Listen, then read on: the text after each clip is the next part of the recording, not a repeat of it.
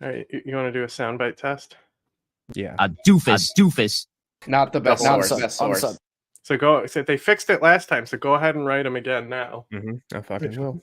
Before we But they can't fix it while we're in the stream. They did fix it midstream before. Remember, it stopped doing it midstream before. Yeah, okay. And then towards the end. So yeah, they must be able to. I assume that's what the guy came in and said to us. Yeah. When he said open StreamYard. Yeah.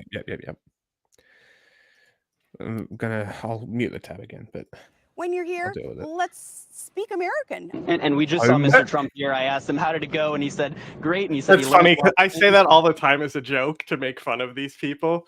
This is old. These are some old fucking political moments. Yeah, well, this is no context number 13. But yeah, there's like thousands of these. I know. So it's so good. What do you think he took away from today? My luggage. Hold on. Okay. Are there people in the Republican Party who think we're sucking the blood out of kids?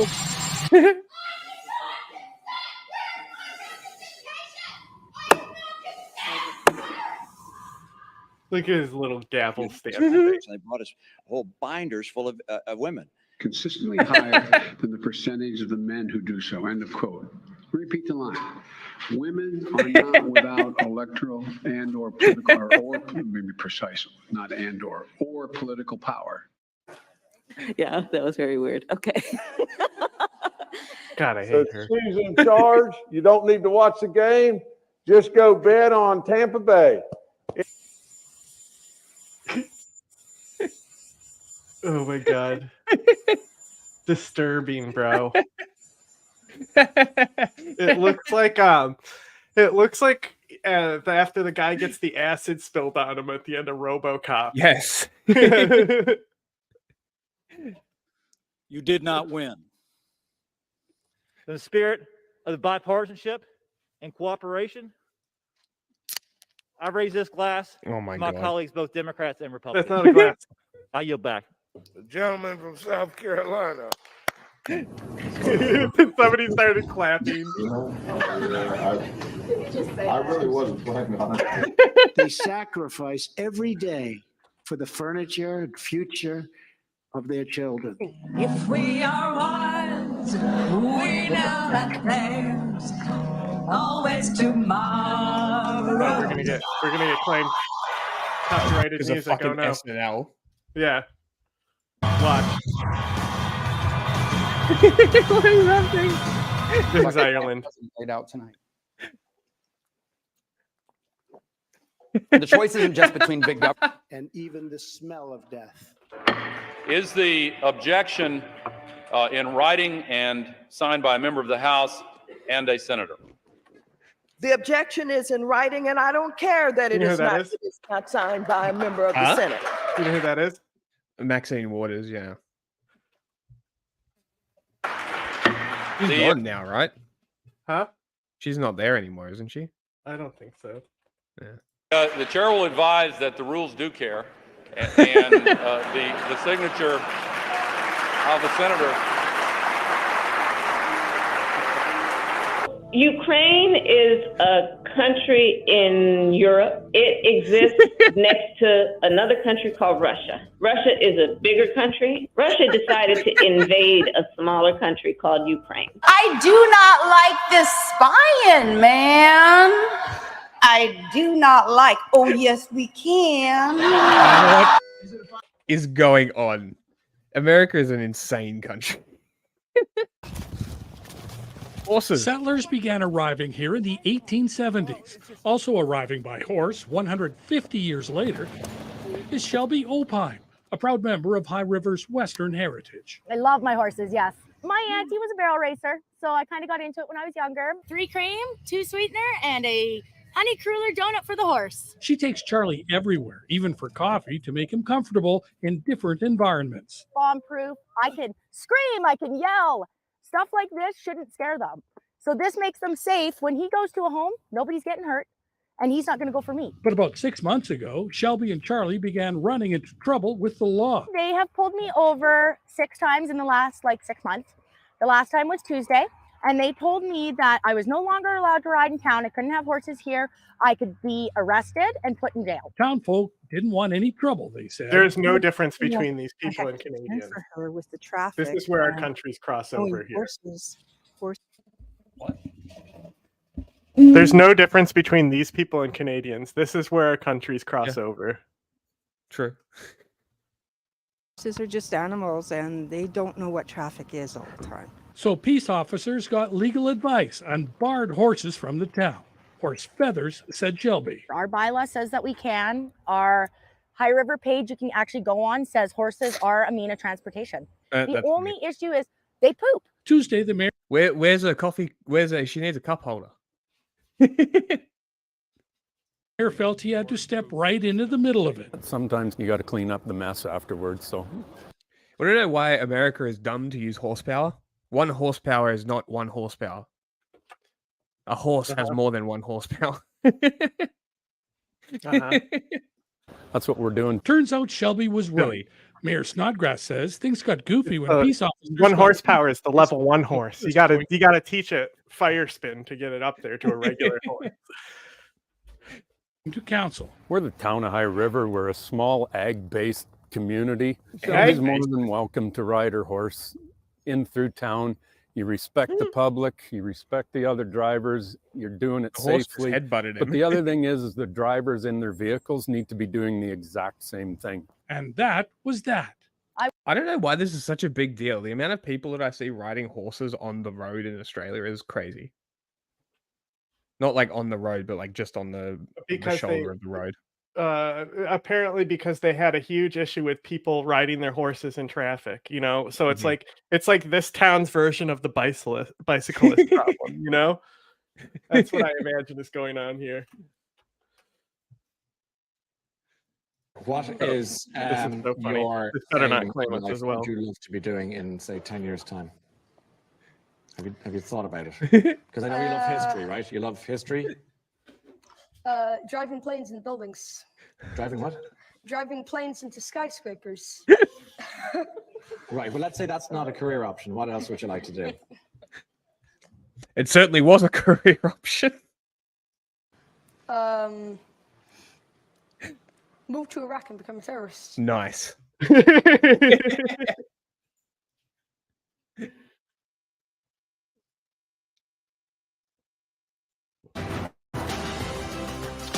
Well, ace investigative journalist Matt Taibbi asked in a dynamite article, is the electoral fix already in the 2024 presidential race? I don't know about Increasingly looks like.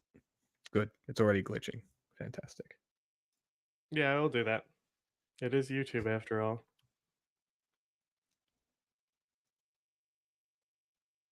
It will be decided by lawyers, not voters, as Democrats unveil plans for America's first lawfare election. And it's a great pleasure. Australia is a It jungle. will be decided by lawyers, not Yeah, voters. it's more of a desert. As Democrats unveil plans for America's first lawfare election. And it's a great pleasure. Arid plains. Join us on the show to talk about this, Matt Taibbi. Mhm. So, Matt, I gotta say I read most of it. I originally read about it. You make some really tough points. I know you're not a partisan guy. I know you're not a big Trump supporter per se. But it is interesting. Yeah, he's that a Putin supporter. Duh. Trump was going to blame them for being an insurrection. Now they're blaming Trump. Now they're trying to sabotage the election. Everything is lawfare. Keep them off the ballot. And riff on this, because this is dynamite stuff. Hadn't gotten enough attention yet. Well, first of all, thanks for having me on, Larry. God, I hate him. I've been covering presidential elections since 2004. Normally at this time of year, media is intensely interested in what voters think, and we're out there going from state to state, interviewing people about whom they're going to vote for. This year, all of the key battles are going to be taking place in courtrooms. We had the Supreme Court hearing last week, about the Colorado case. There were complaints just filed about Robert F. Kennedy Jr. There's an ongoing battle to keep the no labels third party off the ballot in multiple states. And all of this stuff is designed to make key determinations about who can participate in. I don't know. I think that they should keep Vivek and RFK on the ballot because it'll split Trump voters. Because they're too dumb. Yeah, I don't care on it. Like it doesn't. I don't think it's going to be that big of a deal. No, but it will split them. I don't know about that. That's like people saying voting for the Green Party is the reason why Trump won. It's just not true. Yeah, but Democrat voters don't vote Green. I voted Green that year. I voted for Jill Stein that year because I thought she was literally the better option between Trump and Hillary. Funny. Isn't that wild? That's very funny. In the elections ahead of the 2024 vote, and there's the possibility exists. I actually don't vote for the party because I live in New York. Yeah. Because it doesn't really matter. You can vote however you want. It's gonna go blue no matter what. Yeah. So I normally vote for like a third party. Local stuff more. Like local stuff more. Like No, I mean just for president. Okay. I thought you were meaning like you were voting third party for like local stuff. I'll probably specifically. vote first party this election though. You know, everybody but the major party candidate on the Democratic side will. I don't know what America's Green Party is like, but it's hopefully not like Australia's because it's awful. Australia's is like fine in comparison. You know, it's just your young progressive. That bad, huh? I mean, yeah, it's well. First of all, they're completely worthless. There's no such thing as third parties. Like they're all worthless. Yeah, and like that's really is like I've really grown against them completely because like it's really just like a scam to get donations. Like they get the votes to keep them in, and then next election they can run for the big one and get all these donations and like pay these like corporate people. Yeah. The U.S. Greens, that's a great way to describe it, honestly. Yeah, okay, that's awful. Just ahead of this vote. Yeah, Biden won't let any primaries. I find that most curious.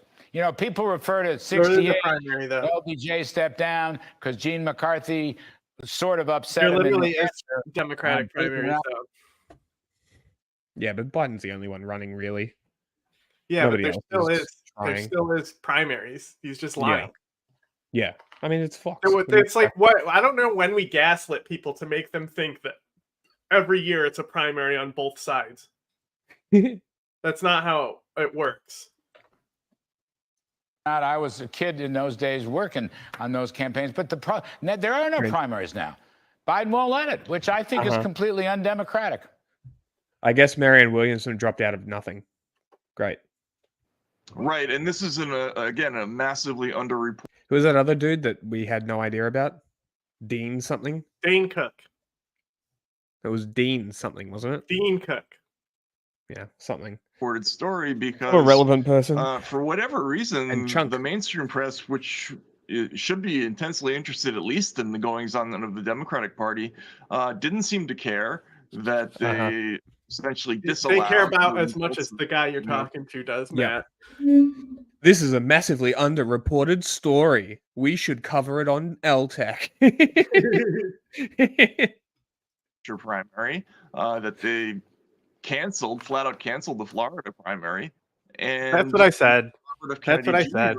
Was slated to run a very well-financed campaign from within the Democratic Party.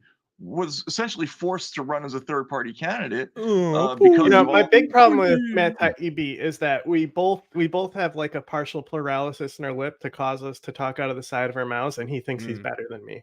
You know, that's my issue. He thinks he's better. Yeah. He thinks he's a better side mouth talker than me.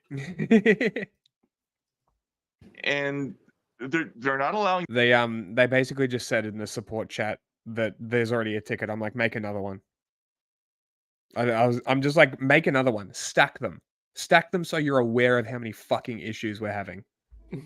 You to run mounted intramural challenge, and they don't want you to run a third-party challenge, and they're trying to get Donald Trump off the ballot in the Republican Party. Why would a So musician use this if they like upload music to like play an album, you know? So like debut their new album, they like uploaded all the StreamYard to play it, and it messes up their whole album. What do you mean? Because it will double it. Ah, right. They're They're they're gonna be like, "This is streaming my their new album," and they'll like play the album because it's like all like studio recording. They can't like do a live set, you know? Yeah, yeah. It's they upload it into the background music thing. Yeah. And then the whole song's doubled. Yeah. Yeah. It's like, why would those? That's a whole market that they don't get. Yeah. Yeah. It's kind of an interesting question. It's a very odd thing. You know, you're right. The left feels completely justified usurping the democratic will of the American people in order to, quote, save democracy. And you also mentioned this Transition Integrity Project, TIP, what is this whole funded by Jennifer Granholm. the term the left, like, shut up. I fucking hate it so much. I'm done with this. This was his underreported story. The thing we hear everyone else saying. Yeah, bro, didn't know any of that. Crazy. Even though it was a lie that there totally is Democratic primaries. And you know what they could say? Why isn't Biden debating these people? Right? Sure. But you know why they can't say that? Because Trump won't debate. Won't show up debates with Nikki Haley. So they can't point out that it's exactly the same. Yeah. Except Send Nikki in Haley. Jared. Double? Damn. And that dynamo of energy and excitement. Jared Kushner. You leave public service, you spend all this time, particularly with Saudi Arabia, working with them. You leave a couple months later, 6 months later, you get $2 billion, and that there's a quid pro quo on this. Leaving aside, I know that you followed the law, and you've said you followed the law. From an optics perspective, or even an ethics perspective, were you at the time concerned about taking money from PIF? And if you could do it again, would you have done it at all differently? Yeah, so PIF is one of the most prestigious investors in the world. Every fund manager is trying to work with them. If you look at right now at the time, what's the background on this? What? Whatever they're talking about. A curtain? Saudi loan? Yeah. So this has been a thing that we've known about for a while. Jared's owned by Saudi Arabia. Oh yeah, I knew that, but I didn't know that he got like loans from them. Like, what's the background on the loans? Okay, so the Public Investment Fund is a sovereign wealth fund of Saudi Arabia. It is among the largest sovereign wealth funds in the world, and a total estimated assets of 776 billion. It was created in 1971 for the purpose of investing funds on behalf of the government of Saudi Arabia. The wealth fund is controlled by the Crown Prince, Mohammed bin Salman, Saudi Arabia's de facto ruler since 2015. Okay. Interesting. Maybe going to the Middle East as an investor was less popular 3 years ago. Now it's one of the hottest places in the world where everyone's trying to raise money from. And if you ask me about the work that we did in the White House, for my critics, what I in 2001, PIF invested $2 billion into a private equity firm that had been newly formed by Jared Kushner. Shortly after he left the White House, PIF advisors raised questions about the merits of the investments, but PIF management overruled the advertisers. By April 2022, Kushner's equity firm primarily depended on Saudi money, and it only had $2.5 billion under its management. Within Donald Trump administration, Kushner was a staunch defender of Saudi ruler Mohammed bin Salman. According to ethics expert, the investment created an appearance of a potential payback for Kushner. This was certainly what it fucking sounds like. Oh, you left government, then magically started something that got a magic investment of $2 billion? So they pushed it. They pushed it through Israel to hide the money as well. Of course. So yeah, well, that's the even next more part of it. fast. Cool. Jail in with Trump. So through Kushner's firm, Saudi could open Israeli businesses, which could prove to be lucrative for the Arab country. Affinity's partners' investment in us for Israeli startups was agreed to by the Saudi officials and was believed to have been approved by the Crown Prince Mohammed. Many saw it as a groundwork for potential normalizations between Saudi Arabia and Israel. This is the first time money from Saudi Arabia's sovereign wealth fund has gone to Israel. Yeah, we have videos on this already in LTech. in the interest of America. Is that in the 9/11 episode? America, number one. Number two, I say our track record of success in the Middle East. I also joke about the chopping the guy apart all the time. Like I always, whenever we cover Saudi Arabia, I bring up the bone saws too. So that is Jared Kushner. God, I hate this guy. Good, there's more. We don't have to listen to him. I know, right? What's funny is I don't know. Their editor has been like using the wrong encoding or stuff, but I've noticed like a lot of their stuff, the audio is misaligned.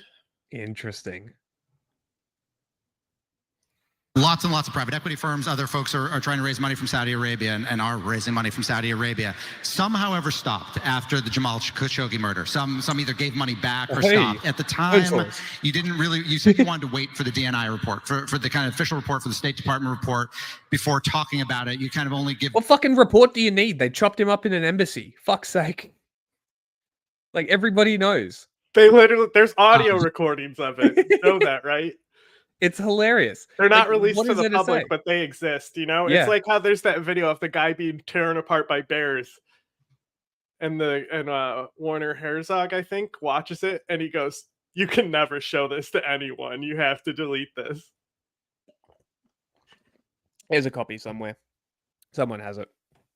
There's a question for you. Also, Crocodile Hunter's death, the family deleted that. Yeah. Yeah. Good question for you. Why does America do this over left-wing democratically elected leaders? It depends on who we're talking about with left-wing democratically elected leaders. So if we look at Brazil is a very good country in the world as far as like relations between countries go, because they kind of can use both sides. There's been a few policies where Biden has worked closely with Lula, and then there's been other policies where they disagree with him. And I think that they still voice their disagreements about countries like, you know, more of the right-wing countries. Like, I don't hear him talk about Hungary too often, but I'm sure if I looked for it, it would be there. The thing is with Saudi Arabia is that they're the #1 arms buyer for the United States. So is like Egypt. Israel is an important arms trade and project investor. So because Lula isn't like Biden saved Lula from a fascist coup. No, he didn't. The fascist coup was just the fascist coup was worse than Jan 6. It was hilarious. But like narco drug states, some of those narco drug states could be considered left wing. Depends on where they are. True. But yeah, I think like the big offenders is Saudi Arabia, Turkey, Israel. I think they are the biggest problem for the United States alliances. It makes them look real bad. Also, we should strengthen ties to Mexico, who has a left-wing leader, and a left-wing person will be elected again. Very glancing mentions in your book to it. The DNI report came out a couple weeks after you left the White House.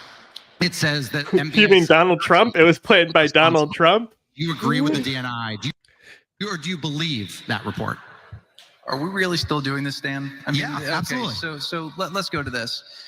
The way that we looked at our policy at the time was let's focus on what's in the interest of America. I'm not arguing that. But that you at the time you said you wanted to wait and see what the U.S. government determined. The U.S. government's made a determination. You're obviously still in business with him. Do you believe the U.S. government assessment? You might not, but do you believe So it? let me say this. I have not seen the DNI report that the Biden administration... Oh, come on. You know they did. Right? And number two is... What a pussy. Look, I know the person who I dealt with. I think he's a visionary leader. I think what he's done in that region is transformational. The person who deserves credit for that is Mohammed bin Salman, who at that time was the deputy crown prince. And I think what he's done has been absolutely historic for the country. I think he's done a lot of things that are in America's interest. And I think he's... Jared Kushner fucking sucking MBS's dick constantly. It's embarrassing, bro. How are really you not embarrassed? done a lot of things that have made the world a better place. Uh-huh. That is... Don't care. Any more? Nope. Okay, next. See, the main we reason I put wanna- that there is because I wanted to use the Jared sound bites. Yeah. I need to go to the I'll do a couple more, or one, just this one because it's funny. A group of And then we'll go to the shooting. Oh, there's the migrant crossings. At the edge of a Yep. And then Indonesia updates, and then the India protests are important as well. Yep. Yep. cliff after a landslide wiped away a hillside in Southern California. Now, officials say they're closely monitoring the situation as some fear more rain expected this week could send them into the ocean. Our map Oh, you're gonna lose your house that you built on a cliff? Oh, maybe you should have built them a little more in. Oh. You know would who's not actually going to be a lose their way better houses? fucking All these idea. tiny houses over by the road you see here. Yeah. They're not even like tiny houses. They're just like there's cars, but this might be someone's garage out here. Yeah. But like even if you move the house, like you built it, let's say 30 meters back, and then just built a lookout, and then your lookout's gone. Oh, big deal. The one that like literally descends with the cliff is extra This one? dumb. Like who? It's wild. What were you thinking when you fucking made that and bought that house? You fucking idiot. on the scene in Dana Point, California with the latest. Multi-million-dollar mansions seemingly teetering on the edge of a Southern California cliff. Tons of debris shearing off in a landslide during torrential weekend rains. I would be very nervous if I lived there, certainly. No one was hurt, and amazingly, county officials say the structures are not at risk of imminent collapse. One of the home's owners they got at least 2 more landslides in them. That his house I stopped playing it because it got really boring. I think it gave me a mandatory yoga mission, and I was like, I'm out. And they made me also work as a crane operator. But GTA 6, there's a mission where you rip down somebody's home who's built on a cliff by like pulling the stilts. Isn't that's the 6th one, right? Yeah, it's GTA 5. Is it 5 where you pull the home down? Okay. That's how little I played of 6. I probably played like 6 hours of it. 5 is the one that's been out on like. Oh yeah. Okay, whatever. Yeah. But I played none of that game, and that's like the first mission, and I've done that. So I know that's 5 for sure because I haven't played any of the other ones. From down here on the water, you can really get a sense of the amount of damage, all that dirt and rock cascading down. Someone should set a camera up so that if it does happen, it's on camera and we can all laugh at it. On the cliffside, this could have been so much worse, and of course, there's fears that it could happen again. Several inches of rain are expected. The amount of resources put into this story to cover 2 people's house, probably one person's house. It's only that house too. If you look at where the cliff has eroded, there's only like a stone pile and like a small section here. Yeah, here. Yeah. Did in a region recovering from record-drenching downpours last week. Just north in Santa Barbara County, dozens of homeowners evacuated after another cliffside collapse came perilously close. Cleanup still underway from hundreds of landslides and mudslides across the state. Climate change can cause extreme rainfall events to become more frequent and more Sure, intense. you can blame climate change for a cliff eroding if you want, but yeah, it's not like rain does that naturally anyway. These events and understand how our coast is changing over time. NBC's Matt Rivers joins me now from Dana Point, California. Yeah. We got the picture. Shooting first or border? Border. Yeah. Border ones are short.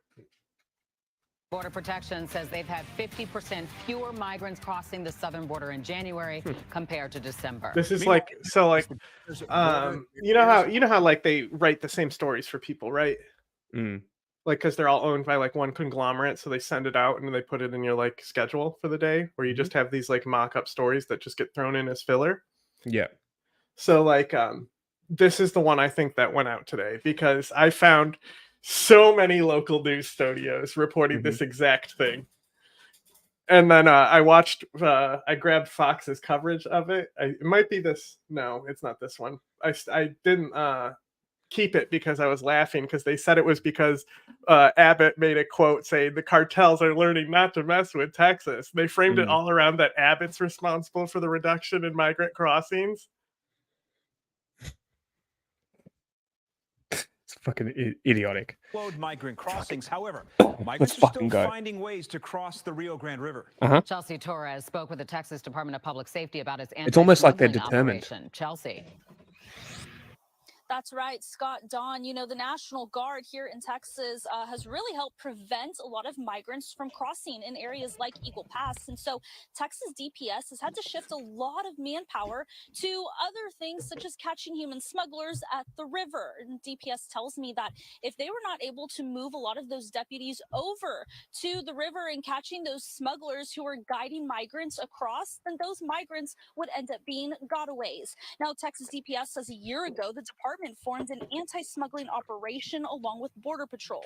The focus to find smuggling guides, also known as coyotes. Coyotes help migrants cross the river. Then the coyotes lead the migrants to another human smuggler. They also work with the badger to get the rabbit. These smugglers are able to get away, and some are caught by DPS, like those in this DPS dash cam video. In the past year, the anti-smuggling operation caught 1,800 migrants. Epic. Oh, shit. Prosecuted 145 Nice one, dude. Sorry. One of the issues that Border Patrol was facing was that they Oh weren't my able God. to prosecute those individuals. I'm gonna ban all cops from wearing these hats in Texas. That's what I'm gonna do. Jail for cops who do this. Straight to jail. Straight to jail. I'm cowboy cop. They would get caught and then get deported back to Mexico and then do it again the same day or the following day. Now, having those troopers in place working with Border Patrol, we can actually arrest them, take them to jail, and file state charges for human smuggling. Straight to jail. Crazy. You mean they need Border Patrol and the state police to arrest them to send them to jail, and that the National Guard isn't doing anything? Arrests for illegal crossings from Mexico fell by half in January. The Commissioner of U.S. Customs and Border Protection says this drop is because of seasonal declines and more enforcement along the border. Border Patrol arrested more than... Okay. What a way to phrase it, huh? Along the border, including Mexico's side, you know? Yeah. Mostly Mexico's side. In December, they arrested twice that all number. To make Abbott look better. 250,000 How people. much do you think you paid January for these is the stories third to go out to be like, border crossings are down because of me? Lowest month of arrests in Joe Biden's presidency. We're not doing this yet. Isn't it? Yeah, sure. No, this is fine. They Okay. actually, does this have a voiceover? Let's see. If it doesn't, Doesn't look like it. It looks grab like it's another just one. a wordy one. Okay, anyway, so this guy won. Yeah. We don't need a Was he voiceover, really. the front runner? Was he the one? Yeah, at the- so he was that who we predicted? expected. So he's actually banned from coming to the U.S. for war crimes. Okay. So Epic. he's like a despot military guy, but they did like a campaign to reform him as just like a lovable grandpa, you know? Like Yeah. he's, you know, it's like, oh, he's just a silly old guy who's harmless, you know? But yeah, he's definitely just like a lot of these countries, they're still political dynasties, Yeah. but they kind of switch back and forth in Asia. I mean, Yeah, that's what it seems like. Eastern and Southeastern Asia. That's kind of what happens. Yeah. So this guy is like from a certain like right wing hard right dynasty. Like Mm. this guy is like in that proto-fascist military dictatorship category. But you know, we'll have to see how it works out. Anyway, that's that. And speaking of proto-fascist, here's an actual fascist real quick for the next one. What?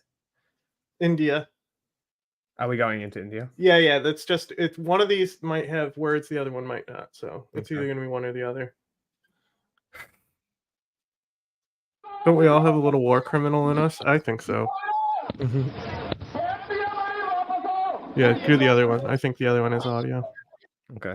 So before you go, can you tell what's going on here? Too late. All right, look right here. Can you tell? Can you tell what's going on?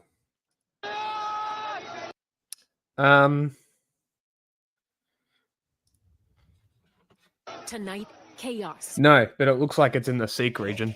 Yeah. So the key thing to look for, you can see one in the background right now, is the orange flag and the orange turban. Okay. Right. What are they? Those are going to be the Sikh Separatist Party. Oh, the ones So- with the funky symbol. Yeah. Well, that's just the Sikh symbol. That's what their flag is. But that said, all the farmers in India that are affected are always Sikh, and that's what spurred the protest against the farmers Okay. in the past. While this was happening, though, I think Modi went to the UAE to bless a Hindu temple or something, because the UAE is like their religious vacation getaway. You know, they're having all the Yeah. religions build temples and stuff there. So he's not even in the country when this is going on. In India, as police clash with thousands of frustrated farmers.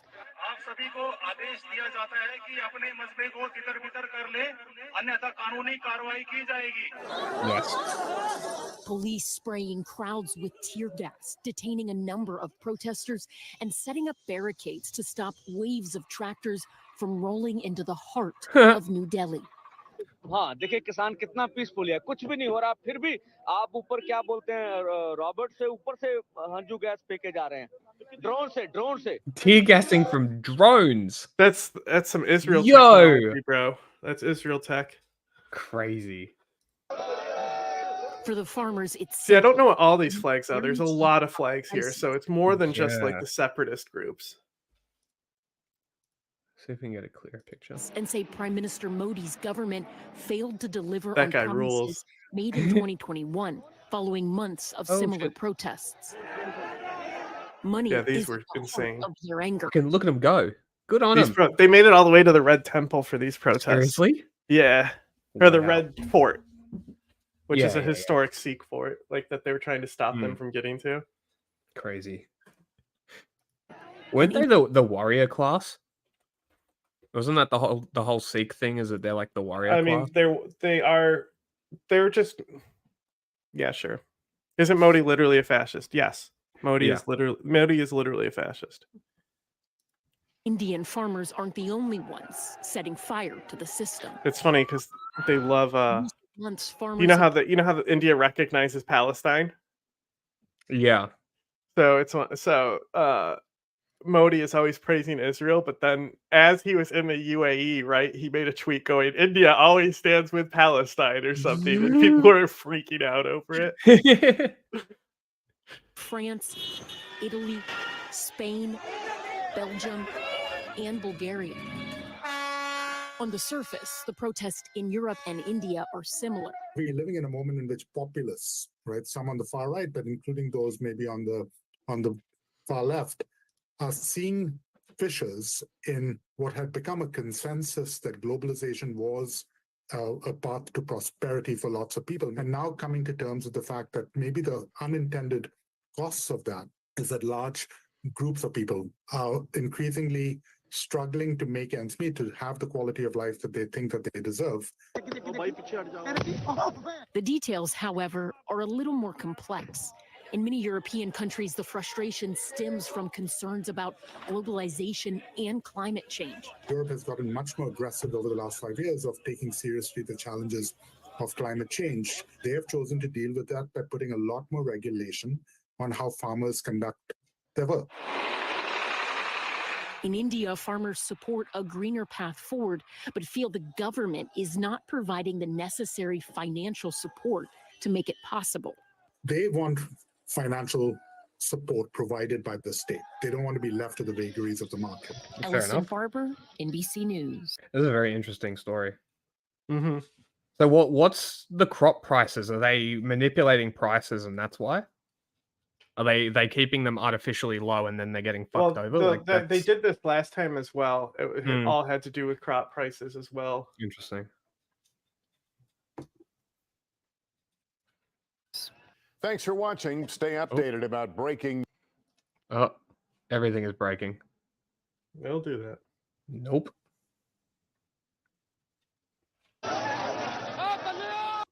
You can stop. All right. Shooting. Do we want shooting stuff? Shooting. Yeah, we'll do the shooting next. We'll do 7 minutes. We're back with our breaking news. Well, there's one where it's literally the reporter who catches it kickoff. Okay, is that the shorter one, I'm imagining? I don't know. It says reporter catches the moment.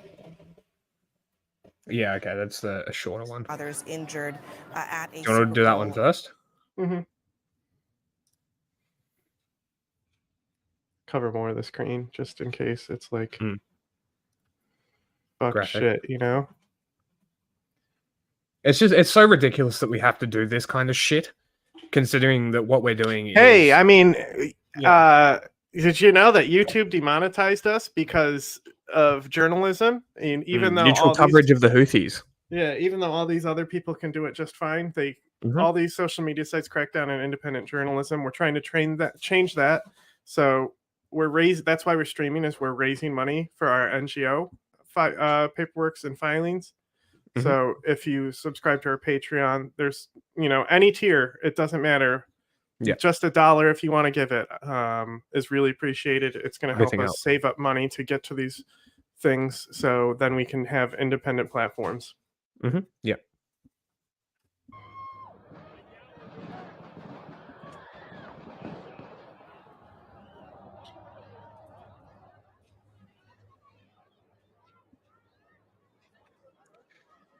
It's crazy to me that people just turn around and are like, "What's going on?" Well, they don't know, because like firecrackers and stuff. Yeah, I mean, worse explosions like pyrotechnics going off at this parade? Because if that I was don't the know. case, then I understand. Does anybody know in the chat watching? I mean, it's kind of like you don't really prepare yourself for that. No. I mean, even Shinzo Abe got turned around like, "Huh, I'm being shot at," before he actually got hit. Yeah.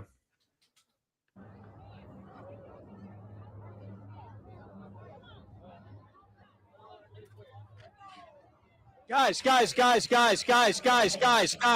something's going on. Something's going on, guys. There were only that short burst of fire at the start. I haven't heard any other gunshots. I didn't even hear the first ones. Didn't you? They were very quiet. I mean, I heard one.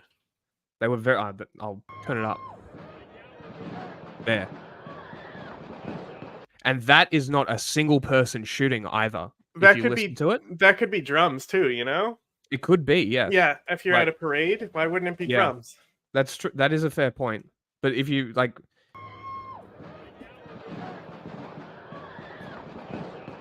see, so that was definitely more than one person.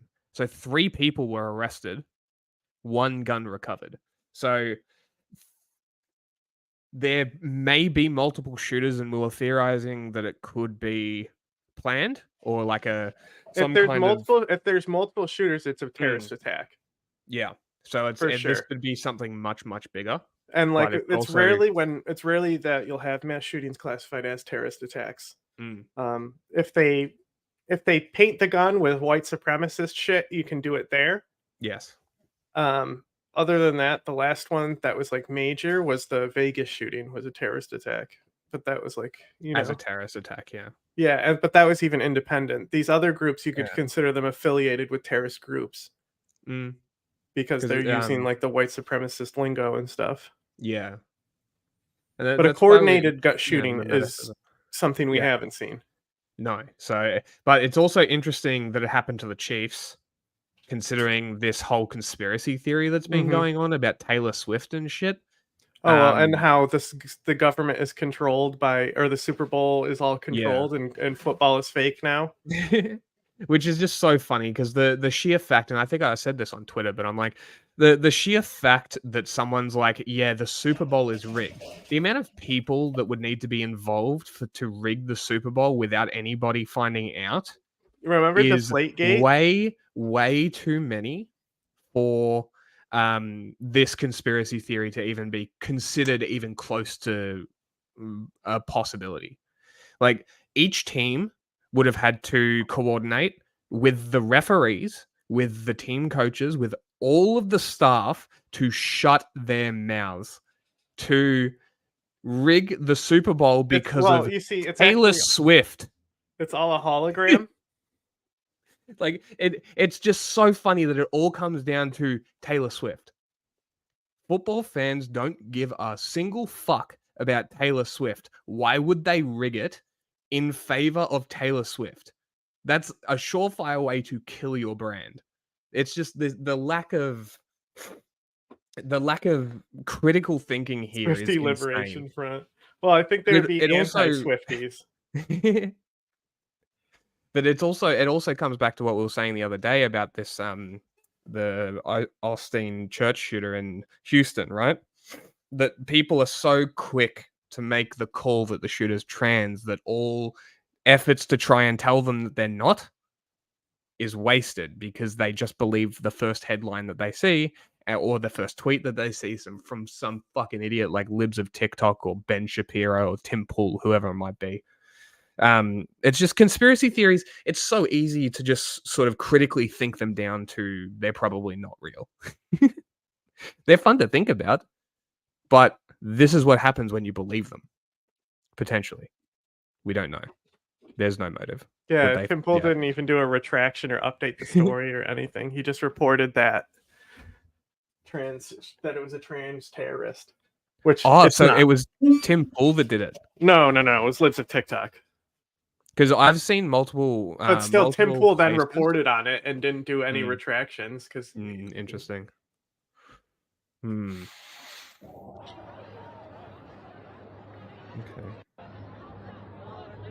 Something's going on. Something's going on, guys. Guys, something's going on. Guys, something's going on. Guys. Okay, listen, guys. Guys, something's going on. Thanks, man. We got it. He's trying to call his producer to get on, though. Yeah. We're back with our breaking news. At least one person has been killed, 14 others injured at a Super Bowl victory. It's up to 21 now. So it's one dead, 21 injured. In Kansas City. You're seeing images there of people and law enforcement running at the scene moments ago. I'm going straight in like they fucking should have. Chaotic scene that I bet you they're an actual police department, not sheriffs. Well, also it's a parade. They're kind of like they're ready. It's a different scenario. Yeah, because the cops would have to be prepared for something like this at an event like this, right? Like there would be briefings and theories and like, oh, this could happen, so be ready. Yeah. One of the things that you're supposed to be looking out for when you're protecting a parade is terrorist attacks. Yeah. Now we're learning, resulting in casualties. We are awaiting a news conference from police with updates, but I want to go straight to CNN's Josh Campbell. Josh, we're learning. Who are the guys in military fatigues? The National Guard. Yeah, National Guard does parades as well. Okay. About the numbers here, how many people injured, and unfortunately, we are learning of a death. No, absolutely, and as we all fear, the number keeps going. The death was a local radio host. If anybody's interested, let me find him. Going up now. We're hearing from the fire department in Kansas City that there are now approximately 14 people who are injured. As you mentioned, one of those individuals has sat. Okay. So this is her. She is the one that was killed. Her name is Lisa Lopez Galvin, and she was a KKFI radio host. She lost her life in this shooting. Sadly succumbed to their injuries. Of those who are injured, we're told that 3 are currently in critical condition. Even know. He hasn't seen it yet. Right now are in serious condition, and there is one person with non-life-threatening injuries. Now, authorities have not yet indicated what among those who are suffering gunshot wounds, what other injuries may have been sustained during fleeing. Is that a question for me? This shooting taking place at the end of the celebration. But again, we're told right now one person who is dead, approximately 14 other victims, and at least 3 people right now in critical condition in the hospital. As you mentioned, Abby, we are awaiting this press conference from police to provide additional information. There's a lot we don't know about what actually transpired, but the fact that they are holding a press conference in and of itself is signaling to us that it appears at least the emergent phase of this incident is now over. Apart from some type of manhunt that I think the blue uniforms are Stadies. Because Lennox are police. I think the black uniforms are the local. Yeah. Typically, I'm only saying this because the one guy has a hat. That's a state. I think only troopers can wear that style of hat. This round brim one. Yeah, I haven't seen. I've never seen regular police wear them. So okay. information once the emergency is over. So we will wait to hear what authorities say as far as what they believe happened here, who was responsible, any additional information on the victims. State police mostly is traffic cops. Authorities have said that 2 individuals who were armed were detained at the scene pending additional information investigation. They haven't indicated that those people were specifically involved here in the shooting. And then again, finally, one major question we all have: did this shooting actually relate to this massive Super Bowl celebration that was taking place there in Kansas City, or was this something that was occurring adjacent? What kind of weapon did they recover? To have this large crowd there, a lot of unanswered questions. Again, that press conference should be starting here moments from now. I don't think it said. All right, Josh Campbell, stand by. It just says 1 firearm recovered. It doesn't say what it is on this ABC article. I'll keep For looking. us as we do await that press conference that's expected this hour. Back with me now, though, is senior national security analyst Julia. Is there a police press conference?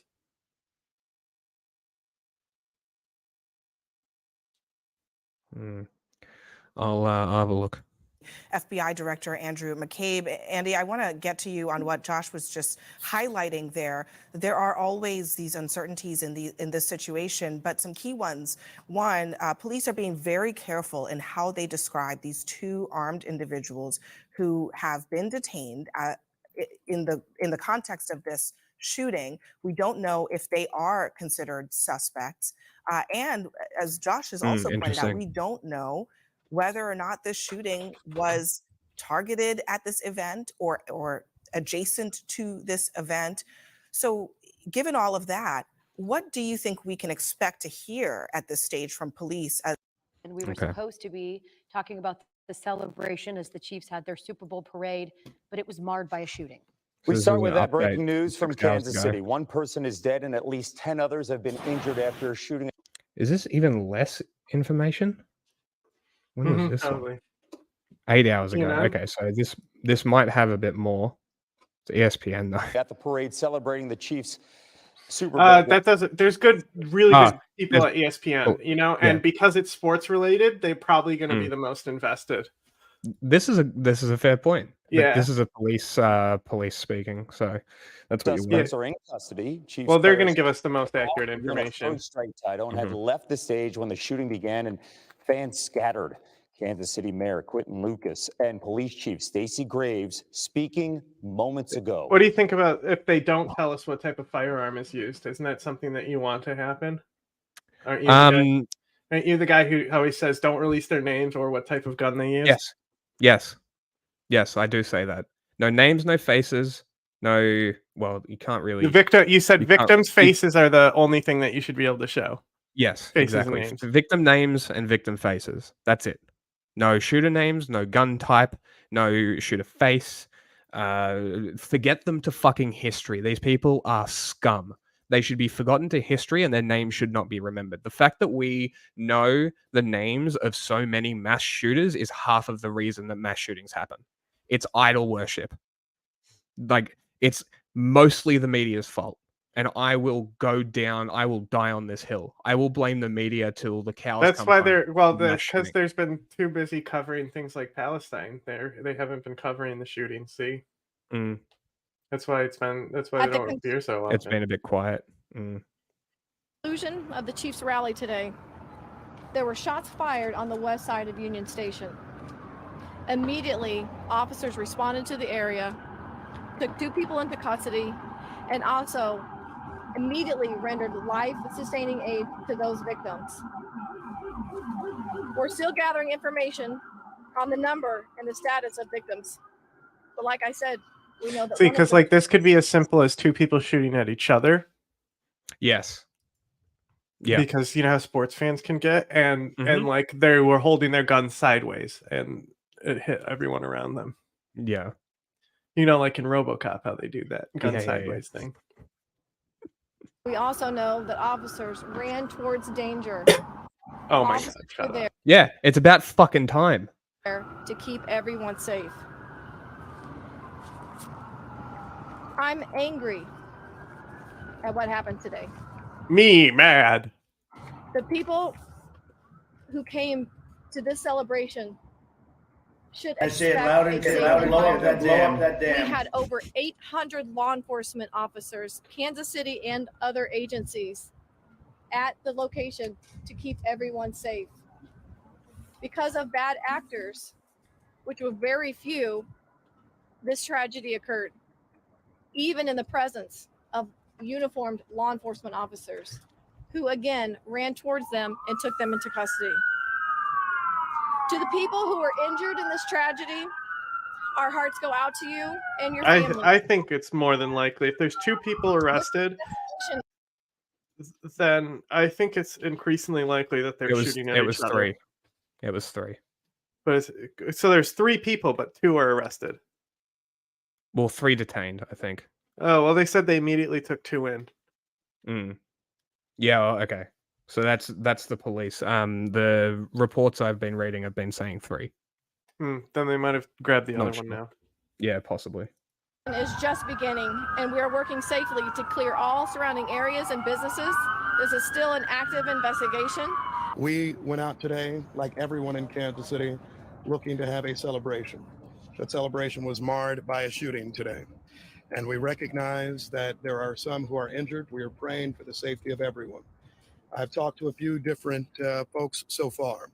One, we have spoken to the Kansas City Chiefs, who made clear that their prayers are with everyone who was at the parade today, That'll help. everyone in Kansas City, and everyone who was touched by this incident.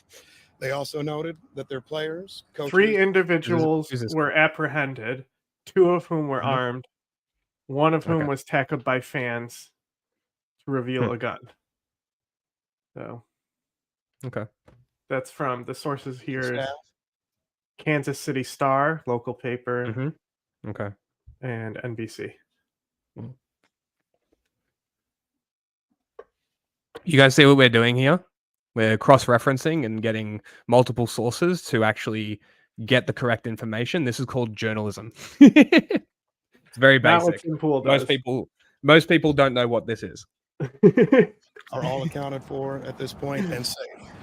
We, however, know that this is a fluid situation, so all that we are sharing now may change as the hours go ahead.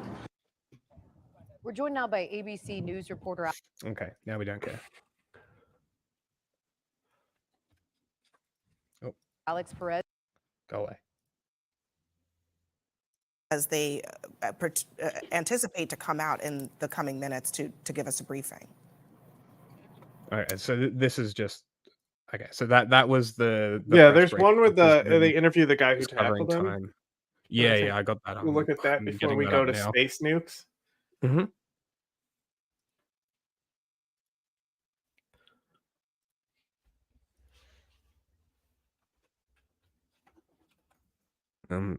But there is the raw video as well, which I think that was the one with the journalist that we watched already. Thank God there's not a Pornhub tab there, man. this one. The one where you said the raw video, I think that's the one we watched where the reporter catches it, like shots behind him. Thousands of fans. No, this is bystanders tackle the gunman. Oh, so there's video of them taking him down. They'll probably show Yeah. that in the interview too. True. Out front now is Paul Contreras and his daughter, Alyssa Marsh Contreras. They witnessed the shooting and helped tackle someone to the ground who was taken into custody. And Paul and Alyssa, thank you so much for being with us. What a terrifying day. Paul, you were there and there you shared video here of the moment that you helped tackle this person. What can you tell us about what happened in that moment? I just heard somebody yelling to stop this guy, tackle him, and he was coming in the opposite direction. I also want to add the fact that it's a football parade and it's guys who are like into watching guys get tackled, you know? Like the optics of like if you coordinated attack on a parade, this is probably one of the worst targets, right? Yeah. And also so like what I was reading as well is you saw how everyone was running into that building. It's because the team was in there. So instead of like running to where the suspects were, all the cops were going to there to make sure that the team was safe. That was them running into danger. Yeah, But, you know, for all they know, there's bombs, right? Because it could be a coordinated Al Qaeda attack. True. You don't think about it. It's just a reaction. He got close to me. I got the right angle on him, and I hit him from behind. And when I hit him from behind, I either jarred the gun out of his hand or out of his sleeve. Because as I'm taking him down to the ground, I see the gun on the ground. So I take him down, and I'm putting all my body. Did you see it tackled him from behind? Mm-hmm. That's awesome. I kind of, if we don't see the video, I want to see this video because I feel like he's scorpion that That's what they're showing motherfucker. in the background. Weight on him, and then another good Samaritan comes over and is helping me because I kind of got him high, and the other guy gets him around his waist, and we're just putting our weight on him, and he's just fighting to get up, but we're fighting to keep him down. And another Samaritan comes over. Yeah, put your fucking elbow in the You guy's can tell they're back. Christian because they're saying Samaritan. Puts his weight on us, and we're waiting for the cops to show up. Where's your ashes, bro? Come on, bad Christian. And the second cop gets there, the third cop gets there, and then they pretty much take over. Wow, thrilling story, huh? I'm standing there for about a minute or two. You know, me and the cops didn't even have like one or two words. You know, once they had him and got him cuffed, I sat there for 2 minutes with all my 3 daughters, and then we walked away. We headed toward our car. Yes. It's our favorite one. If you haven't seen the video of the cop that took him out, find that video. He runs like halfway across the shopping center. Oh just yeah, to reach yeah. him, and We then have, pop yeah. him You have from his a body distance. cam. It's wild. Yeah, it's and like he's that's he should have gotten in his car and driven over there. He would have saved but he's so winded, and he's still like you can tell he's pushing as hard as he can with all his energy to go after this kid. And it's then an insane body cam. Yeah, Definitely worth and finding. he props up on a post and just sort of pops one of him, the you know how and I they think have there was the a couple shots. brick pillars outside of certain stores and stuff. That's what it was. It was like one of those brick pillars, and there was like 6 of them between him and the shooter. Yeah, from a distance, after running, heavy breathing, still got him. Right Mad in the head respect. too. Yeah, one shot. I mean, it's incredible, and you're there with your 3 daughters. I mean, obviously, Alyssa's with and you now. it's even funnier that he died out front of a fat burger. Well, I think what they're saying is also there's the one mall kid who tried to shoot somebody and instantly 2 people like the one guy instantly took him down, and he fired like 14 shots hitting 10. Yeah, and it was like 60 yards away. And he was like running this way, so he was a smaller target too. Yeah, and it was a skinny kid. Or no, was he fat? Was that one fat? No. The guy that shot him was. And the guy that got bodied was just the skinny twink looking kid. Okay. I just asked. And if this ever happens, mock the shit out of the shooter. This is how you fix this Texas shooters. Fucking, you can go find his social media. Like we're on so many of the posts, just being like, "What a worthless person, loser." We spent like 3 hours map tracking where he was and all his posts and shit. So funny. Just laughing. The guy's unhinged. And then Tim Pool runs the fence. I know everything about him, man. It's crazy. Like I know his entire life story.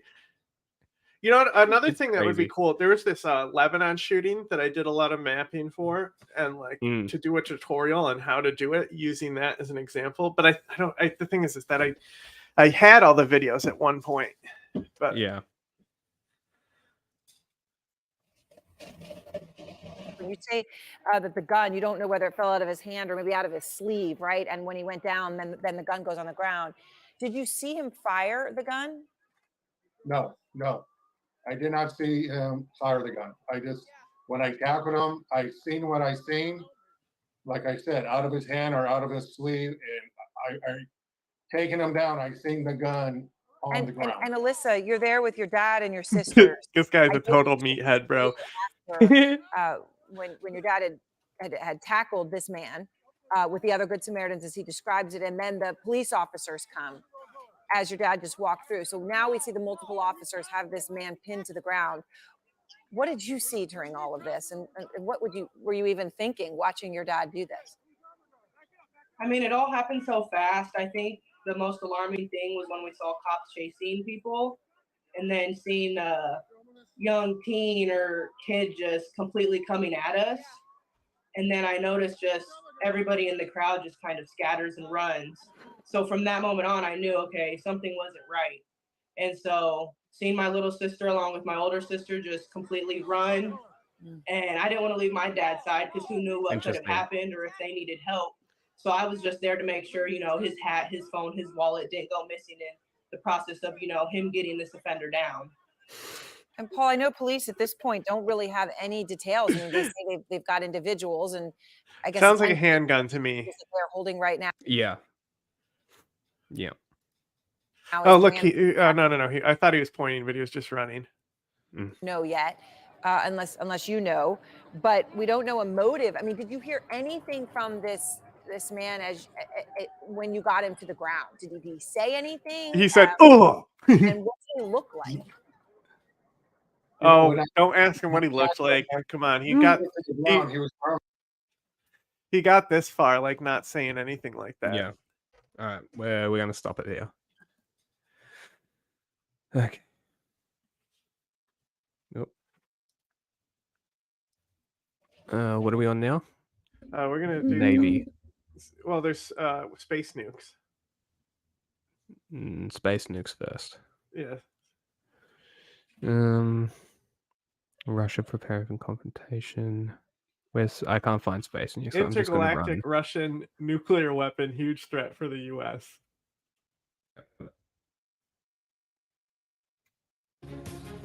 Hello, everyone. I'm Kira. The national and security. I'm Terry Moran, and our What top is story this hour: a cryptic warning. all of it is called national. It's serious national security threat. That's what it says. About what he calls a In a lot of serious these.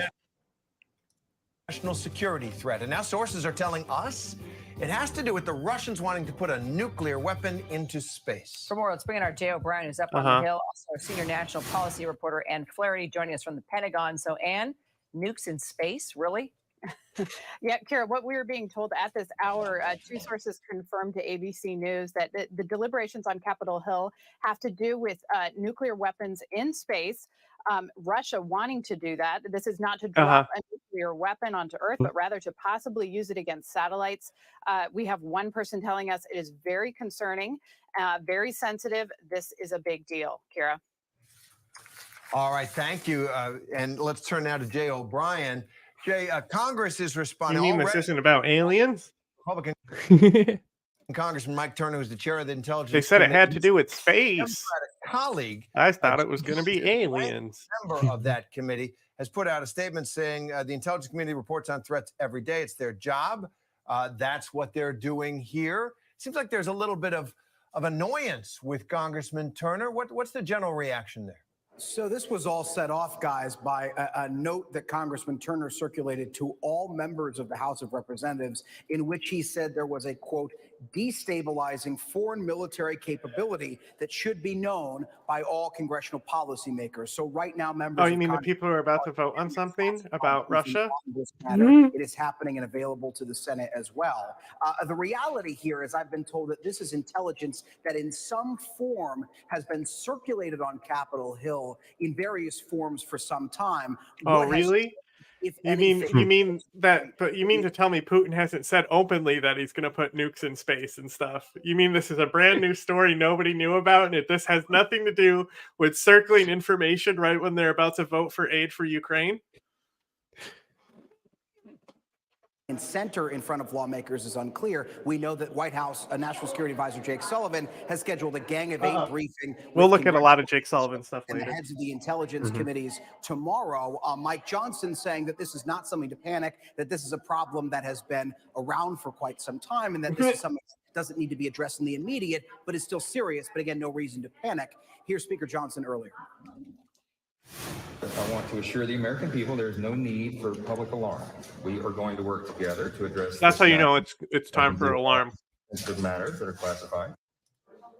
As soon as somebody's saying nobody panic, you know there's something to panic about. To learn on exactly what kind of briefing lawmakers are getting, what they are learning in there. But as Ann noted, we know that this relates to Russia, its nuclear capabilities, and potential a desire for nuclear capabilities in space.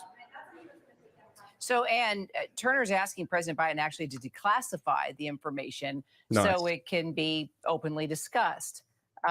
Why? You know, clearly the members are alarmed about this information, and Congressman Turner wants to be able to talk about it more openly. I will tell you from this building, nobody wants to talk about it. It's not something that they feel that they have the authority to make public. And it is alarming. Clearly, we have some people who are very concerned, and that's why you saw. What, they got this guy packing bread here now? What is going on here? This is a post office, it looks like it.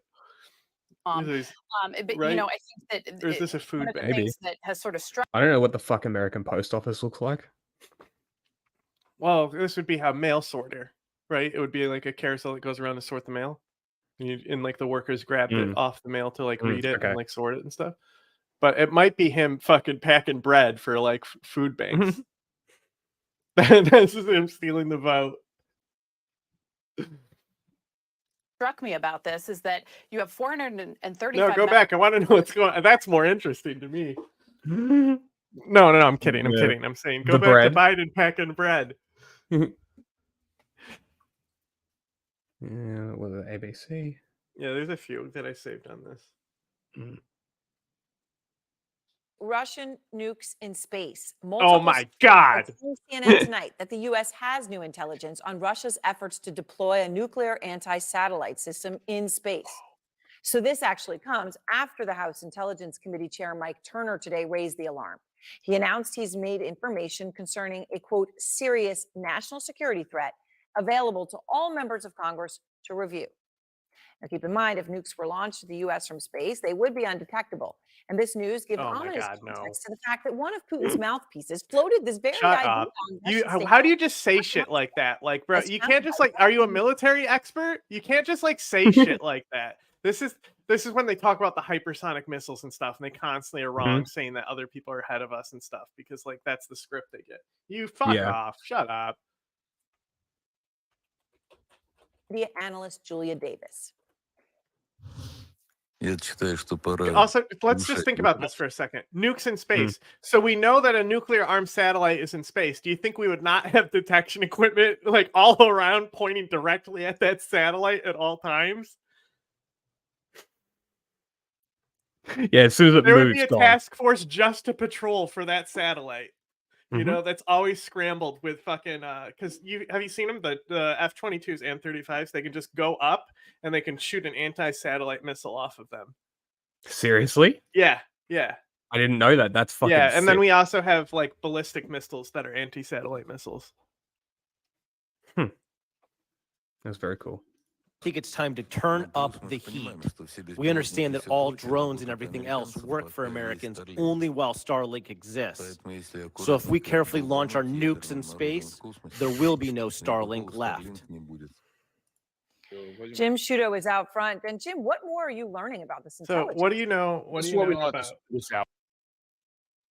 what? What do you know about nukes in space, bro? I only know that I saw a single post saying it, and that's it. Okay. I know nothing else. It's just some so kind of as satellite. As you can see here, Center for Arms Control and Non-Proliferation. So, multilateral agreement initiated by the United States, the United Kingdom, and by the Soviet Union. That include that. So, like, Russia is, still that country.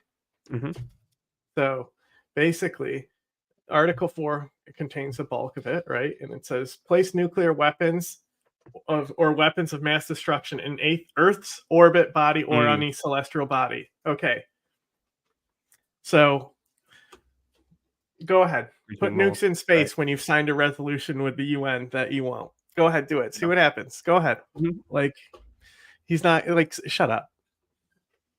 This is like I don't know what angle they want from this, whether it's like fear Russia more or like don't fuck with Russia or they'll nuke us more. Like, I don't know what angle is the angle of attack here, you know? No idea. Intelligence. It's about a new Russian military capability, Uh-huh. specifically an anti-satellite capability with a nuclear component. So the idea to target U.S. or partner satellites in space, including surveillance satellites, nuclear or early warning satellites, Hi. with a nuclear component, Hi, which of Bisky. course would, expand the ability to destroy those capabilities in space. Considered serious enough that the U.S. shared it with its Five Just Eyes talking about partner, nuclear which is weapons. Intel partners, including the UK, Canada, etc. I should note this as well, and I've spoken to 3 people who are read in on this latest intelligence. So what is it? Is it nukes in space or is it anti-satellite nukes? And they told me, one, this is not a clear and present danger. This is something that Russia is experimenting with, looking into, designing. It is not currently deployed and not considered something that will soon be deployed. That's key. Second of all, Aaron, they've all said to me that this is highly sensitive intelligence, including the sourcing involved. So they were surprised that you have a member of Congress that was going so public with this at this time. So that's very important. As you said, it was Mike Turner who started with something kind of cryptic about a new threat to the U.S., and it was reporters who dug in to figure out exactly what he was talking about. But then later in the day, you saw even one of his Republican colleagues, the Speaker, Mike Johnson, saying in his words, there is no cause for alarm right now. So why are you framing it like this? Jesus Christ. Is that a cookie? Serious enough that they're sharing with their partners, but not one that is considered a serious threat today. All right. Well, Jim Sciutto, thank you very much. Of course, when Straight into the hard-hitting questions. Fuck capitalism. What is your opinion on Fuck the capitalism? systems. Fuck it all. That's my opinion. All systems, all nation states, they're all trash. Mhm. Throw them all away. Yeah, that's pretty much our basic sort of thing. There needs to be another word for it because third way is fashy as fuck. So Yeah, there needs that's to what be, that's the joke is call it anything but yeah, third way. anything else. But it's at least this is my opinion, is I think it's time for decentralized, smaller sort So of the United States systems. outlawed testing of direct ASATs in 2022. So they outlawed their own the test. They banned them. So I don't know. I didn't check if we've destroyed the prototypes we have, but like they started to develop them in the 1950s. Yeah. So, but also it was the F-15 that was trained to be able to use them. Yeah. Okay. Jim points out there, the sourcing is very crucial, right? If, well, the F-15EX is probably like better at it now. 2008, the U.S. Navy destroyed malfunctioning U.S. spy satellite using a ship-fired RIM 161 standard missile. Oh, this thing is sick. Look at this thing. What a beast. The fucking sick missile. Look at that shit. There's literally, it's like venting fire from the missile out the side, right? Because there's so much accelerant in it. This looks like the most stereotypical like bad guy nuclear rocket from a movie, from like a James Bond or Bro, some it shit. can shoot into space. We literally have the ability, like our Navy literally just has space rockets on it. For no reason. Well, for this reason. Well, yeah, go shoot it out of the sky. I'd pay to see that. That'd be fun. Something that could threaten a crucial intelligence source that's providing the U.S. information that is hugely significant as well. The Democratic Congressman Seth Moulton joins me now. And I appreciate your time, Congressman. So what can you tell us about this threat, what you've learned about it? Japan has them too. Well, look, I think the speaker is right. This is a serious issue, but it's... Japan has the space rockets. Yeah, they also have this missile. Oh, also Korea. Oh, cool. So something that we're working hard to address, and defense intelligence, defense officials, some of whom I spoke with again today, are working on how to address this to make sure we keep Americans safe. It's important to understand that what the chairman of the House Intelligence Committee has done here, Mike Turner, is fundamentally leak information. He is an intelligence leaker. Because what he did is he decided to take highly sensitive, compartmented intelligence. That means that even if you have a very, like a top secret clearance or something, you only have access to the intelligence if you have a need to know. And he shared it with every member of Congress, people like Marjorie Taylor Greene, who, of course, we all know cannot be trusted to keep this secret. And indeed, it only took a few hours for the details. Crazy. Sounds like this was done deliberately, So, knowing that it would immediately get out, huh? Principled reasons to do this, but he's put our national security at risk. He's put the sources of intelligence at risk. He's raised a lot Who's the sources of intelligence? Vladimir Putin? Like, come on. Our ability to respond. So do you believe that he should face penalties? Oh, as a absolutely. leaker? Look, I certainly don't trust him. I certainly don't entrust him, and I think that. Okay, so now he's that guy's in trouble. They told somebody about their space nuke. I love that they couldn't make up their minds on like what they were talking about, whether it was something that came down from space or not.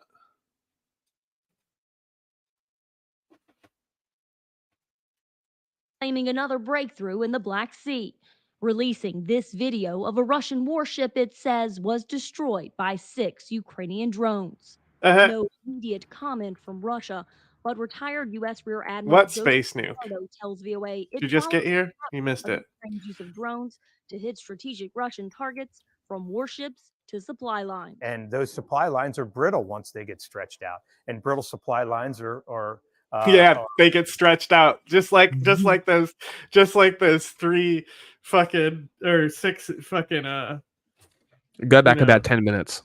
We covered the space nukes. Shootings was about 30 minutes ago, I think. So those 6, those 6 dildos slapping that Russian warship. That's what they stretched out that ship's holes. So very low cost system applied against a very strategic target can have maximum effect for low investment. The attack comes as a group of Ukraine's partners met to discuss next steps in their support for Kyiv. U.S. Defense Secretary Lloyd Austin, just released from the hospital, hosted the group virtually. Standing aside while Ukraine fights. Yeah, Lloyd, your hospital heart rate shit is in the shot. I'm hooked up to this machine. It's keeping me alive. Is not an option. Ukraine will not surrender, and neither will we. The U.S. has not provided a new military aid package to Ukraine since funding ran out in late December. That's it, The Buster. Senate No more passed military a new bill aid. that includes more than $60 Go billion. ahead, see if the sound bites are fixed. But the legislation faces opposition in the Republican-led House of Representatives. Each passing day, each passing week, the cost of inaction from the United States that's being borne on the front lines by brave Ukrainians is rising. And that's why we so urgently need to pass this bill. Sullivan. That's it, Buster. That's it, Buster. No more military aid. That one wasn't too bad, but it still's doubled. It's weird that it fixed itself by the end of the stream last time. Yeah. Oh, look. More space nukes. 30 seconds. Are you okay with how Mr. Turner came out and announced this national security threat today? I don't want to second guess the chairman. I will tell you, because I've spent hours talking about this, there is obviously no cause for alarm or for panic.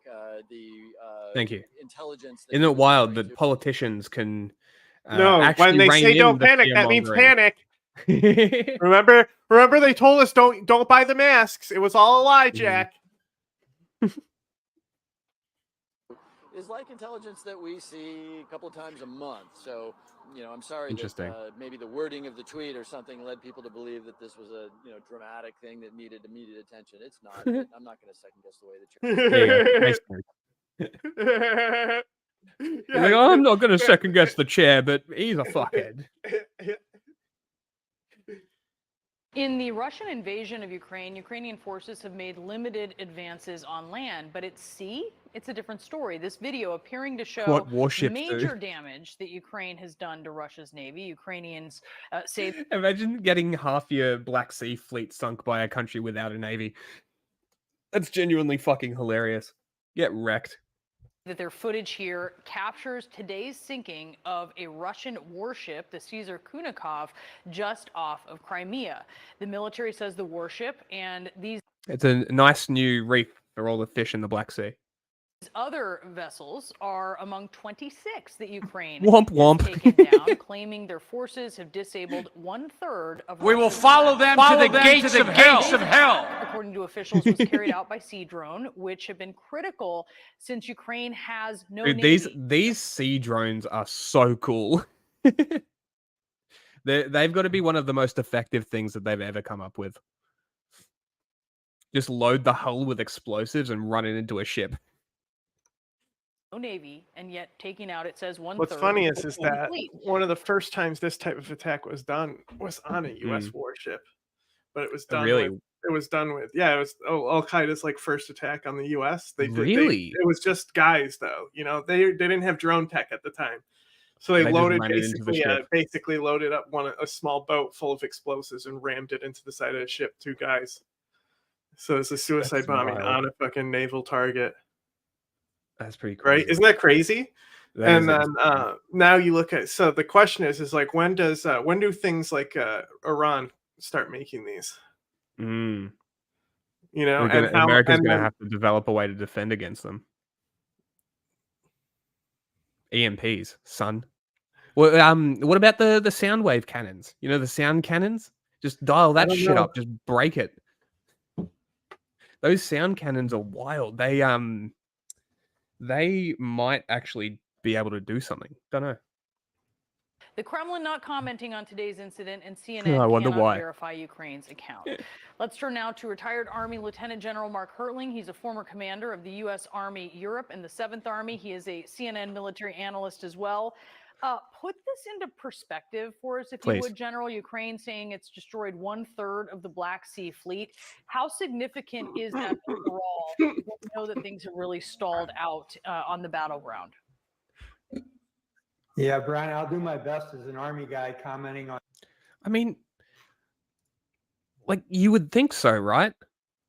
You would think that you'd just be able to, like, take them out, but Well, they they also do seem them a at lot night, stronger. right? Huh? They're like black, they're jet black, and they do these attacks at night. That's a fair point.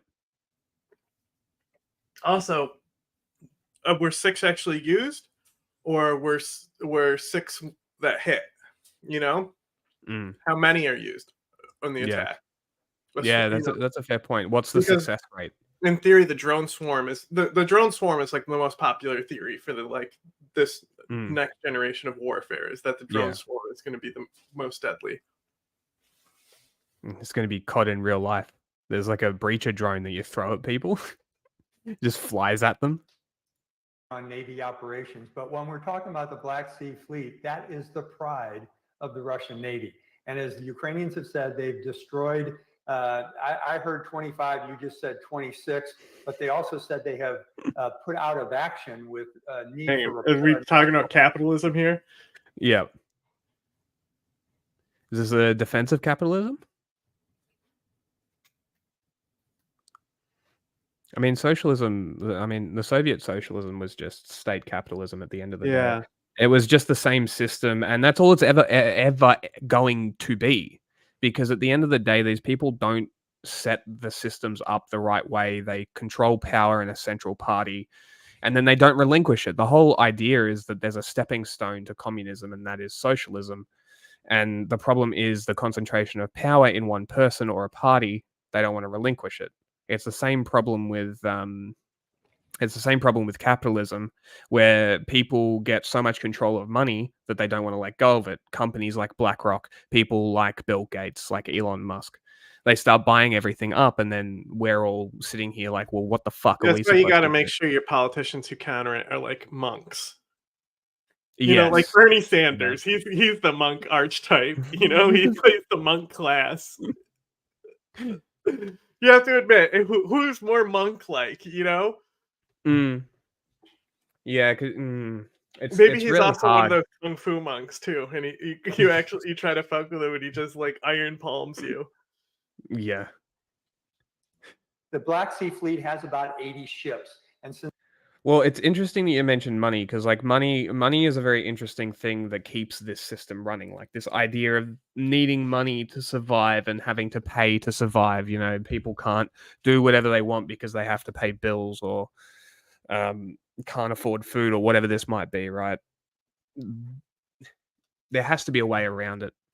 I'm not going to say that I know a way around it because I don't.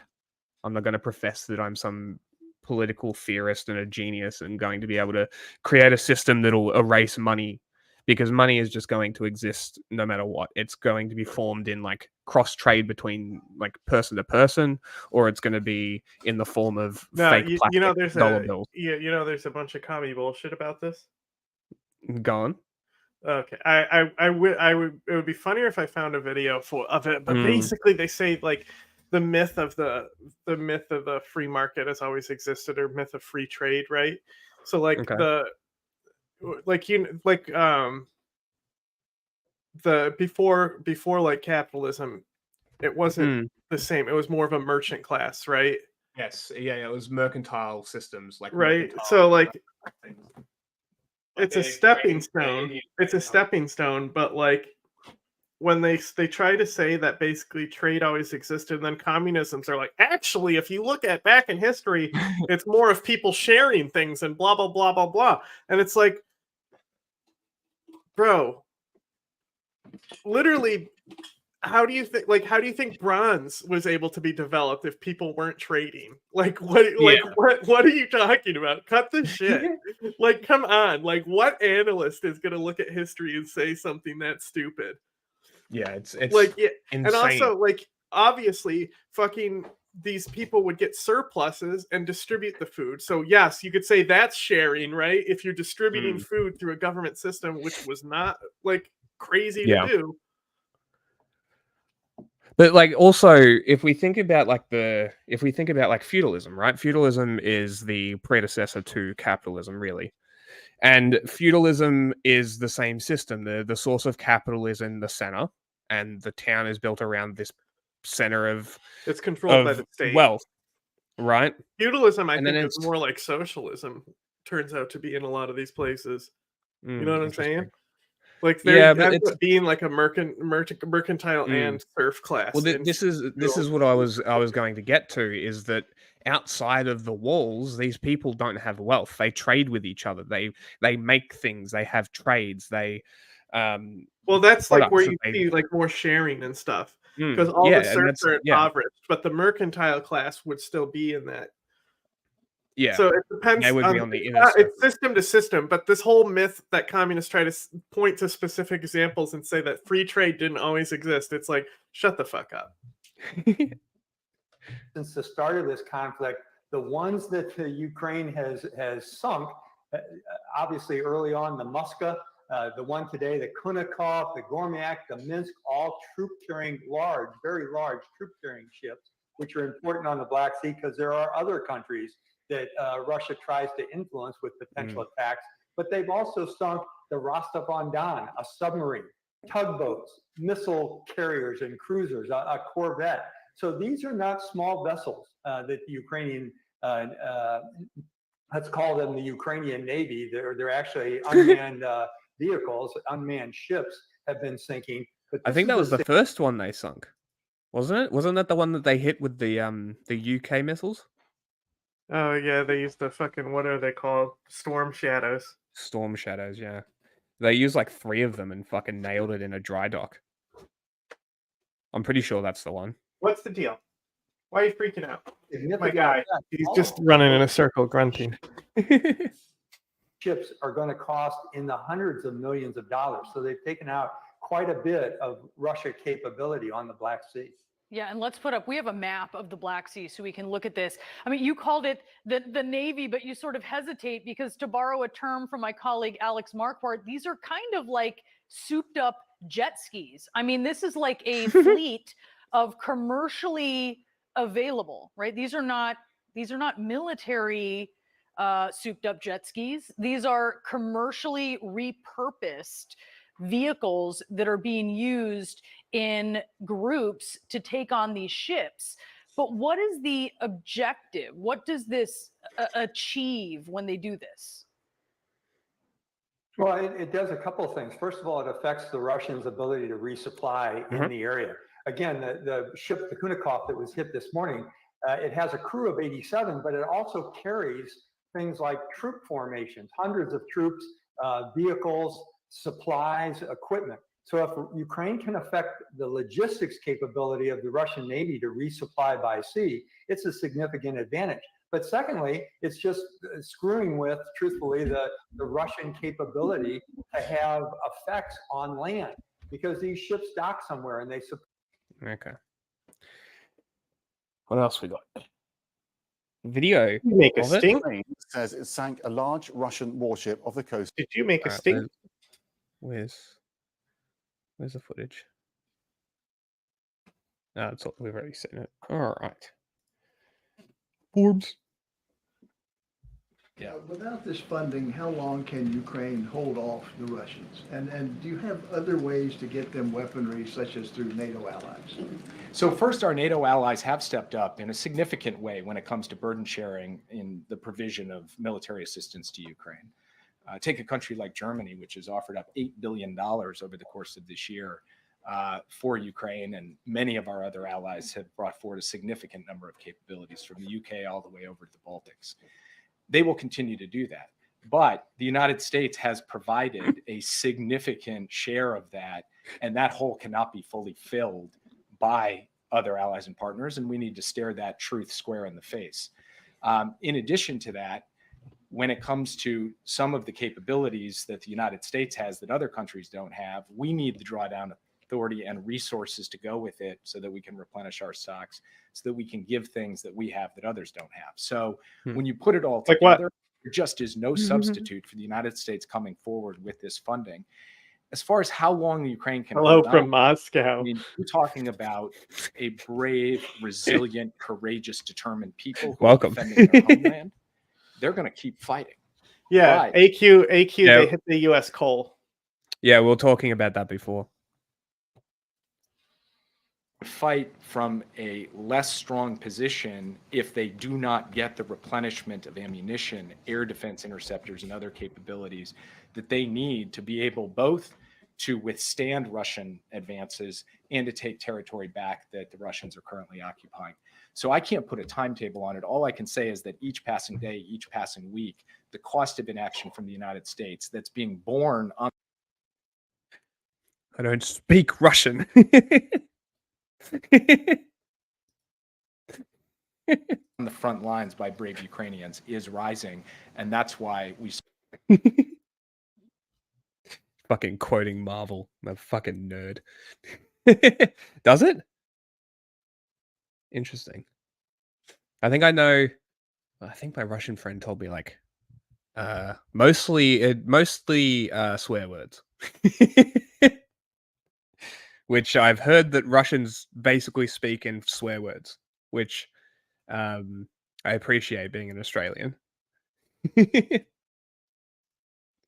Thanks, Jake. Shortly before you came out, Congress. House Intel chairs warning. Okay, so this is the White House responding to it. Mike Turner issued a statement saying that President Biden should declassify intelligence related to a, quote, serious national security threat. What can you say about the threat and what the administration plans to do? So first, I reached out earlier this week to the Gang of Eight to offer myself up for a personal briefing to the Gang of Eight. There's a lot of Sullivan stuff here. Scheduled a briefing for. The fuck is a Gang of Eight? Huh? The fuck is the Gang of Eight? It's just a phrase for one of these things. Okay. 4 House members of the Gang of Eight tomorrow. That's been on the books. So I am a bit surprised that Congressman Turner came out publicly today in advance of a meeting on the books for me to go sit with him alongside our intelligence and defense professionals tomorrow. That's his choice to do that. All I can tell So you the is Gang that of I'm Eight is a focused on going colloquial to term meetings. set for 8 leaders within the United States Congress who are briefed on classified intelligence matters by the executive branch. Okay.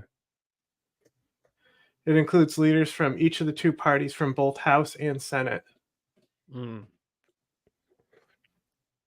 So it's got 2 Republican senators, 2 Republican House, 2 Dems, from each as well. Okay. With him as well as the other House members of the Gang of Eight tomorrow. Marco Rubio is on it as well. Mitch McConnell, Chuck Schumer, Hakeem Jeffries, Mike Johnson, Marco Rubio, Mark Warner, Jim Himes, Mike Turner. Okay. Anything further from this podium at this time, other than to make the broad point that this administration has gone further and in more creative, more strategic ways dealt with the declassification of intelligence in the national interest of the United States than any administration in history.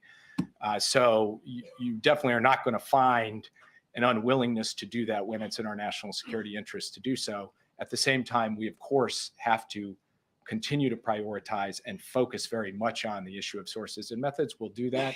Ultimately, these are decisions for the president to make. But in the meantime, the most important thing is we have the opportunity to sit in a classified setting and have the kind of conversation with the House intelligence leadership that I, in fact, had scheduled before Congressman Turner went out today. It's a quick follow-up just to put this to rest. Obviously, the House intelligence chair speaking out about a imminent, or he doesn't say imminent, serious national security threat. The lack of your ability. Well, why would the Americans ever mislead anybody? That's never happened. Not even once. To say anything has the potential to raise distress for some Americans. In the simplest of terms, can you tell Americans that there's nothing they have to worry about right now in terms of what he describes as a national security threat? Look, I think in a way that question it is impossible to answer with a straight yes, right? Because was the other Sullivan clip about Ukraine aid? Oh, I was letting out the chinchilla. Because that's the two Sullivan clips. One's Ukraine aid and one's the security threat. How long can Ukraine hold off Russia? Yeah. Yeah. Okay. What did he say? It's basically like they're not sure. It's up to them. That's pretty much. Understand that there are a range of threats and challenges in the world that we're dealing with every single day. And those threats and challenges range from terrorism to state actors.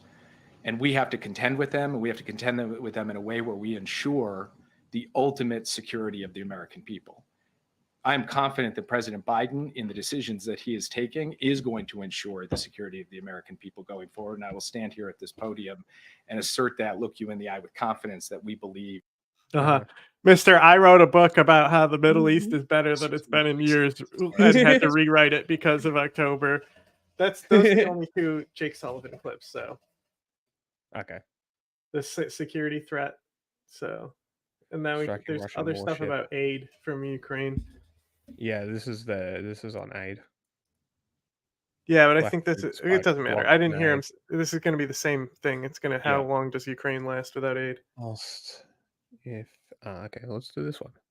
Probably the same thing as well. It's reassure Americans after. Yeah. So the House not expected to consider Senate's foreign aid package. Yep, we'll do that one. There's Bernie, AOC, and Hakeem Jeffries. Package. Senate Majority Leader Chuck Schumer says he knows there are Republicans in the House who would vote for the bill, but Speaker Mike Johnson has vowed he's not going to put the Senate bill on the House floor without. How big is the aid package? It's big. Let me get the exact numbers. They might put it up on screen before I get there. Republican support like this, and is there a way for Democrats to get around the Speaker? It's such a good question, Joe. With 22 Republicans in the Senate supporting, signing on to this bill, rather, with nearly all Democrats, certainly that is a strong sign, a signal, certainly that would put pressure on Speaker Johnson to put this package on the floor. But you're right. He said he's not going to do it without those border security provisions attached to it. We all know that Senate bipartisan border it's going to be bill that would have for Ukraine. Ukraine is getting a cut of $60 billion. Which I think, what was the one that Europe just sent? Wasn't that about the same amount? 64 billion euro, I think, or 54. It might have one of the two. It was about the same amount. Yeah. changed asylum laws that would have made it harder for illegal migrants to cross the border. That was blocked by Republicans in the Senate, in large part because Speaker Johnson had said publicly this bill is dead on arrival. So now, of course, Johnson faces several options. Some of them include something called as a procedural tactic known as the discharge. The important thing is that they're about to oust this dude again because the Republicans are so unhinged, right? Yeah. And the Democrats told him that if he pushes this through, they'll protect him and they won't vote for him if they try to oust him. Interesting. That's very interesting. I like this. I like this. They should keep doing this. Just turn them against each other. Make them break apart faster. The Democrats and the minority could potentially do to force Johnson's hand here. The question is, though, of course, Johnson has a lot of political calculations to make if he wants to stay in the job. He already was threatened by a motion to vacate, essentially oust him from that top job by one of his own. And certainly this is something he's watching closely because former Speaker Kevin McCarthy was ousted in the same Yeah. way. I know we are. This is going to be one of the dumbest years in politics we have had in a long time. And don't forget that more people are voting, not just here, everywhere. There's more elections this year than ever in history. Yeah, it's very important. It's a very important year. Yeah, that's why I'm so focused on covering every election and seeing who's going where, and what elections are secure and what aren't. Yeah. One meeting with President Joe Biden before any actions taken on this supplemental aid package. What are you hearing from House Republicans? Where do we go from here? And is that meeting going to happen? And this was really interesting last night. Steve Scalise, who's actually the GOP leader, he was out for cancer treatment for the last couple of weeks. I caught up with him last night, and he brought this up to me. I was later able to confirm this by a source close to Johnson that, yes, he's been asking the president for a one-on-one meeting for the. I don't know. It just says NBC News. The last 2 months. You'll remember they had that big meeting with a bunch of key congressional leaders in January. Johnson says that's not enough. Here's what Scalise had to tell me last night. Doing the journalist meta. Was her no, go back. Was her fucking clothes two different colors, or is just how the light was hitting it? No, it is. I didn't notice Jordan that. Peterson. Oh, look at this tie. Oh my god. Okay. I'm the Joker, baby. Joker, Green Goblin, all works. Get aid or not. Well, the president needs to sit down with the speaker and start talking about that. Tanya? Why he refuses to talk is beyond me. But I think at some point the president's going to recognize if he wants to talk about Ukraine, he's got to also talk about securing America's border. And the speaker stands ready. But the speaker's been calling on the president for months now to have this meeting. The president's got to do his job. Look, for the White House's part, they want Johnson to admit that he has to blinking so much. Some kind of compromise here when it comes to sending. Who are we watching? And it's the one. I put it on one. The and one a half, fucking and PSL fashy guy. He's just endlessly doing this. He's blinking so fast. I was so distracted. He was talking to Code Pink. I forgot his name, but he's fucking awful. Chris Helms or something. Overseas. Yeah, obviously the partisan Republican HR 2 bill to secure the border will not stand a chance in the Senate. The president said a long time ago that is dead on arrival on his desk. And so we'll see if Johnson actually wants to compromise here. But I just really don't think border security is going to get done in an election year, guys. Julie Sirkin, thank you so much. Thanks for watching. Stay updated about breaking news and top stories on the NBC News app or follow us on social media. I posted this thing. With all the dudes in Congress praying here. Yeah. It's so cringe. Oh my God, Bernie. It is no great secret that in America and throughout the world. No, it's the monk. Oh, I tried full screening it. Didn't work. As a result of all of what we have seen in recent years and more, ordinary people in America and around the world feel overwhelmed, depressed, uncertain, anxious, and believe that their governments no longer pay attention to them or their needs. They are in trouble. Oh, when did they? Look to Washington, or they look to governments around the world, and they don't see a proper response. What they do see is the very, very rich becoming richer, while they, ordinary people, struggle to put food on the table. With all of this anger and frustration, people falling further and further behind, we see some of these they people try to argue like America was founded to be a republic, right? Mm. What people don't understand is the context in that. What they're talking about is that the people that get to vote. Yeah. So like this whole thing where it's like only the government listens to the elites, it's basically always been like that. There's just the illusion that the plebs matter. Yeah. I mean, that's how you get the votes, right? Is you just have to lie to the people and get them to believe. Yeah, you get the elites and you get the super PAC money. Yeah, exactly. And then it doesn't matter what the people think. Mm-hmm. But it's like the institutions this country is founded on are still there. But this whole thing, it's like Republicans believe in small government. No, they don't. That's not what what going back to like republic institutions means. And it's funny because you'd think that you'd think that they'd realize it after, what Jackson did. But I guess he's controversial even on both sides because he put power into the federal branch. So that's why the Republicans don't like him now. Demagogues like Donald Trump. Others may simply check out of the political process. And I think we have all had the experience when you talk, when you want to raise a political issue, people say, God, I don't look at the news anymore. I don't want to talk about it. It's all too depressing. Either way, whether people are moving toward authoritarianism or giving up on politics, democracy and the respect for human rights, which must be the gold standard, must be what our foreign policy is all about, has become endangered. When it comes to foreign policy and national security issues, many Americans are understandably frustrated by what they Time see. out, Bernie. I just need to check you on something here. What was this about at one point, like our foreign policy being about human rights? When was this? Bosnia? Cannot detect. Bosnia?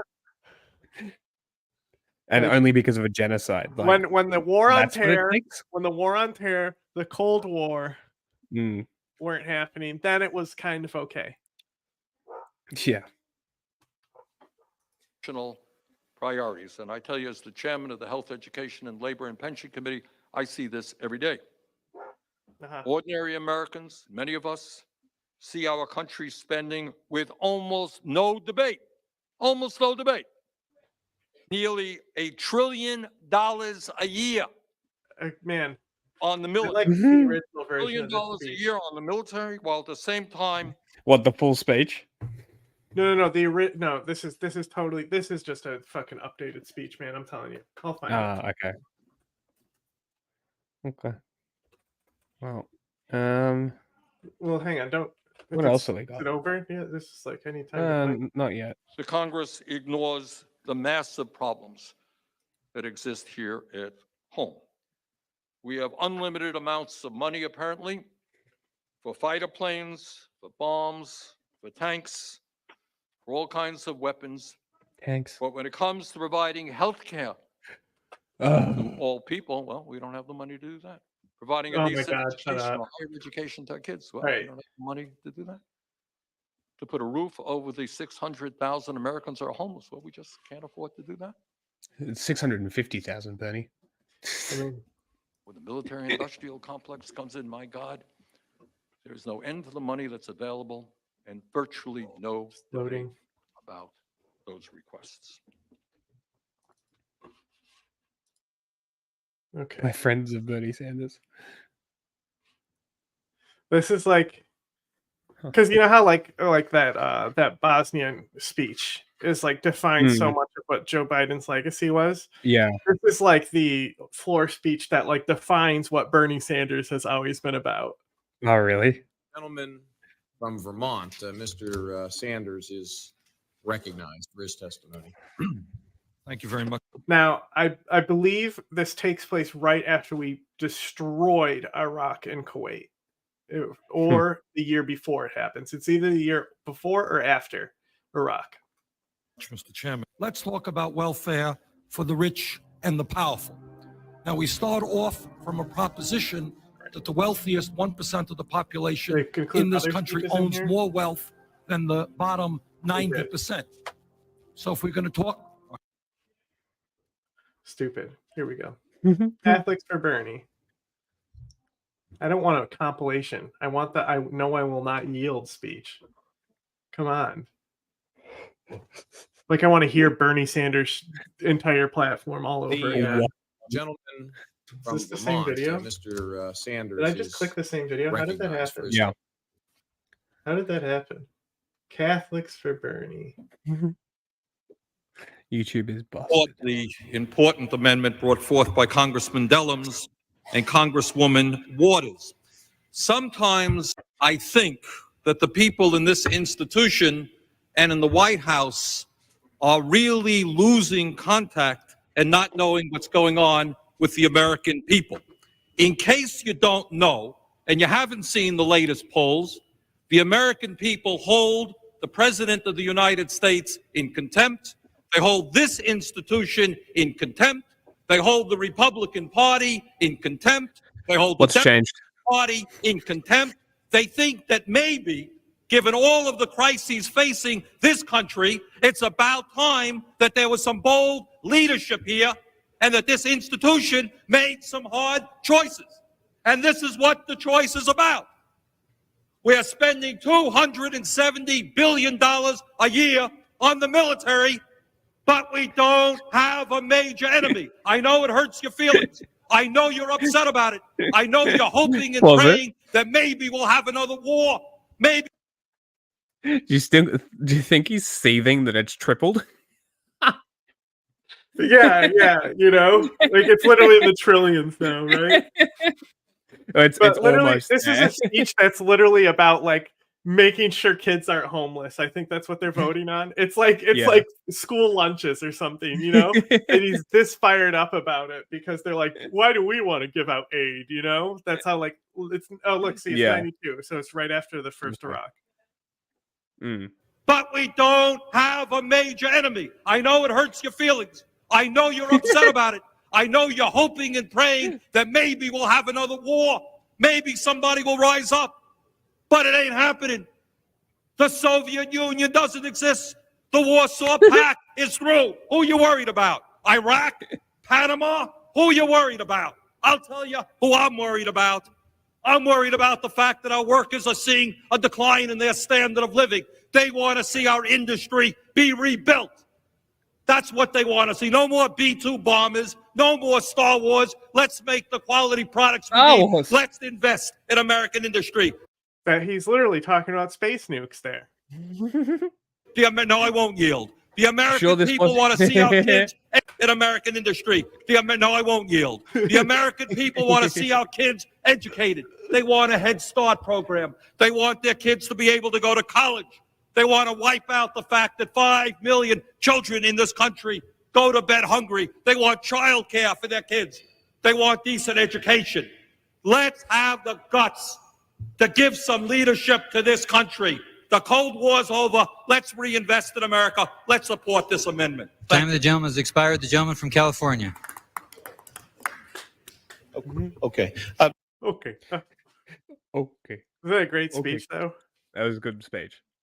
I don't think I could bring myself to vote for it. I think that the provisions in the bill, from not just the border or not just the provisions that we see across the board, but especially when it comes to foreign aid, the increased restrictions on UNRWA funding, the UN refugee assistance funding, the complete lack of humanitarian aid, especially on the heels of this invasion on Rafah. I think we are at a point where we have to do something to protect innocent people, innocent lives of Palestinians in Gaza. And I'm very concerned about the Netanyahu administration's lack of restraint and their stated intent and lack of regard for saving innocent lives. Fair enough.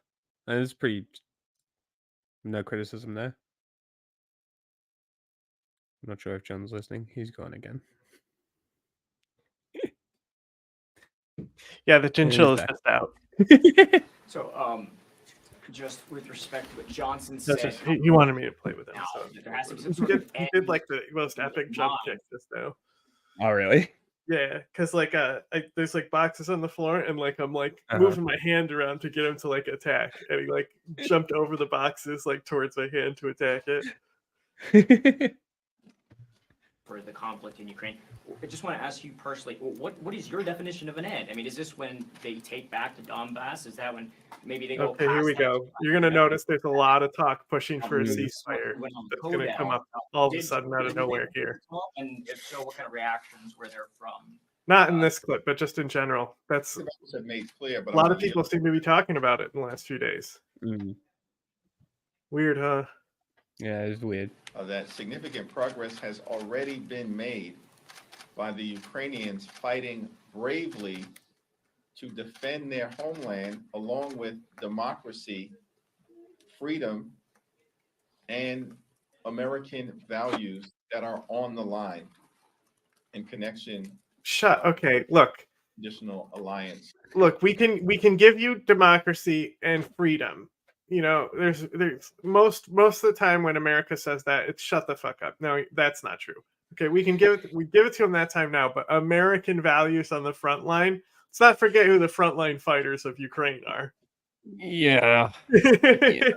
Maybe they are American values. With NATO.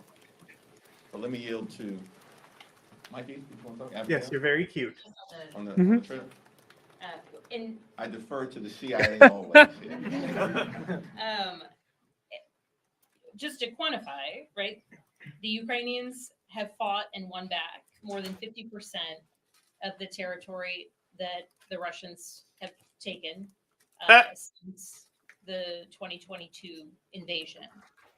Because of the Ukrainians fighting against the Russians, more than 20 million metric tons of grain were able to get out of Ukraine and into the world food market, right?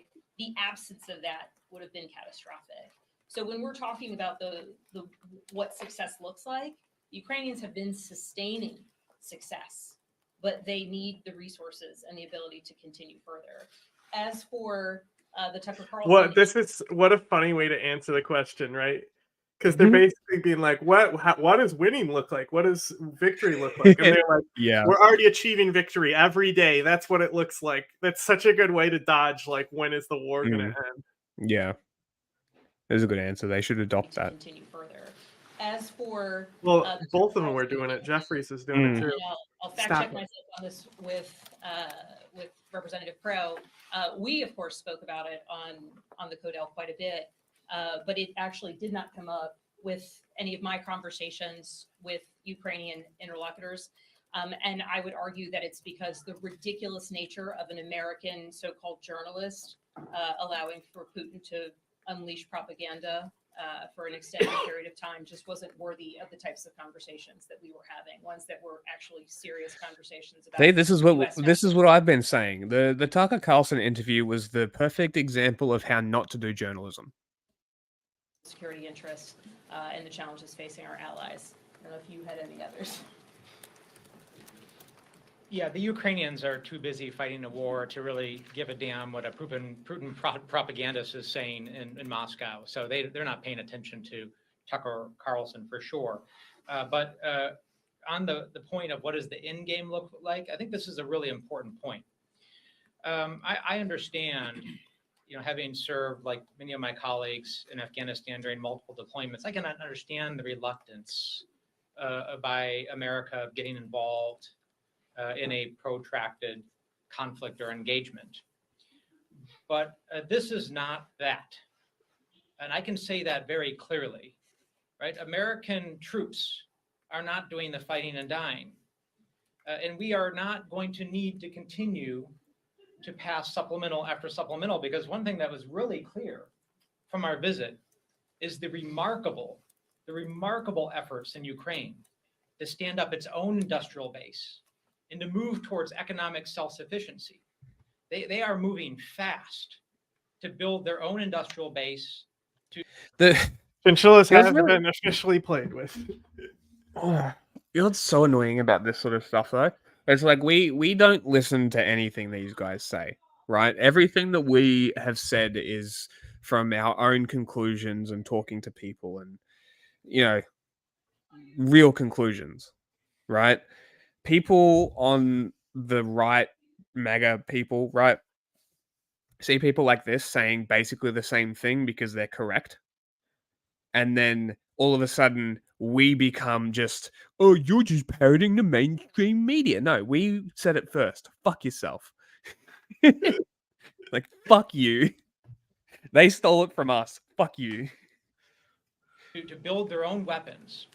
They simply need a bridge to self-sufficiency. And that's what this supplemental bill will do, is it will buy them the critical time that they need in 2024, the bridge to self-sufficiency, to stand on their own.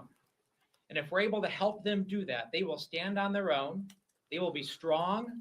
They will be independent. Ukraine? They will be fierce. Yeah. They will be friends of the Ukraine standing on their own. This is going to be the last money we're going to give them. It's going to hold them over, and then fuck you, we're out. That's literally what he's saying. Pretty much. What an asshole. I just want to. All right. Do we care CIA anymore? again. Right? That's CIA? I believe so, yeah. Sort of foot stomp on what Abigail and Jason said and your question about what does success look like. We have seen the Ukrainians keep the port of Odessa open. You remember the agreement they had with Russia, which Russia walked back, but the port is open, shipping out grain supplies Really? to largely the African continent, which is critical for the world food supply. We have seen Ukraine hold Kyiv, which Russia thought it was going to roll over in a matter of days. They 3 kept days. Kyiv free to date.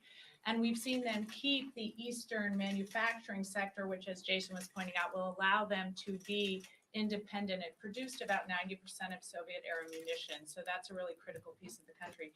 Holy Success shit. largely looks like Yeah, where- well, no shit. Who else is going to produce Soviet-era munitions for Ukraine?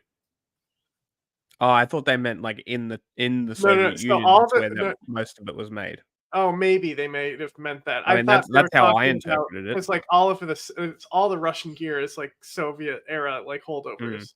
So like the Yeah. artillery they have are still like Soviet artillery. Mm. Maybe that's what she meant. Maybe. as you probably Well, there's two interpretations for people. Take your pick.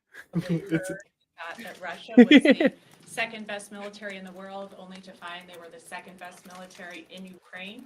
So it's really, I That's think, funny. where we are today Zing. has been a great Ba-dum. success story for the Ukrainian military. But when I hear from people, well, why doesn't Russia then kind of why don't we come to the table with Russia? There is no reason right now for Putin, as we are standing here, not having passed a supplemental, there is no reason for Putin to think, why end it now, right? Why True. not Also, don't negotiate with terrorists. wait it out, see if his friend, the former President Trump, gets into office. So they His can friend. form their alliance against NATO, I guess. I mean, Who's this is she says the friend? supplemental. What do Trump. they mean? Friend of Putin. Oh, that's His funny. buddy. This is the time that we support Ukrainian success. And it's This even is the funnier because she's unelected. She can just say this shit. Doesn't matter. Well, I don't know. Is she the same CIA lady? That's how good the CIA is. They can just replace ladies in front of us. And we No. don't know if it's the same Different one. lady. Different lady. Yeah, it's the way she's dressed makes her more look like a congressperson. Yeah. where we are today has been a great success story for the Ukrainian military. But when I hear from people, well, why doesn't Russia then kind of why don't we come to the table with Russia? There is no reason right now for Putin, as we are standing here, not having passed a supplemental, there is no reason for Putin to think, why end it now, right? Why not wait it out, see if his friend, the former President Trump, gets into office so they can form their alliance against NATO, I guess. I mean, this is the time that we pass the supplemental. This is the time that we support Ukrainian success. This is the time that we stand for what America has always stood for, democracy and supporting our allies. What's crazy? Is the it? craziest thing about Trump is Who that the like fuck are these people? they're swapping out all the white ladies. So this is just the other lady. She just took her wig off, and this is like a different wig. All right, so Like the crazy thing about Donald Trump is like people who listen to him, right? So like he will say stuff and then okay, calm down, buddy. He'll say stuff and that will immediately become the policy, right? So like I like me trying to explain to my mom that like it's like about NATO funding and how they're not pulling their fair share. It doesn't matter because they're completely like loyal to one guy. It's their pope. It's idol worship. And it should be struck down. And anybody with that kind of idol worship should be kept from power at all costs. Like it's concerning, to say the least. I mean, at least what it has done is like Europe is even more scared and stepping up production of their own weapons. But now they might say we're not going to give weapons to Ukraine because Trump's going to fucking come into NATO and fucking have Putin invade us. So we need our own weapons. Interesting times ahead. I'll tell you this, I am not dying for that flag. Fuck you. Fuck yourself. Or any flag for that. Look at him acting like this is about his country. You're in the Pacific Ocean, my guy. Like, I just mean in general. And you think Australia isn't going to be like, oh, can we come too? Of course they are. They always do. Anything. It was the UK. The UK dragged us into the first 2 world wars, and then America's been dragging us into shit since. So, and I'm sure New Zealand's the fucking same way because they kind of just follow us. They like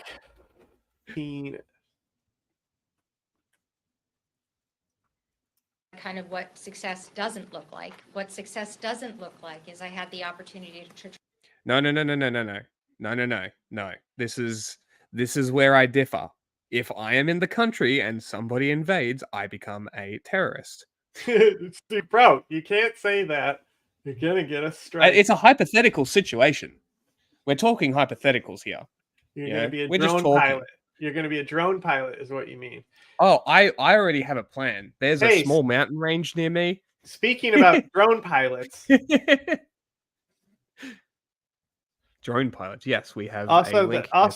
Really important. This vehicle repair going across the bottom of the screen. Only a quarter of the way funded, and this is like shit that won't even be covered by aid packages. You know, like this, like a lot of soldiers have to basically come out of their own pocket to repair and maintain their vehicles. So this is like for an entire like brigade or division. I don't know how they divide them. It's one of those terms, you know. Mortar teams too. Yeah, the guys. I'm driving around fast to get to places, you know. Yeah, but yeah, I'm more talking about like conscription sort of thing. Jack, you're talking about becoming a drone pilot. But that's more what I meant. Shut the fuck up. Had the chance to meet with their assistant minister of defense, where he was genuinely apoplectic about the possibilities that Putin would win Ukraine and would continue, as he has explicitly said, to roll up the rest of Europe. Lithuania, Estonia, Latvia, they believe are next. They absolutely do believe that they're next. And that's not just about our NATO allies. Americans don't know what those countries are. On that trip, I had the opportunity to visit our troops. We've never heard them. This is where I'm from. Has a National Guard relationship with Lithuania. That's our partner. And so our servicemen and women are stationed in Lithuania. Is Lithuania the one that recognizes Taiwan? There's like one tiny European nation that was like, fuck yourself, China. Taiwan is a country. It was like based as fuck. I think it was Lithuania. All these fucking puppets suck. Hypersonic missile struck. Well, the US Senate has passed a $95 billion foreign aid package that has funding for Ukraine and Israel. It comes after a long night of speeches and debates ending early morning. The funding package passed. Maybe not quite. Azov's a bit not quite. That'll be for the 3 Nazis in Melbourne. They can do that. With bipartisan support. You know, all these puppets suck. All of them don't fit at all. He's got a fat head, that's why. Oppose further aid for Ukraine. Now, this sets up a showdown with the House. Showdown.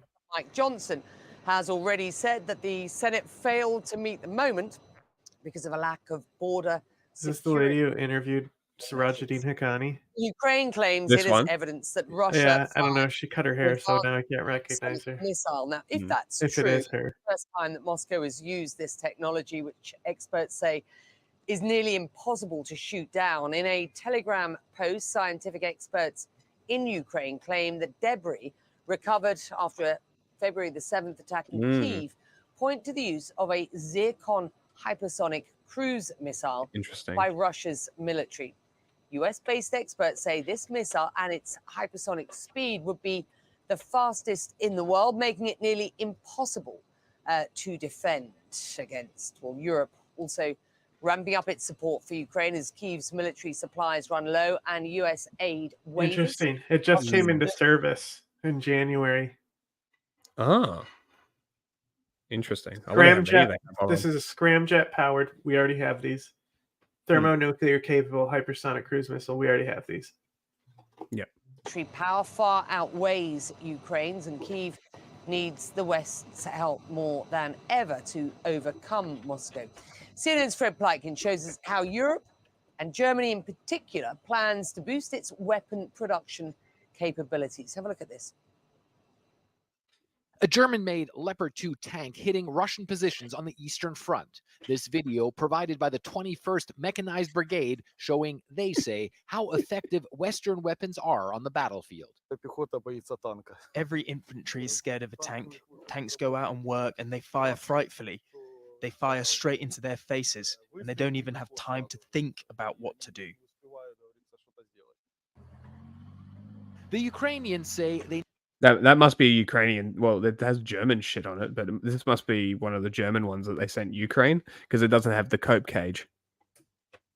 need a lot more Western arms and ammo. But Republicans have blocked U.S. military aid in Congress, and their likely nominee for president, Donald Trump, even suggested he might encourage Russia to attack NATO members who didn't meet military spending guidelines. I would not. It's kind of funny seeing the Iron Cross on tanks in Ukraine again. Protect you. In fact, I would encourage them to do whatever the hell they want. You got to pay. Those comments literally have Europeans up in arms, now ramping up weapons production for Ukraine and for themselves. That's a cool tank. Germany's chancellor visiting a major arms plant with Denmark's prime minister, trying to downplay Trump's comments. I love these political photos. He's just holding a 30mm around, and he's like, "Post for you." It's like cops when they do the hauls from their raids, and it's like a 3D printed gun and a 22, and they're standing there all proud like they did something. NATO is of essence for the United States, for So, Canada, like, for the European countries. the equivalent missile that the United States developed in March 2023, they decided that they don't even need it, and so they didn't even continue development. And we cooperated so long since World War II, and this is really something which is a good alliance for the future. We stick to it. The President of the United States sticks to it, and I'm sure the American people will do so. But Denmark's prime minister says she has no illusions. U.S. support for European NATO members no longer seems certain. No matter what will happen in the US in this year, I think the conclusion has to be written already now that Europe needs to be stronger, and we need to be able to do more on our own. Don't fucking go kill each other again, you fuckheads. Please. Don't drag the rest of us into this shit again. For once. And ammo Oh, I read it wrong. Okay. So.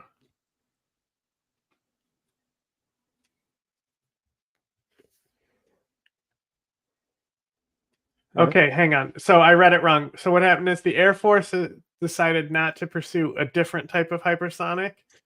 So this project is still in development, which means they have them. They're just not like deploying them. launch platform is the F-15 Strike Eagle. But the other one is like that's from it can be loaded onto like big ass bombers. It's the Air Launch Rapid Response Weapon, Hypersonic Air to Ground Missile. So that's the one they decided not to pursue, I guess. If it came off the F-15, that's pretty wild because the F-15 is the fastest plane the US has since the SR-71 was retired. And then launch a hypersonic missile off the fastest plane in the arsenal. That's pretty awesome. Fucking eat your heart out. We have this thing. It's called the Common Hypersonic Glide Body. Oh, is that like a maneuverable one? Like they say that's untargetable? It's a GPS ones. It's a booster rocket that accelerates. So it's not. I don't think it's a scramjet. So that's this thing is the Russians, the ones that the Russians used as a scramjet. It's kind of interesting that they use a jet instead of a rocket. So the solid fuel rocket. Kind of interesting. Concern as NATO allies struggle to help Ukraine make up for massive shortfalls while facing overwhelming Russian firepower. This is one of the most important things for the Ukrainians to stay in the fight. They're not only outmanned, they're also outgunned. And the biggest problem they have is a lack of ammunition. Okay. We broke ground for a new So the boost glide vehicle is the one that's harder to hit. And that's what I think that's what the hypersonic glide body is for. Is that it's like a JDAM that you attach to the missile. Yes. It's like it's all included in one, you know, but they can use this on other missiles, the common body. So like the Russian cruise missile, it only can go like straight towards the target at like a low altitude. But the glide vehicle goes up into orbit and then comes down, and it's a smart missile that can steer itself. Like that's pretty cool technology. So here, and the company's CEO says they will drastically increase ammo production quickly, especially for artillery. They need 1 million to 1.2 million, and if I give them 700,000, I think there are also some other producers in Europe who have to give them something. So 700,000 is at the moment the maximum that we can produce. And the Ukrainians say they need the maximum their allies can give, with or without the U.S., to keep their forces in the fight against the Russians. Fred Pletkin, CNN, Germany. This says gigajoules. What a silly fucking measurement. He's chief fuckwit of Ireland. Silence about the genocide in Gaza. Yes, let's go. The latest European Council conclusions don't even mention the words Gaza, Israel, or Palestine. No debate on Gaza in this week's plenary. A vote yesterday to get the historic ICJ ruling on the agenda was defeated. Only 77 MEPs supported it. 100,000 casualties in 4 months. 1.8 million displaced, food insecure, ethnically cleansed and now starving. Over 11,000 children killed by the Israeli regime. The UN's highest court has ruled that the Palestinians in Gaza are at risk of genocide, and we don't want to talk about it in here. People all across the world have taken to the streets demanding a ceasefire, but the EU stands with the Zionist settler colonial project. Are you censoring discussion on genocide because you are complicit in it? The EU is dripping with hypocrisy, and he said settler colonialism. I know, I heard. Apart from that, with the blood not terrible. Well, yeah, that's the issue with Palestine, is that it lets these fucking dipshits be on the correct side of things. For once, yeah. And this is what I kept saying when we were watching like Russell Brand shit, right? Is I always said that Russell Brand is like the perfect case study for disinformation. Because he pulls you in with like the libertarian perspective, and then he starts talking about how Trump's the greatest, and then platforms the woman who created the famine in Bangladesh and fucking hosts Grey Zone and all this shit, and he's just bringing on all these Russian propagandists. Starts talking about Seymour Hersh and his fucking pipeline bullshit, parroting all of the Russian talking points, and you're like, oh, I wonder how 7 million people that follow him are all brain dead. I can't possibly pick it. Where could that possibly come from? Oh god. Yeah. Oh god. Dude, that's crazy. Oh no. That's crazy that Radio Free Europe is like cooking Ukraine now, which many people forget. Ukraine used to get a lot of bad press before the Russian invasion about how corrupt it was, how corrupt the Zelensky administration was. All of this, and this is from 11 months ago, is a telltale sign that we're pulling out of our unconditional support for Ukraine. Uh-huh. This is literally the American State Department, okay? Look, Radio Free Europe, Radio Liberty is funded whole or in part by the American government.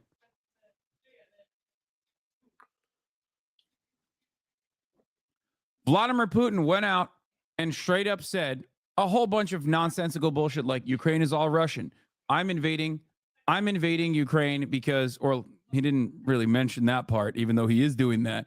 But he kept saying like, oh yeah, Ukraine is Russian. We are one people. We are one people. We'll get over this. We'll get over this. Meanwhile, he's like fucking bombing the shit out of Eastern territories, took over the Eastern territory. Hi, Hassan. What does China say? What does China and Taiwan say, actually? They both agree. Except one of them thinks that they both think that they're the rightful ruler of China proper. Right?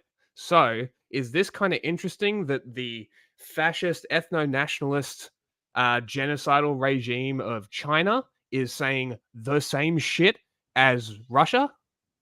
Interesting, right? Kind of strange.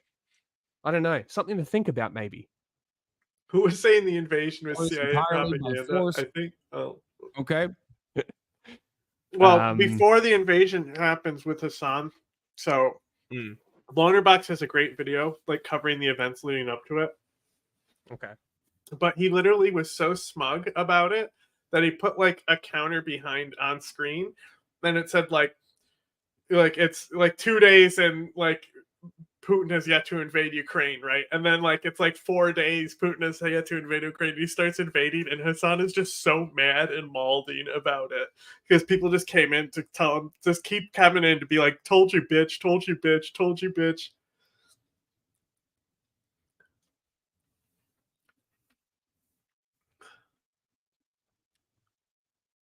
This is 11 months old. Just FYI. I know. Even 11 months ago, that's what I'm saying. Even 11 months ago, the American State Department is like, pulling the ripcord. Uh-huh.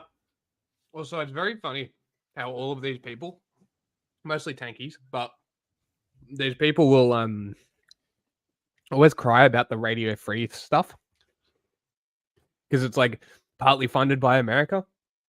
And it's like, what do you want? It's fucking transparent.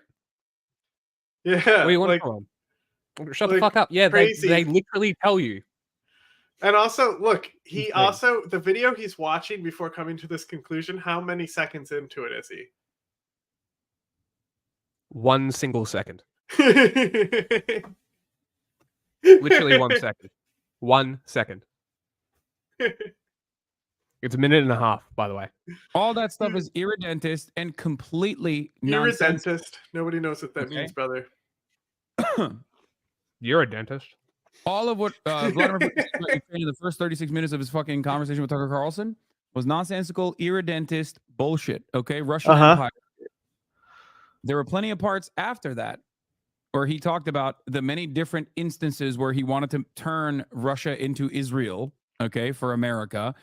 I don't know if he was honest about it or not, but he isn't wrong when he says Russia is a bourgeois state. Like, we are not. We are a capitalist state. We are not a fucking communist state. Guess what? Always was. Never changed. The only thing that changed was the Soviet Union fell. That's it. The party are now the oligarchs. Like, what the fuck are you talking about? Yeah, there's no overwhelming party anymore, but they still have overwhelming control. It's crazy how money does that. Putin lives in a $1 trillion house? Crazy, right? Wonder where that came from. Do you think it was That's from the Alexei Soviet era? Navalny propaganda. You can't prove Putin owns that house. No, he doesn't own it. He lives in it, and it's owned by the oligarchs. From what I've read. That's just propaganda from Alexei Navalny, a known fascist.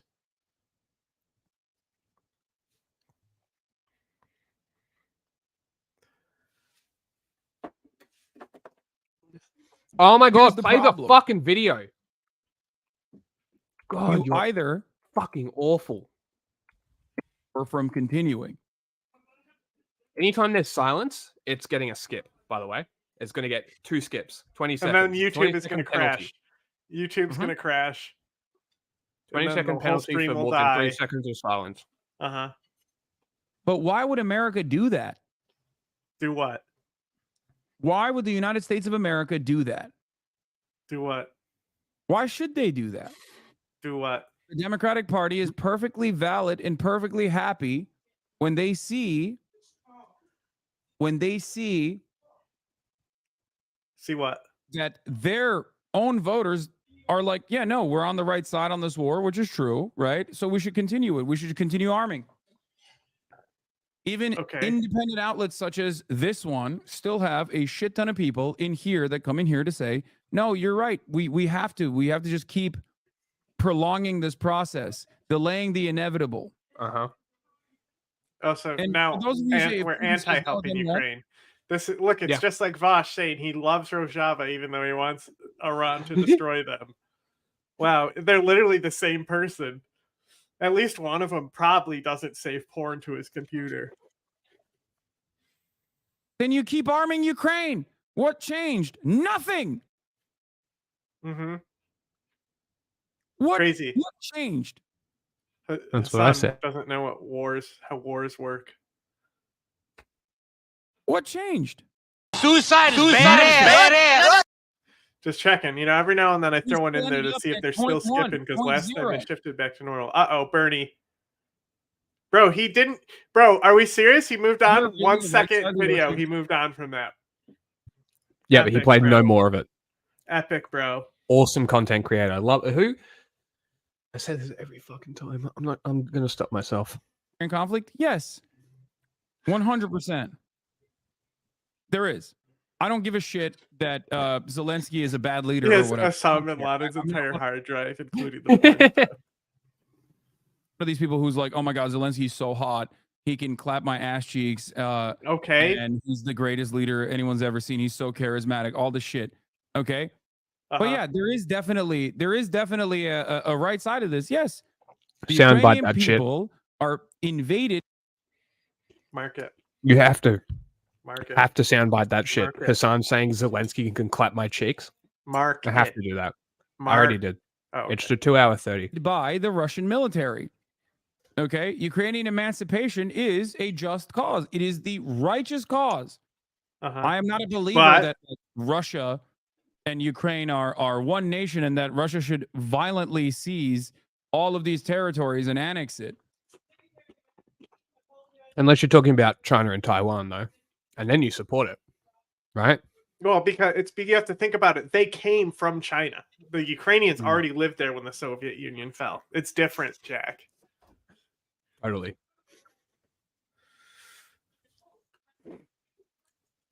It's so unfortunate. I mean, because I we would have ask that about great- the Russians.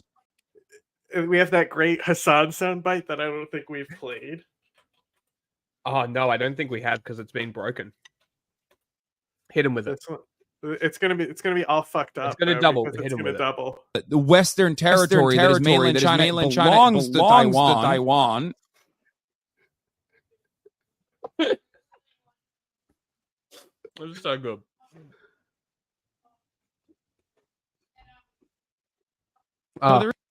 Tibet is an even bigger thing that nobody fucking talks about. No, he did. He used. Remember, we have a video of where we reacted to it. He's using Civil War narratives. It was like, I think, right? It took us like we had to stop and come back to it and do the last hour the next day. Remember? Mm-hmm. I don't know if that's out though. Did we put that? No, out? we definitely did. I remember doing it, but I don't remember when. A while ago now. Crazy. This is what happens when Here's content creation and video creation is just like a part of what your business is. and yet Hassan does only content creation on his own and still can't figure anything out. A real right side to this, okay? I mean, realistically, once we because like Ace is producing a lot of stuff. We're No. So we don't tell everyone our plans. I'm not. But I'm just saying that like within this year, we should be producing like at least 6 different streams of like content to put out there, which for 2 years is pretty good. We are definitely very big. The TikTok stuff is going to pull a lot. TikTok is huge right now.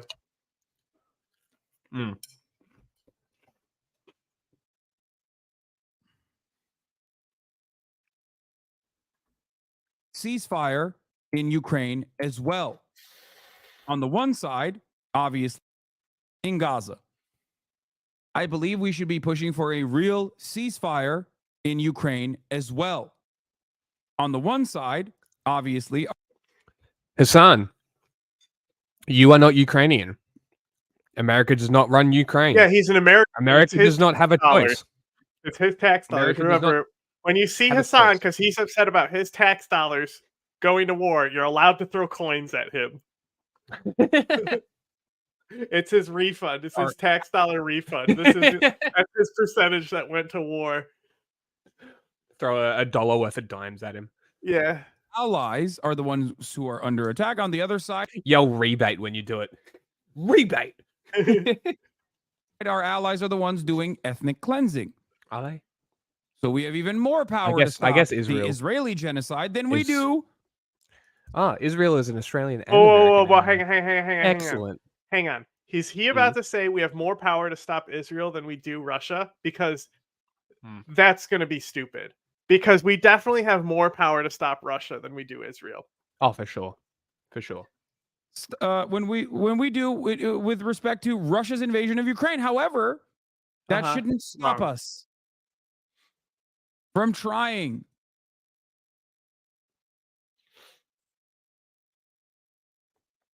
Like Israel's goals don't align with the United States. The only reason, like Ukraine aligns with it. Yeah, not up to you, bitch. Ukraine, you are being so fucking US centric. It's painful.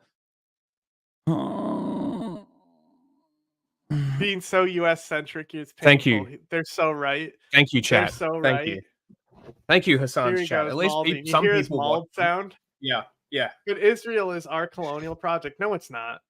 No, it's the British colonial project. And even then, that's not true. Because it was founded by Bolsheviks that were ousted by the Russians.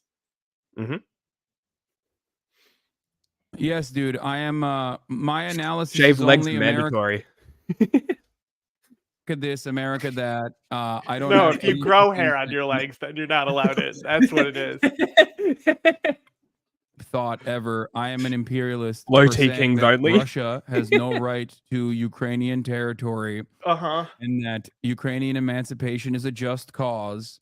All of this stuff America is literally correct. the biggest doorstop to America- world peace. Absolutely, 100%. We say this all the time. All the time. Well, one of the big reasons why I would like Ukraine to like steamroll Russia is because they won't be afraid to stand up for other countries after. Because I think Ukraine is actually, when they say like defending democracy, I actually mean it in a way that these snakes aren't talking about. Like Ukraine winning would be great for other countries. Yeah, like they've already been reaching out and helping people. Don't you know this? All the Nazis are femboys. Oh, yeah. Did you not know about this? Look up Posey Parker Nazi Rally Melbourne, and it'll turn up. I zoom in their chests and legs and how they don't on them. What video did we do that in? What LTech? Was it America is a democracy, free? Yes, it is both. I mean, yeah, Americans are. If you disagree, we have a video all about it. Multiple. Because involvement in the process, however, I'm pretty sure we spoke about that on it had to be the Nazi. No, I think it was with Dustin. I think that's right. It was. Yes, it was. Maybe it was the Nazi Terror Network. I don't know. One of the two. 40. No. 30. What's Dustin's episode? 42. There's multiple ones. Yeah, and then Any the one of the Nazi ones where we one bring up back Nazis, it could be in there. I'm not sure. Yeah. But I It dox could have them. I also literally dox them, and because I bring up that the one kid acts like a cat and meows at people, and he has a TikTok of him just going up to people and meowing at them.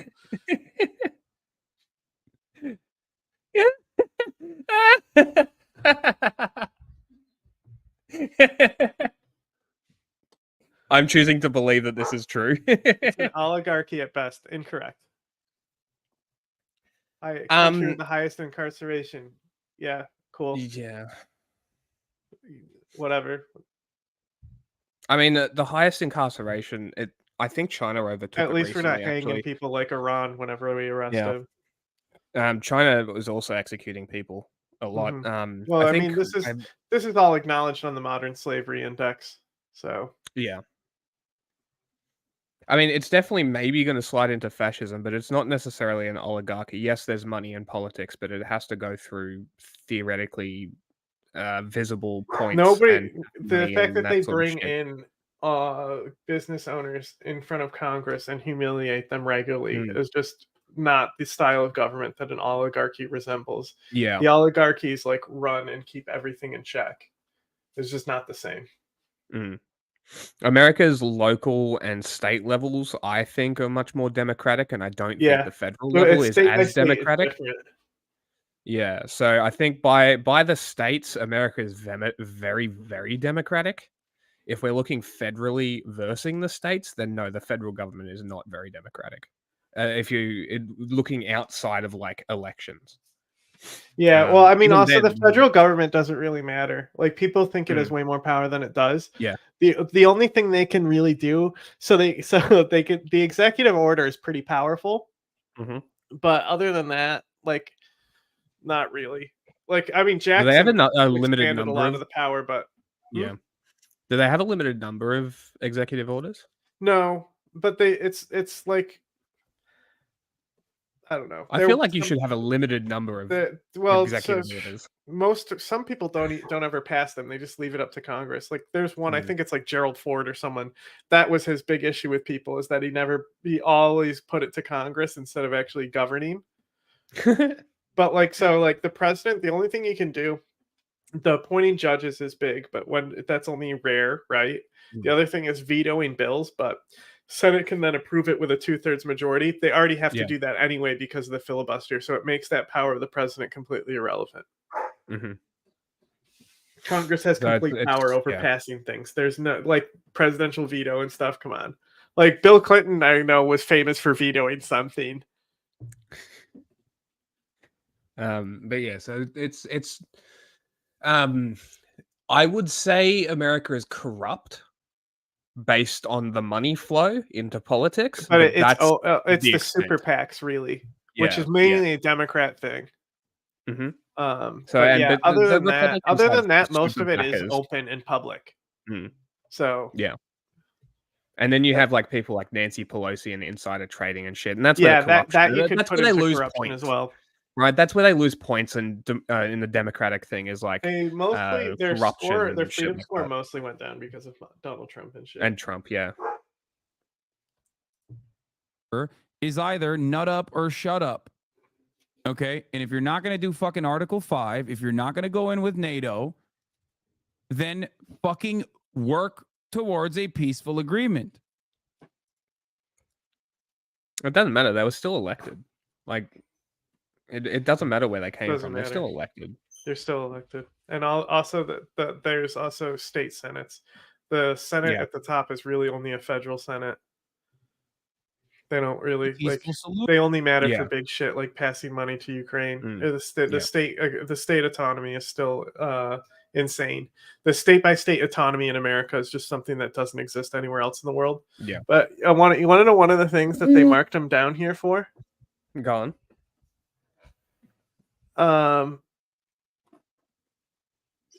The forcing people to take the vaccine is literally lowered their freedom score. Really? Yes. So it's like a significant level of public resistance to vaccination encouraged by misinformation and some influential political and cultural figures contributed to persistently high numbers of infections and deaths overall. Huh. Interesting. I wonder if China lost points because of it, considering Yeah. they started it and lied for So 6 days. the trying to get out. banning abortion, they're marked off. That makes And sense. they literally have George Floyd listed here for losing points there, That makes sense. and then Jan 6. So it's dropped America to just be 1 point above Mongolia. Actually, I think Mongolia is higher. Then America.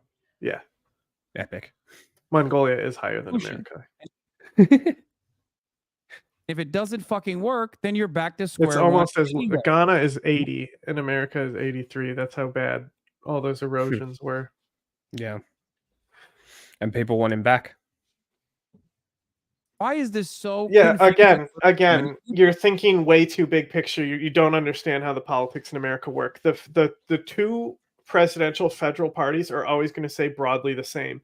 The fact that you have a progressive Congress, like a progressive caucus in Congress, Yeah. is in like they have a completely different backing than traditional parts. Like the Republicans tend to be like a bigger tent, but then when you get to like state to state levels, like it gets completely different. Like the fact that it's just called the Democratic Party, even though there's like a range of like politics from social democracy to like literally just like Nancy Pelosi is a Republican. Like she's not a Democrat, you know? Like there's a huge range just in that label of Democrat. And then from outside of that in local elections, you also have other parties that aren't just Democrats. Like in New York, the Social Democrat Party is called like the Working Families Party. So like AOC is in that party, and like there's a bunch of people who are in that party, but it's a completely different party that they'll also run with Democratic candidates, so they get like double the votes. Like it's pretty cool.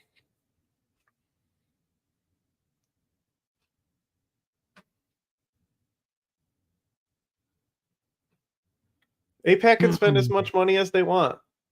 Let them. Like we think Ilhan Omar is going to lose fucking Minnesota? Hell no. It's just not going to happen. Nobody's going to beat her in Minnesota. You're muted. Yeah. I mean, Michigan's not going to vote Republican, really. They're either going to not vote or they're voting blue. Yeah, Like, especially the central states are going to be also all Midwest. Yeah. So you're saying yes, 100. I was literally just about to say this. Yeah. Like it's funny because you'll see like Falun Gong media literally will be like communism is infecting Minnesota. And they're just talking about Somali immigrants.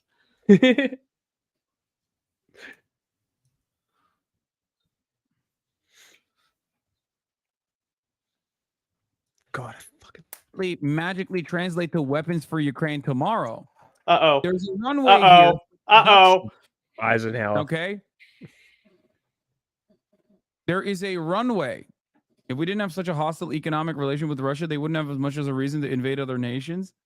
Also, just another thing, we were talking about this the other day about that the principle of like protecting minority and having like every minority gets a voice, even though it's like, you know, a very tiny voice that they'll give these minorities, right?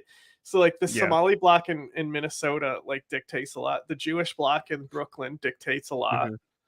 And then the Muslim bloc in Michigan dictates a lot. Like the fact that Biden has to have constant like negotiators to negotiate the Arab bloc in Michigan to be like, okay, we'll vote for you. Yeah. Like it's such a critical state that like he could totally lose because of Israel. 9 p.m. election day, very few libs will recall any of this stuff as a part of the problem, and several of them will write articles asking what went wrong. Yeah, and then many of them will come to the conclusion that it was actually the left that wasn't sufficiently pro genocide Joe. Oh my God. Jesus Christ. Do we actually run out of weapons? Yes, we can. It's not actual weapons that we're running out of, it's munitions. And yes, because there's only a finite amount of supply. So like unless we have a complete command economy that's geared towards war, like it's fucking World War. It's not ammunition, it's munitions. Same thing. America running out of munitions, bro. For two, yes, we currently have run into the ammo shortage already, especially when it comes to artillery. There's a But reason why this is he had also to not true. go and ask. It's not. It hasn't been two groups throughout history. There's been multiple changes in the American government. The party names have stayed the same, but they've changed. Yeah, they completely changed. Even then, some of the parties changed. So like, I mean, there were the Dixiecrats for a while there. So we've been in the sixth party system since the 1980s. So, I mean, this is a common theory with a lot of political strategists is that, and you'll hear me talk about this a lot, is that the seventh party system is right around the corner.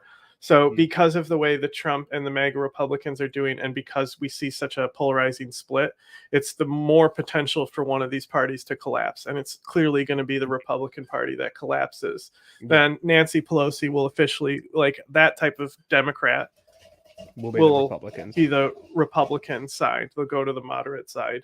And there'll be more of a social democrat bull moose lean again with the Democrats, which was the fourth party system. But even then, there's periods of times in America where there's been like the no party system. This is before like when we only had a few states, and it was still like there hasn't been like major genocides and stuff. And like Thomas Jefferson was still major genocides as in like the Trail of Tears and shit. But they like literally didn't have political parties for a few years. Like it like was like something they like brought back, but it died after the first and second system or something, and it came back because of Jackson. And like it's literally like Trump is the closest thing to Jackson, right? So like it was all the Jacksonian Democrats formed around Jackson, and Jackson is the first guy where the vote is expanded beyond like the merchant class to be anyone. So the Southern voters end up having the majority by constantly voting for the most racist genocidal guy, and then the like other party is like the Whigs, and they're like based in social democracy. South Korea to supply Ukraine with artillery shells. And then when Israel came into the fray, we were like, oh, fuck, hold up. We literally don't have enough artillery for Ukraine to begin with, and we want to give it to Israel because we love Israel's baby murder campaign a lot more than we love Ukraine's defending itself against Russia campaign. And that's what happened.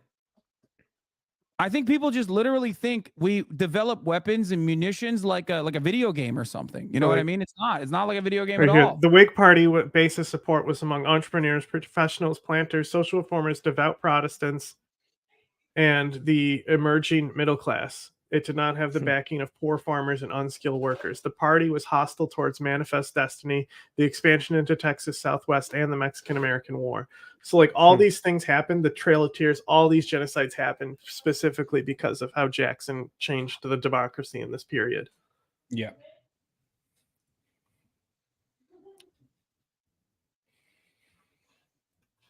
Penalty. What do you think should be the next move of Ukraine? 19th century? Yes. Jefferson democracy? Yes. I'm talking about a specific era. I'm telling you about each era, how what you just said when you said that it hasn't changed and it's been two parties since the beginning is largely inaccurate. It's not a cookie clicker. You can't scale infinitely. Yes, you also literally run out of materials too.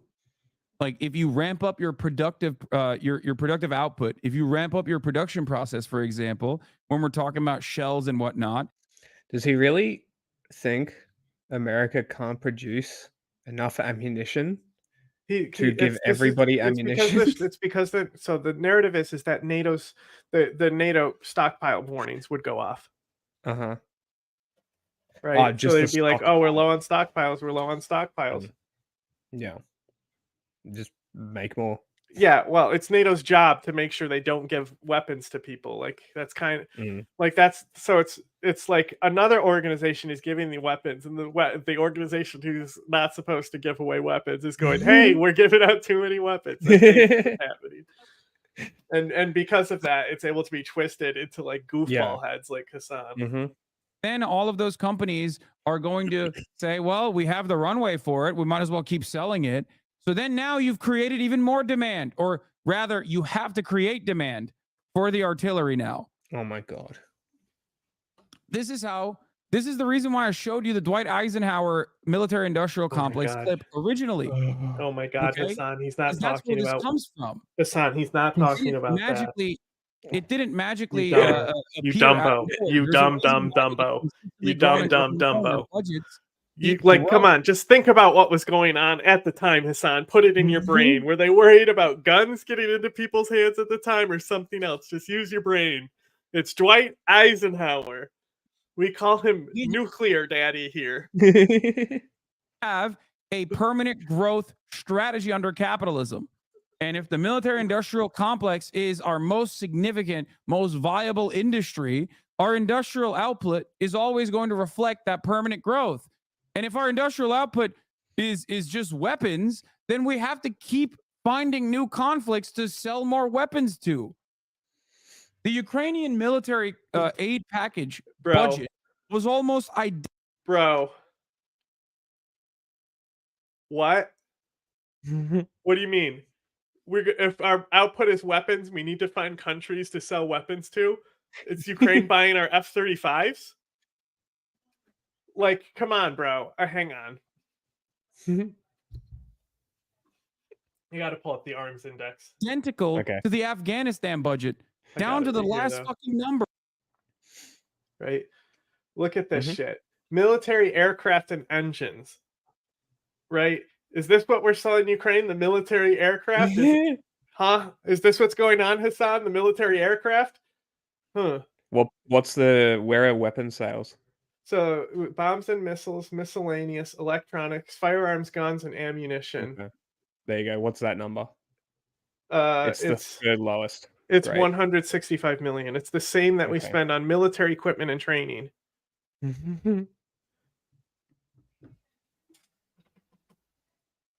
Well, these are the sales, not the spent. So this is the most sold stuff.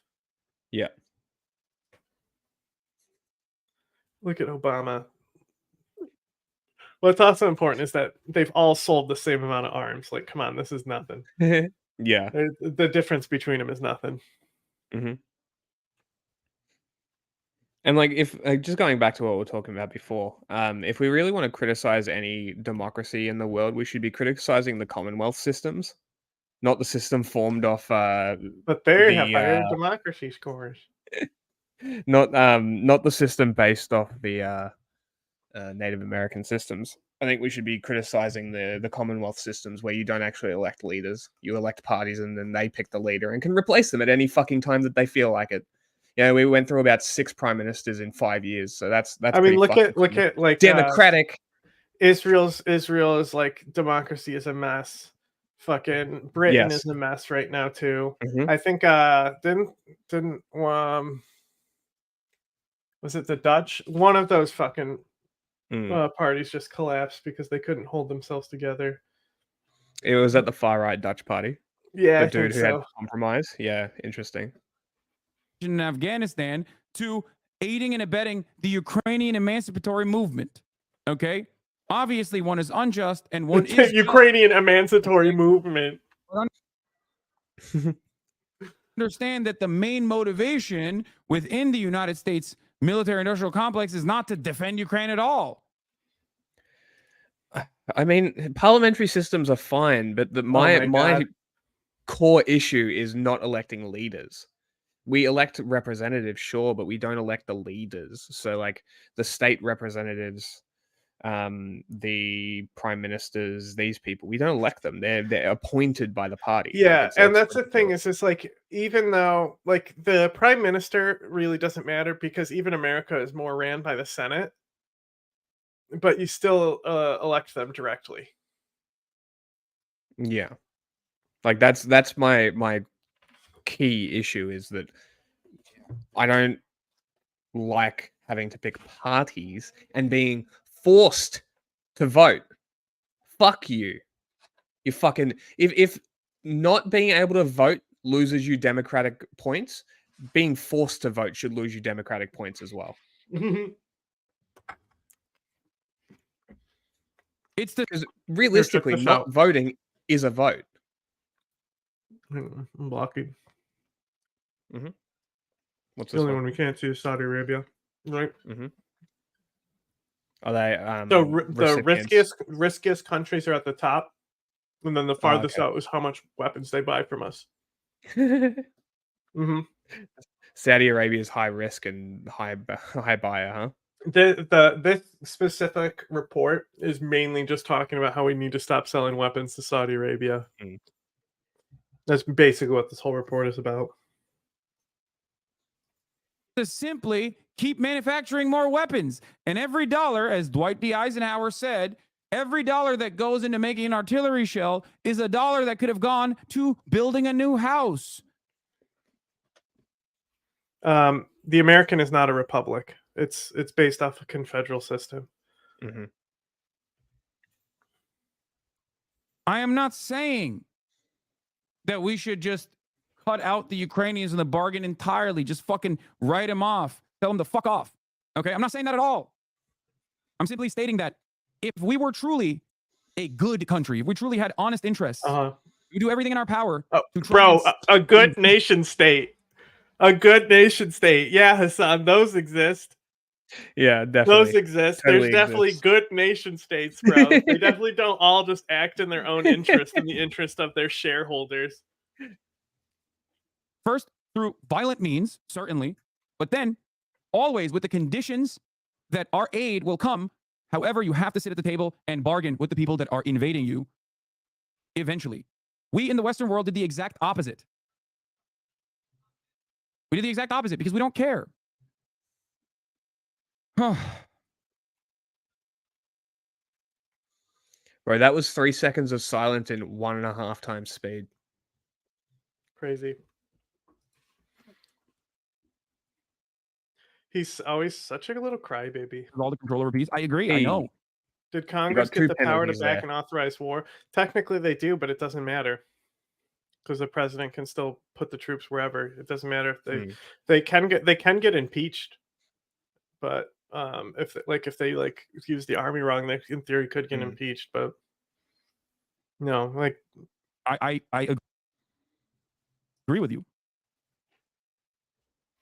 You think it's not a confederalist system? Literally, the founding documents are called the Articles of Confederacy, dude. These people who have been fucked over, okay? These people who have been violently apprehended, had their territory seized from them in incredibly deadly ways. I think the word scares people.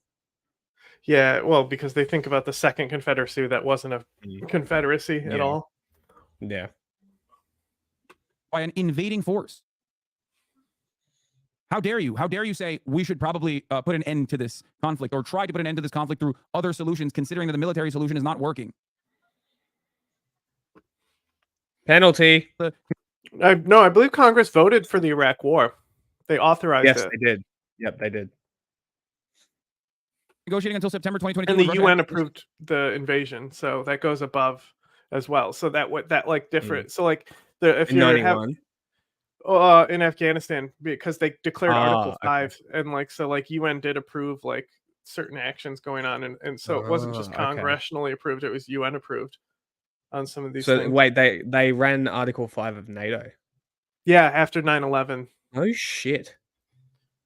Interesting. I'm pretty sure. There really was the Third World War then. I was just learning that the 7 Years' War. So a lot of historians have been referring to it as World War Zero. Interesting. I was just watching, I think, Vlogging Through History today, and he said that. Huh. The 7 Years' War. Interesting. I'll have to look into that. Well, I only care about it because it's when you have the cool wars in North America where the colonialists are getting their heads caved in. Yeah. It's part of it. That's the American front. Accepting it their minimum demands for peace. The problem with your argument is you want peace and negotiations, but you invested 0 seconds to learn what Russia's current minimum demands are. NATO invoked Article 5 for the first and only time in history after the 9/11 attacks. Wild. I didn't even know that. How did I not know that? That's crazy. So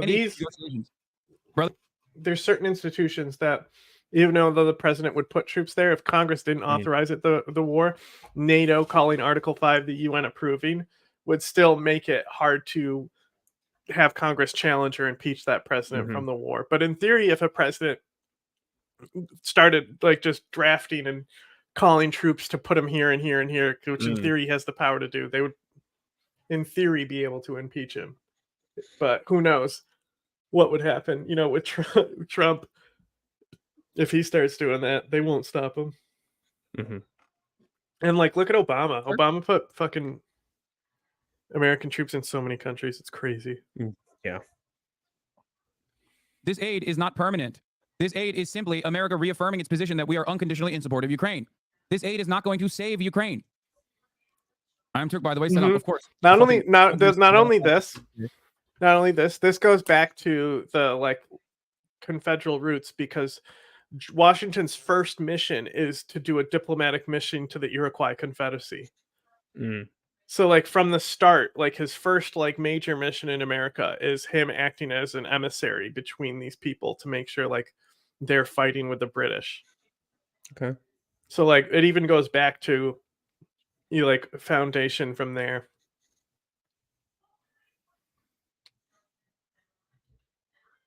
I agree. It's for the wrong reasons, but I don't really care about reasoning when it's needed. I don't care if it's a ghost dog told them to send it as long as they do.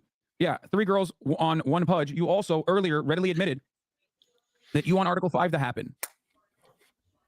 So I know what your interest in it is. It's quite bloodthirsty, as a matter of fact. Don't you support China invading Taiwan and slaughtering them all? Bloodthirsty, huh? But Taiwan wants that. Hassan reminds you of this Afghan warlord who's not actually, he's like pro Al Qaeda, anti-Taliban. Okay. God, what is his name? There's an entire group named after him. Peshawar 7. Give me 2 seconds. I'll be able to find it so quick. His name is Abdul Saif, right? Okay. So they go and like he takes, it's like an interview with him back when they're like fighting the Taliban, and he takes control of this region. It's during like the American War or something. And like all these girls are like screaming and running to get their like burqas and head covers on. And they just cut back to him and he's like, they like this. They like this. They feel safer. They like this. And like that's what Hassan reminds me of, is that guy. This good for Taiwan.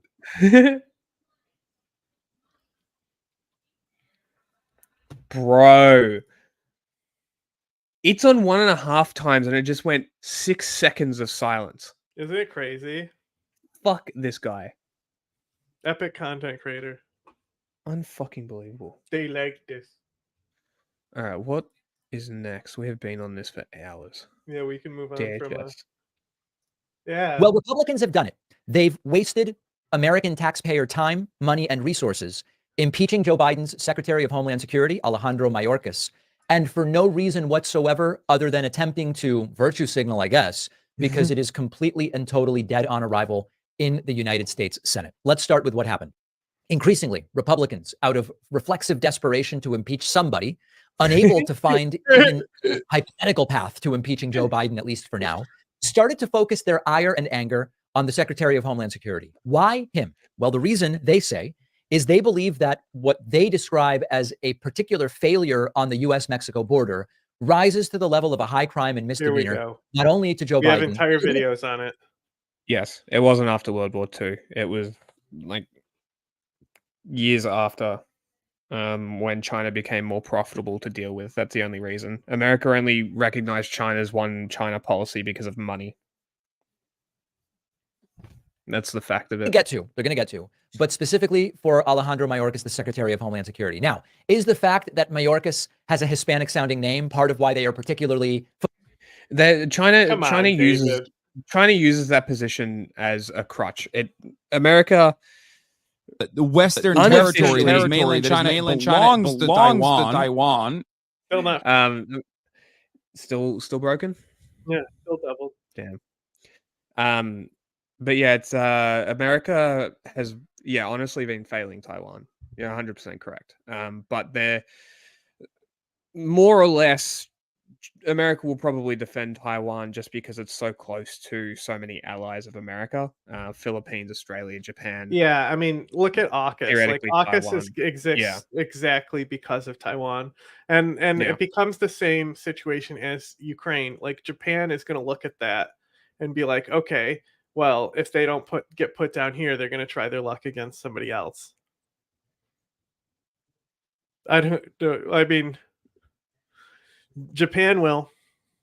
Yeah, exactly. Japan will. And like officially America doesn't recognize Taiwan, but they're doing everything in their power to set up the Pacific in a way to counter China if they do Yeah, this and move. we have whole videos on this. I think it's a Johnny Yeah. Harris video where we go through and describe all their strategies, and Yeah. and there's other ones.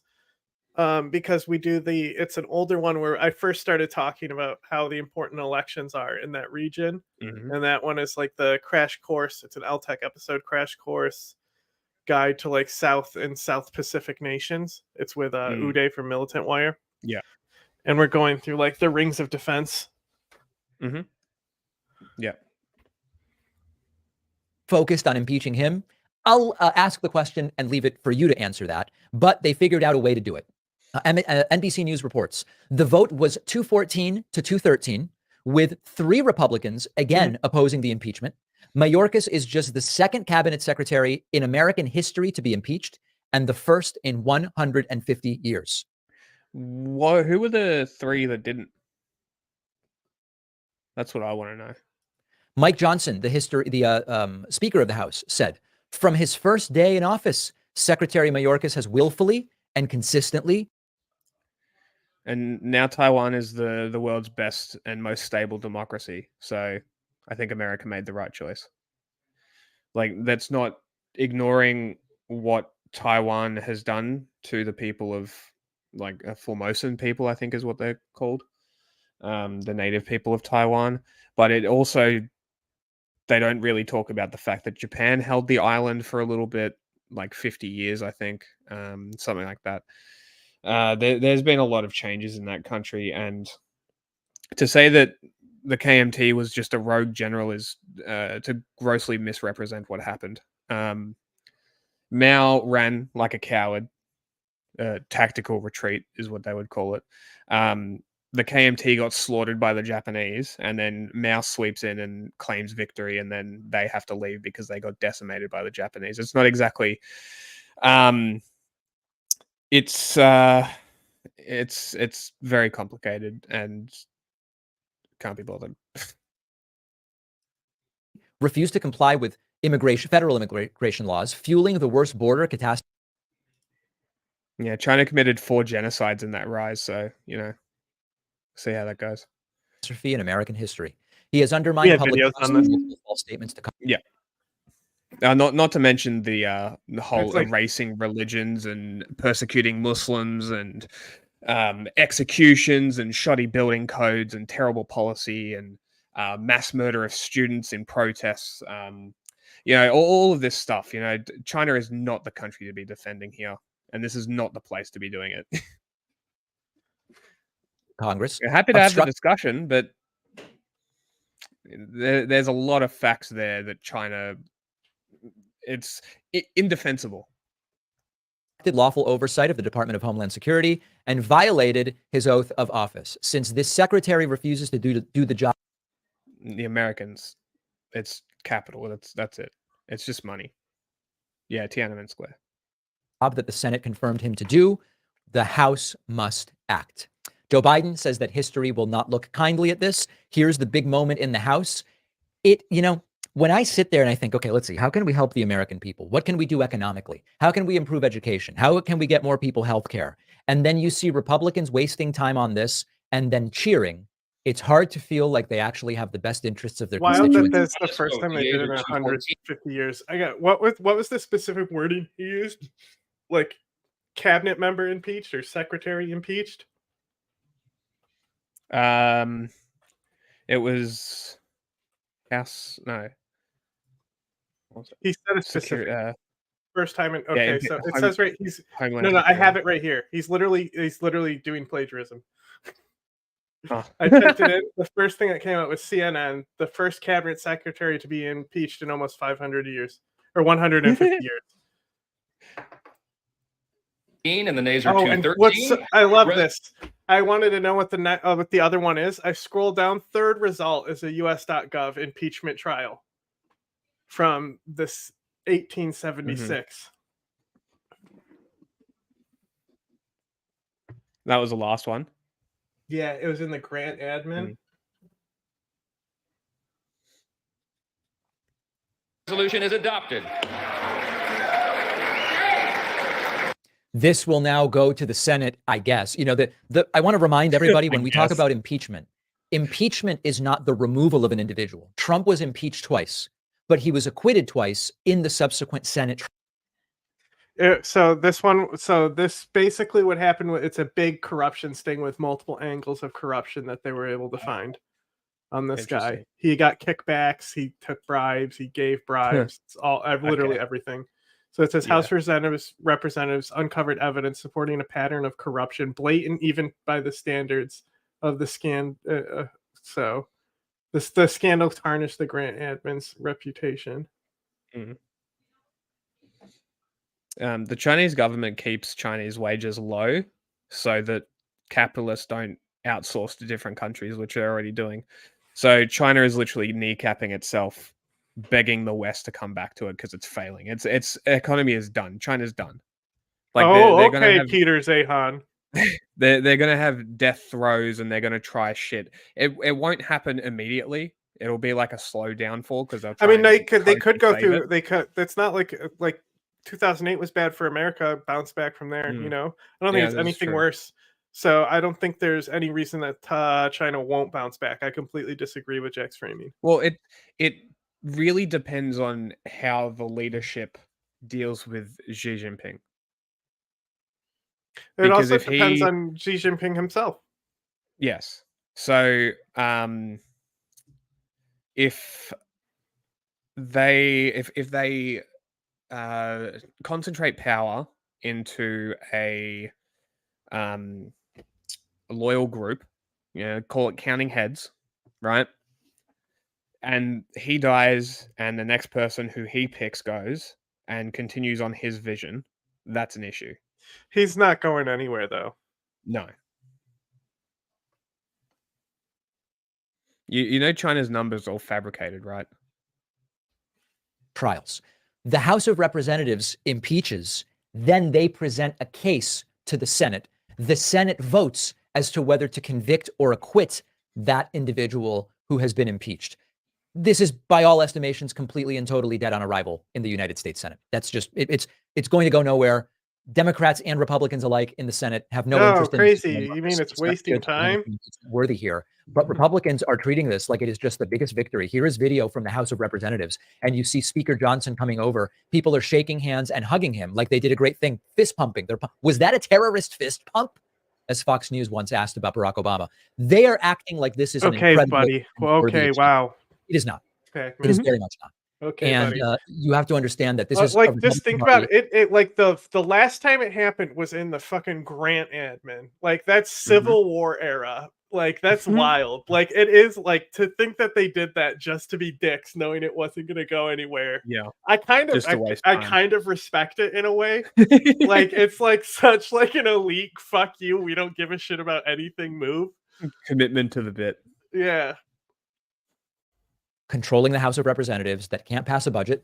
They demand their own border bill, but then oppose the bill because it wouldn't be good for Trump.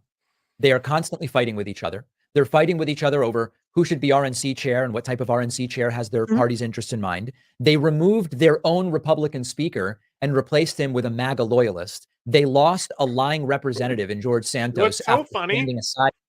That guy they had, like, the smoking tan man. What's his name? Smoking tan politician. I have no idea what that means. Hang on. Speaker of. That's right. See, it immediately comes up. You only need to type in smoking tan guy, you know, and it always brings him up. It's this guy. This guy was like, is this the guy that smoked with Obama? Yeah, they ousted the Tea Party ousted him, but like the guy that they ousted was like this type of status. Like he was so like the best choice the Republican Party could ever like have for a long time. Yeah, right. John Boner. Who has a last name like Boner? Like it was so stupid to kick that guy out of the speaker position. It was so dumb. Find if the View has said anything about this. For what? For the impeachment. I do have some view. I have a View clip. Do you actually? Yeah, later. It's in the like extra part. All right, because I've been wanting to watch The View because I've seen some clips and they've been having good opinions, which is wild. So I really want to watch some. Now to the border crisis, Republicans forcing the White House to finally confront it by impeaching the rip-off View. Is that why they made it? Secretary Yeah, surely. I'm not really that familiar with Paul Ryan because I was very involved in like not dying in Syria during like that time, so I wasn't really invested in American politics.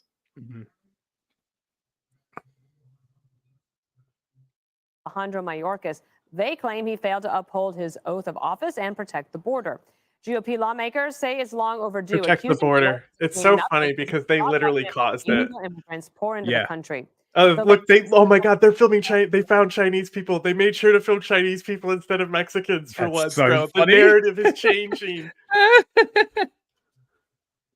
Video of Chinese migrants slipping through a small gap of the border wall near San Diego. President Biden vowing the spies that are infiltrating our country. Who voted to impeach.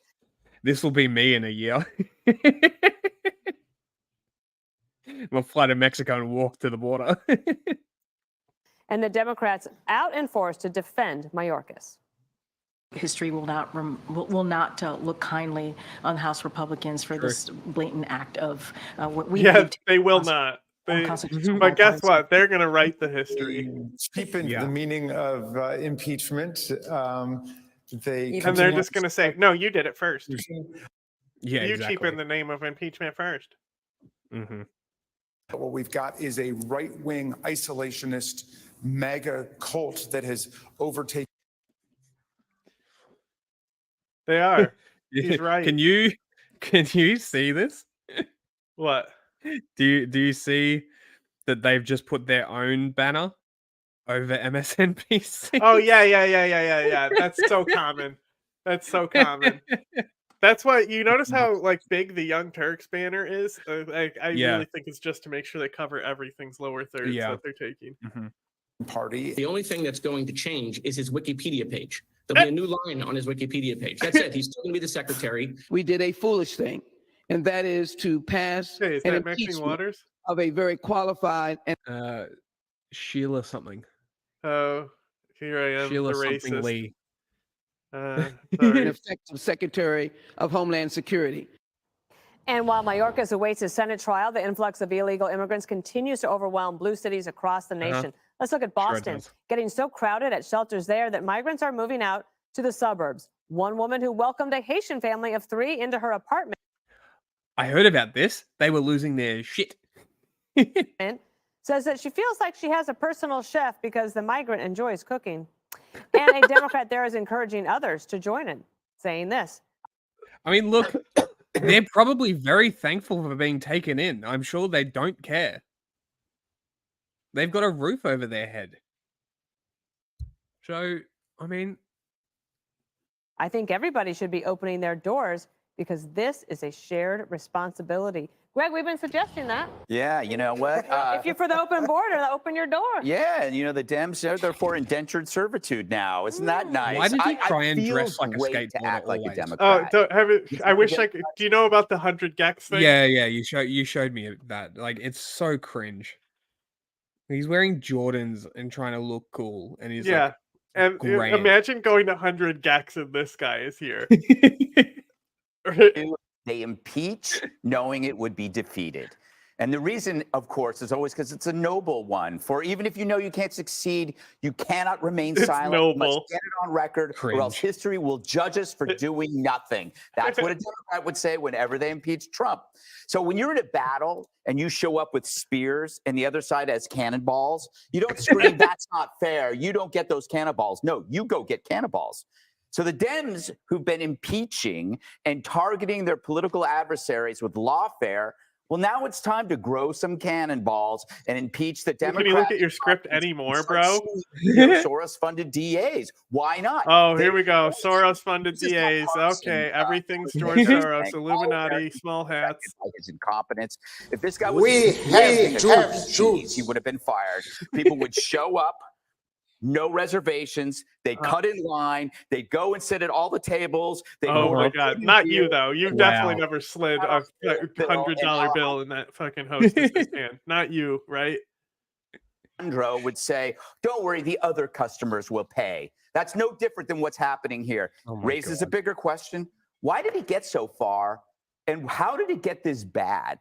Because clearly, this is a deliberate overwhelming of resources, and it has to have a payoff. And I'm starting to think about the job numbers that they keep talking about. According to the Center of Immigration Studies, Dana, I know that.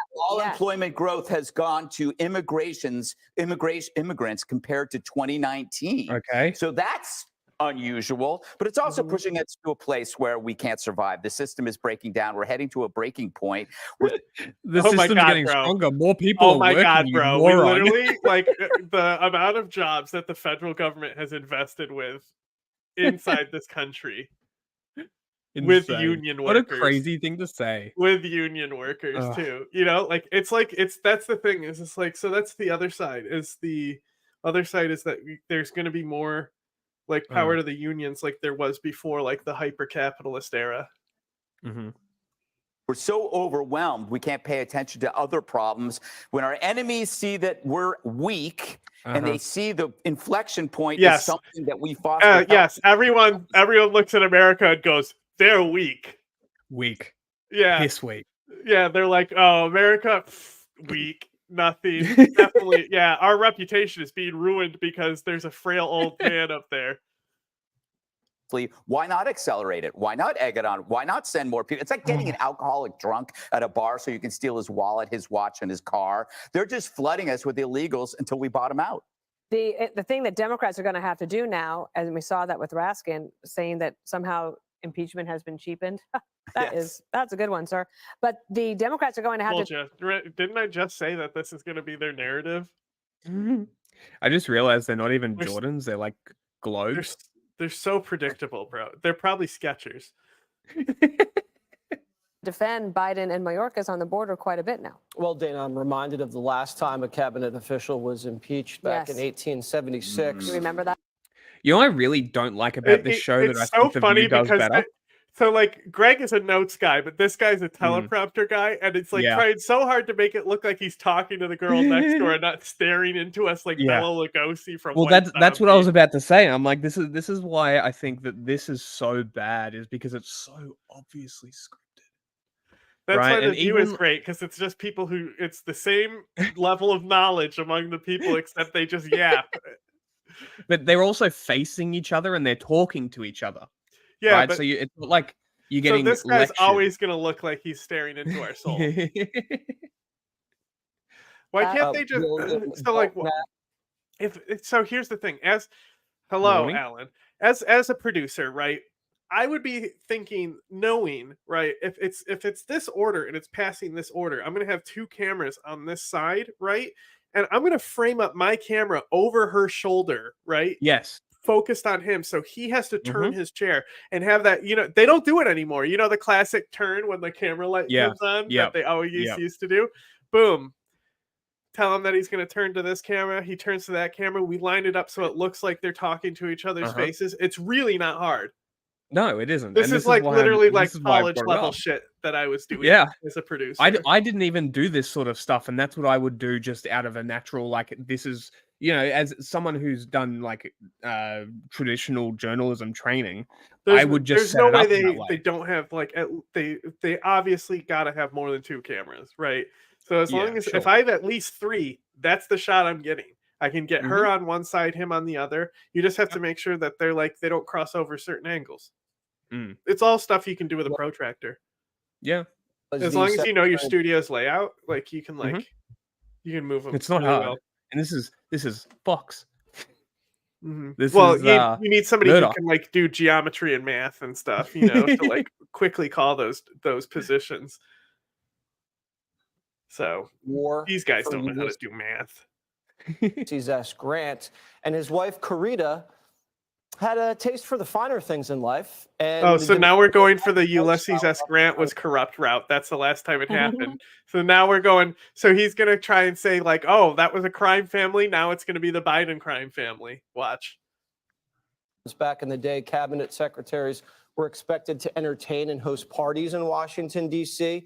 They took over a large house that was previously owned by William Seward, the Secretary of State, and just threw bangers night after night after night. Oh, and God. it's so overextended their invitations at one point. Did you just see the chat? Yeah, we literally have people we have people from Afghanistan here, so like I don't know if they're still here. It might be late for them. They might have left because it's pretty late, and if they're in the American coast. It was a progressive democratic nation when until it did have a communist movement, until though, America supported religious fundamentalists to fight Russia. No, Russia shouldn't have invaded. I mean, they were progressive before there was a coup. Like in the capital, sure. The capital, sure. Progressive, democratic, no. But 1,200 until like the Socialist Party that's around when, because like even the Russians, like the reason why they were like invading is because the guy was insane. Right? Like that's the whole reason. They tried to kill him. And like literally we have Soviets who killed him, who ended up killing the guy, who also tried to poison him on camera, seemed like, yeah, we did it. So they didn't understand how these guys were so crazy. And like the crazier guy killed the crazy one. And like the Soviets went in. Because like even the Americans were looking at it being like, bro, what the fuck is this? So so literally the Soviets are like, what the fuck are you doing, dude? Like you're slaughtering people. And he turned and he said, did Stalin build the revolution in white gloves? That's a fair statement. I mean, if the Soviet Union's questioning you, I feel like that's a fair thing to say. But like, that's the typical response, right? That's what you expect. He literally is like, I'm gonna kill whoever the fuck I want. And then also, fun fact: Maoists started the war in Afghanistan against the Soviets, not fundamentalists. 100 guests arrived at the party and they trashed the place and caused so much damage. The Belknaps could not afford to pay any of the contractors. I don't care. I want to hear if he says Biden crime family. To clean it up. So what did they do? The wife, Carita, engineered a kickback scheme. All of the Western military posts out in Indian territory would then get a cut and send it back to Belknap and his wife in order to make up for the lost income. Now, this went on for many, many years until it was finally discovered. Okay. And when it was discovered, Belknap ran into Ulysses S. Grant's office and said, I am sorry, here is my resignation. And then he burst into tears. Okay. And he accepted the resignation. And what did they do at the House of Representatives? They voted to impeach him. What do you mean? Saddam was a socialist, bro. Yeah. He's in the axis of resistance. Gaddafi too. Where the Senate did not. Gaddafi was very progressive. He had a whole protectorate of women. No, but for real, there was like a period where like even under the emperor in Afghanistan, it was going pretty good for them for a minute. It's really only like right at the end. It's only very recent. Yeah, I mean like right at the end of like the communists, like when the Soviets invade. Yeah. Yeah, literally Baathism is National Socialism. Yes, this is correct. So like I think with our episode with Alan, I might say this where possibly that like basically because of it naturally being the fundamentalist who would be in opposition to the government, it instead pulled the fundamentalist part out of things and swapped it with nationalism and socialism, and like Arab nationalism became default National Socialism. And then like see like and the tankies don't want to listen to this. There's no open slave markets in Libya.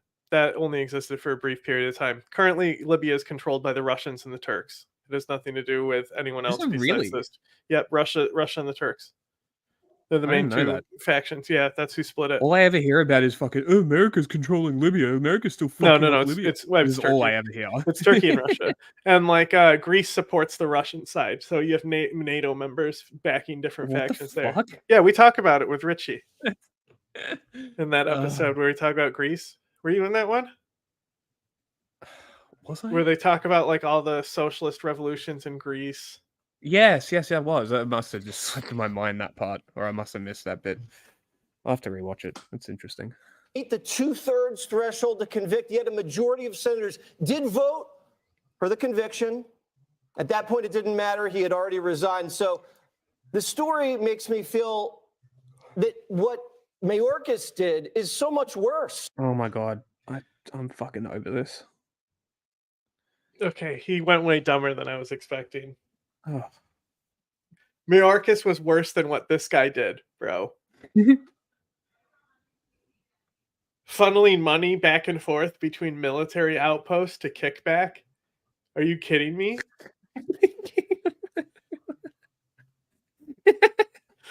Self-appointed. Definitely a historic day, impeaching Secretary Alejandro Mayorkas. And I'm very thankful to our Republican conference for finally working together and standing with the American people to send the message to the Could be Biden louder. administration that it's our border. Yeah, that but you know, it's outside. the country's borders. She was Our- temporary Speaker of the House today. Yeah. Finally, we've held Alejandro Mayorkas accountable for his willful and betrayal of the American people. I really dislike that they all use their phones. Like, I really dislike the fact that they all use their phones. Like, Zoom It's the recorders are meta. so fucking cheap. It's the meta, bro. It's the phone and the AirPod. It doesn't matter. It's the meta. Doesn't matter. That's an extra step, getting the Zoom recorder. Then you have to put it into a card reader or use a USB, bro. The phone just has it. You send it on airmail. Yeah, well, what a hassle that is to get. I can tell you right now though, like phones way better when you're like in countries where you can get killed, because you can have backup phones that you just keep dropping the stuff to and deleting it on the phone on you. Oh, for sure. But like, you know, when that's not an issue, the recorders are way fucking better. But well, they need to immediately post this to their Instagrams. That is true. That is very true. That is something that they do like to do. But like, you know, how much more professional would you look with this, right? You know what I mean? It's you know. You look like a which looks more nerd, bro. professional? You look like a nerd, bro. Look, I got Literally- my fuzzy thing too. Yeah, that's what I actually use as my microphone cover, is a Zoom cover. That's why it doesn't. Oh, really? translate right? Yeah. That's funny. I haven't used this for so long. I need to start doing shit. That's like one of the like main tools that I've always used. This is one of the best things I've ever purchased. Yeah. They rock. It's so good. Federal immigration laws, and I'm very grateful that we were able to get this done with a razor-thin majority. I think this also sends a message to America that We use those in Syria. Hell yeah, I use those in Syria. work together and do what's important and what the American people want us to do. I used them in Melbourne. The Senate is going to be one of the impeachment managers as you go over there, and there's talk of them trying to short circuit the trial with a motion to dismiss or something like that. Tim used Google Glass in Ukraine. They know that our border security is the number one issue. Revolutionary. In every single campaign, in every single I state. wish I was there for that. I wish I saw it. And That would be such like a cool story to actually be there and have seen it firsthand. Like I can only picture how funny it looked in my head. I'll never know for real how funny that was. Atlanta, whether it's California or any other state in the country. It's the fact that millions and millions of migrants have been brought illegally into our country, and the American people are being forced by the coyotes. They better pay attention to the American people and how they feel, and then they need to read our articles of impeachment. We have 6 pages. At least some of these people have mics. Federal immigration laws. I would advise them to get well versed in the laws that he broke and understand that the people that voted them into office and the oath of office that they took. How does the Apple VR like have any like recording tech? Yeah, it does. It has the whole thing where it's like, it'll be like a hologram. You'll cry about your wife forever after she leaves you. You know, it literally shows that in the commercial. That's so funny. Country is. All right, I think we've got enough of this. Have you Let's seen move on. some of the US's like experimental augmented reality headsets? The biggest thing is that they can't get it to where it doesn't like make things worse. Yeah, they're being developed by Microsoft. Now, you guys are familiar with. They're really cool. Mainly what they want to do is they want to input it so and I think this is really smart, especially seeing what's going on in Ukraine, but the friend or foe identifier will be built into the goggles. Yes. Yeah, it'll be like a video game. Yeah, that's another thing. Yeah, it'll be like a video game. But that's the thing is any type of goggle is going to limit a soldier's vision. So if soldiers are getting hit more by enemy fire than they are actually being able to like hit enemies with it. True. With the Republican conspiracy theory regarding the Super Bowl. I think it was Vivek Ramaswamy who was the first one to come out and say this, but he pointed out, I think they're going to rig the Super Bowl so that the Kansas City Chiefs win. And when that happens, Travis Kelce's going to propose to Taylor Swift, and they're going to come out and endorse Joe Biden. And in his mind, this is like, you know, the big ace up the sleeve for Democrats. Oh, look, he still is here. You missed it. You missed it. As we were talking about how Afghanistan was a progressive country until the Soviets until the Americans gave guns to the fundamentalists. Mommy. It's scaring Republicans. You know, Charlie Kirk has flipped out over Taylor Swift recently. Jack Posobiec was talking about this as well. They have Taylor Swift. We have John Voight and Kid Rock. It's like, all right, dude, good luck with that. But I'm not kidding when I say. They said we have cat turd, actually, is what they said. They said they have Taylor Swift, we have cat turd, is actually what it was. Yeah, that's a significant downgrade. I'll take Taylor Swift, thanks. Republicans negatively polarize themselves against the number one pop star on the planet and football. So, I mean, this past Super Bowl was like the most funny. One it's hilarious in a while because all the conservatives were rooting for San Francisco, ironically, right? They hate San Francisco. They think it's a... This is what I said. I found this so fucking funny, is that all the conservatives were barracking for San Francisco. I just found that one of the most hilariously ironic things, considering that they do nothing but cry about San Francisco and its shit map. We need to talk about something, okay? What are these jars behind cat turd in this picture? Is that actually what he looks like? What's going on with his shirt? Why does one collar here, one collar's not What here? is happening? You don't know about this? This is like I did not well, know. before he showed his face in public, like somebody came up and was like, "This is who that guy is," by the way, and it was a larger picture than this, but people started zooming in on these jars in the background. That's awesome. That's awesome. Is there any more to it? Oh, is there? You want to see a larger picture? I'll find it if I can. Yeah, it was just like a wider picture showing more of it. Homelessness and drug abuse and all. But they were all rooting for San Francisco because San Francisco is not, you know, the Kansas City Chiefs, which have Travis Kelce, who they hate because he has a deal. He did ads for Pfizer and for Bud Light and, you know, whatever. And he's dating Taylor Swift, who is a liberal and endorsed Biden in 2020. Anyway, so the whole conspiracy theory is like, you know, Joe Biden's going to rig the Super Bowl. The Democrats are going to rig the Super Bowl so that they can get this big endorsement from Taylor Swift. I already broke this conspiracy theory fucking at the start of the episode. The funniest thing was that he went on Tucker, right? And Tucker interviewed him, and we saw this as the preview, and we're like, "Oh my god, that picture actually is him! That picture actually is him!" Funny. Look, this is his disguise. He's Dilsenberg. I don't understand why Tucker Carlson is interviewing a random dude with a Twitter account and then interviews Vladimir Putin. He's the right wing's Taylor Swift, bro. What are you talking about? Why wouldn't you interview this guy? He's cool. And Travis Kelce. Okay.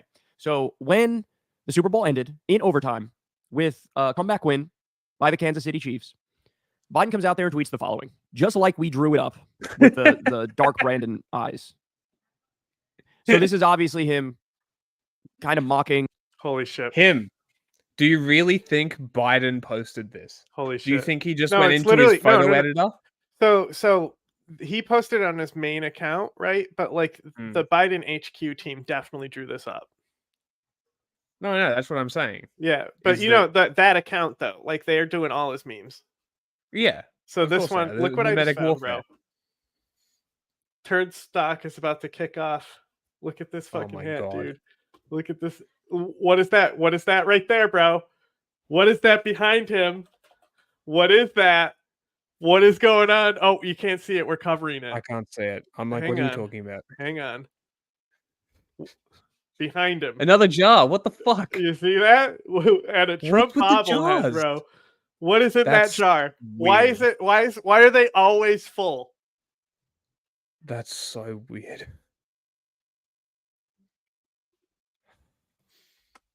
The Vivek Ramaswamis of the world, This is people who stuff you won't see on anywhere else. No, I I don't want to even look at this how jar anymore. I need it bipolar Republicans are in how they talk about Biden.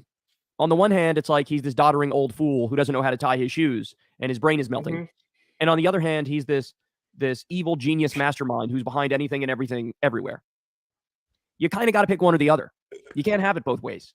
Now, of course, I'm of the opinion that Joe Biden is much closer to the former than the latter.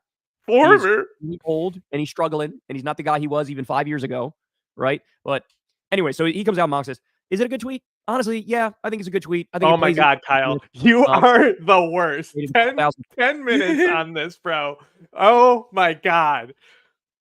On a single tweet. Bro, come on. I don't know how they do it.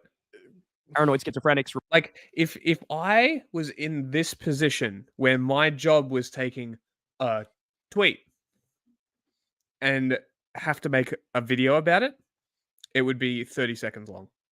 I don't know. We've talked in depth about maybe a few tweets before. I stopped watching Kyle for this shit. Kyle is one of our favorite guys to put on, and he's probably the one we probably stopped watching the fastest, honestly. Yeah. Nobody, like right now. It's literally faster than his son will stop watching.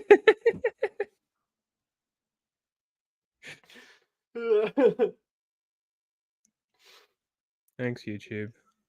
We are America, second to none, and we own the finish line. Don't forget it. I want to play that full clip for you, not just the ending. Huh? New soundbite. Yeah. That you saw there, but first I want to jump in to give you the context. That's from Biden's speech at the Democratic Convention in 2016. It's been repeatedly going viral for months now. Who the fuck is this guy? Oh, he's he does he takes a Zoom recorder out and does field reporting for this guy. I think it's David Pakman. Interesting. Is it David Pakman who does them? Right. Who? I don't know. It might be TYT. I don't know. Never seen this dude before. Yeah. It's Just a an speech from incredible moment. 2016. I don't care. We're not running 2016 Biden, pal. Right. They're coping so hard. TYT. Listen, guys. Look, guys. All right, guys. This is what's going on, guys. I'm fucking better than you. Some Democratic voters and even Democratic politicians are a little concerned that Biden's age will be enough of a liability in the general election that it could give Donald Trump enough votes to basically beat him. And so Politico. Thanks, man. We appreciate it. But like, it's all, you know, we're here in good faith. Where, you know, if people want to ask questions and whatnot, we'll answer them, and you know. Well, it's like the best I don't answer think that we possibly like can. even if like no matter who you're watching, if you're like this person is my Bible, like yeah, exactly. I don't know. So it's like, you know, I think and I have some pretty controversial views on Al Qaeda. Yes. Like it's more democratic than most democracies. Yeah. It's a very autonomous organization. Which is genuinely one of my favorite new facts. I mean, it's not necessarily a fact. I mean, you could debate it. It's just something that I say. I'm just not about to debate people about Al Qaeda. No. But it is kind of funny to be like, yeah, this is democratic. No, it's decentralized. Autonomous. Yeah. Autonomous. Anarchist. Technically, yeah. You could actually define them as anarchists. They are a very anti-government organization. They're you know? stateless. Yeah, they're more or less. Well, the thing is that their long-term goal seeks to form a state. Oh, does it? Okay. Yeah. So okay. the end goal is forming the Islamic State. Ah. That's why, like, they call That's where ISIS split. They call ISIS anarcho-fascist. Like they're classified as anarcho-fascist in like certain circles. You can do that, and that's why like certain fascists went there just to fight with them, even though they weren't Islamist. You know, like. Interesting. It's a very interesting group. Need to learn more. ISIS The isn't. Democratic Party. Should these fears really come to a place where they want to pressure Biden to drop out? Now, I want to be clear about something. The only way for this Plan B to work would be if Joe Biden himself decides to pass over the baton. He is a stubborn man, a man full of pride, and a man who's delusional enough to think he's the only one who could beat Donald Trump. So keep that in mind. But if you're wondering why this is all coming up now, well, Special Counsel Robert Hur's stinging characterization of President Joe Biden as a well-meaning elderly man with a poor memory my God, we're still doing this? faculties has thrust the president's age and mental fitness into the debate. Now, of course, there's still plenty of people in denial about this, plenty of people who want to attack anyone who asks questions. We did this 5 days ago. About Biden's age becoming a liability in this political election. But for those of us who are grounded in reality, let's talk about what a potential plan B I think I was looking at it grounded in reality. When I was screening stuff, I don't know if it's on here or not, but I want to say it was David Pakman might have said it. Okay. But he's also being like, he was talking about how basically just he starts doing the same thing that people do about Biden, but only does it to Trump about how he's an old man. It's definitely in here. Yeah. He has this whole thing about how Trump can't talk and his brain is failing. And it's exactly how people cover Biden. It's so funny. Political reports, there is only one practical plan B, and that's Biden himself agreeing to hand over the baton. Now, if he does decide to hand over the baton, here is how the option. With TYT, you never know if they genuinely don't know or they're just being assholes to get the story extended. Available to him and the Democratic Party. It begins with letting the Democratic primary campaign run its course, ending June 4th, the date the last group of states holds its primaries. Biden would finish as the undisputed victor with far more than the 1,968 pledged delegates or delegate votes necessary to claim the nomination. Wrote this? Now, at that point, a scramble would begin among political successors. You know how many stories we've done where they just want to show 2 percentage bars and it's like 48 this one, 49 that one. It's like, oh, crazy. Okay. Oh no, the election's in November. Look, they're neck and neck. At that point, between June 4th and August 19th, when the party's convention begins in Chicago, senior Democrats would then jockey. That's what we're going to be doing at the end. Is looking. We're not going to look specifically at that clip, but other people talking about it, which will show him talking about it. I think Jon Stewart's an idiot. Spoiler alert. Biden in the kind of battle not seen in this country or American politics for decades. If the rest of the primaries went as South Carolina and Nevada have, the vast majority of those delegates to the convention would be pledged to Biden, and then Biden can make his endorsement. Okay. Delegates, by the way, are not legally required to support Biden or anyone that he would potentially endorse to replace him on the ticket.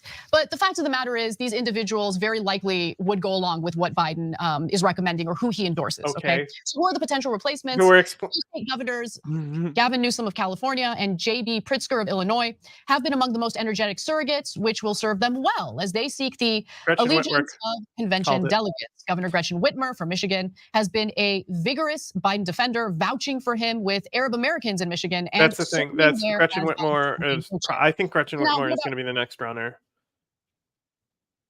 It's going to be her Where's or she from? Newsom. Huh? Whitmore. I know her name. Where's She was the one who was like they do an attack to kidnap her.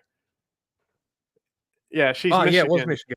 Okay, yeah, Michigan. You remember that? It was like they were like, Yeah, and they I were do like remember that. associated with the Boogaloo movement. Yes, I do remember that. And it was like 2 of them were feds or something out of the 3. And it basically was like an entrapment thing, wasn't it? Yeah. That they like well, I think there was more encouraged than I think there was a few, but Kamala Harris. yeah, Well, political notes that Kamala Harris would be anyone who runs for president is going to be in the center. That's how the American democracy works. They have to even though Trump is the outlier. way more far right than you can center. It's just the federal government is just going to swing right wing because it's an ultra capitalist country. Yeah. But America's not the only country in the world. A little bit of a sticky situation, considering the fact that her polling is very low, she is unpopular, and the Democratic Party will be acutely aware. If we make it to 2028. But they didn't revisit that and explain how exactly the Democrats would maneuver around Kamala Harris in order to avoid a potential conflict that could hurt the party. I've got that. Okay, now before we get to that, one final Listen, thing. guys, this is so stupid. If Biden We're talking about theoretical things. If Biden like dies before the election and he like appoints a successor, you know, like Islam was divided into the 2 sects over less. Let me tell you. What was that? Islam was divided into the 2 sects over less. Let me tell you, because it's all about who would succeed Muhammad. That's where the 2 like. That's where the two sects split off, isn't it? It was a joke. Yeah. Say in the event of the death, Let's resignation, get it or to Cenk. disability Let's see of what Cenk has to say about this. Is Cenk even in this? If so, I'm done with Anna. She's so annoying. Democratic National Committee, who would choose a new nominee? We might have more like 12. Yeah, That is an awful graphic. Can we just? I'm just gonna move us here. There we go. Can we can't see it. I was moving the format, but whatever. Go back to this one. Hold on. Yeah. Can we just like appreciate how fucking awful this graphic is? Like I'm definitely gonna make that graphic. That's fucking terrible. I'm definitely making this graphic. We should steal it. We're gonna steal this and use it. 1% of our audience to be paid members, and then this show can be around for a realistic as a primary, a realistic plan for Biden stepping aside. So obviously, listen, guys, me. There was a primary that was not. It's still ongoing, not very competitive at this point, and so in the effort to push him out before the primaries. Doesn't seem like it was going to reach a conclusion. Look, man, but it turns out there's a reason. Who else were you going to watch 7 years ago? Like the independent circuit was like just still not a thing. Like, yeah, it's only now where like these corporate fucks are still uploading. They're now uploading to YouTube because they know it's such a huge slice of the market. Yeah, and they instantly gave it everything to them where they can post as graphic shit as they want and it won't matter. Yep. Because YouTube would rather fuck over the people that make their platform and give money to the people who don't. So well, the corporate press gets more clicks. YouTube. Yeah. You know? Corporate press tube.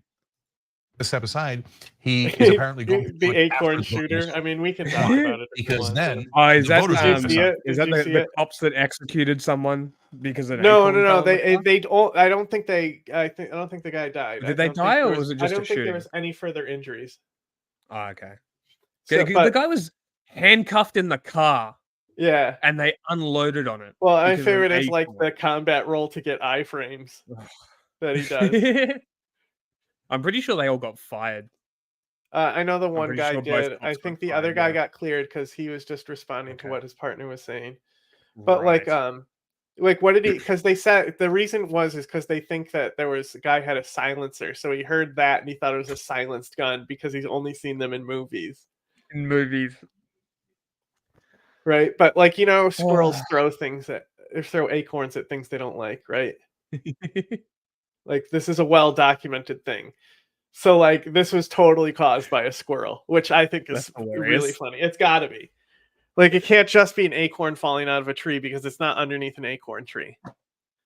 Yeah. It had to be a squirrel in that palm tree with an acorn that threw it at the car. It just has to be. Epic troll. The delegates, the insiders will decide. Now, all of the delegates are Joe Biden delegates. So they've been handpicked by the DNC and Joe Biden to be as loyal to Biden as possible. But they have a problem. Joe Biden, if he hands it to one person and it's not Kamala Harris, there's going to be trouble, they think. Now, in reality, I don't think there would be any trouble because whatever happened to the K Hive, they've magically melted away. They're gone. Nobody knows what that is, Jake. Yeah, exactly. I said nobody knows what that is, Jake. So, and I've gone on Black Radio. Nobody's. Listen, guys, I have a black friend. Got love for Kamala Harris. Okay, they think in these terms. Oh, it has to be a black woman, identity politics, etc. But we all have eyes. We know that they're. Isn't she Indian? Who? Kamala Harris. Yes. Interesting. Kamala's got issues. Okay, so but Washington doesn't think that way. The Democratic Party doesn't think that way. So they think that's a giant issue. Okay, so how does Cenk think she's African American? Okay, you ready? Please tell me he does. That's awesome. I'm about to show you a squirrel video where you're gonna be like, I totally understand how a cop who's only watched movies would think he was being shot at by a silenced gun. All right. All right, you tell me. So you listen to this audio. This is a squirrel.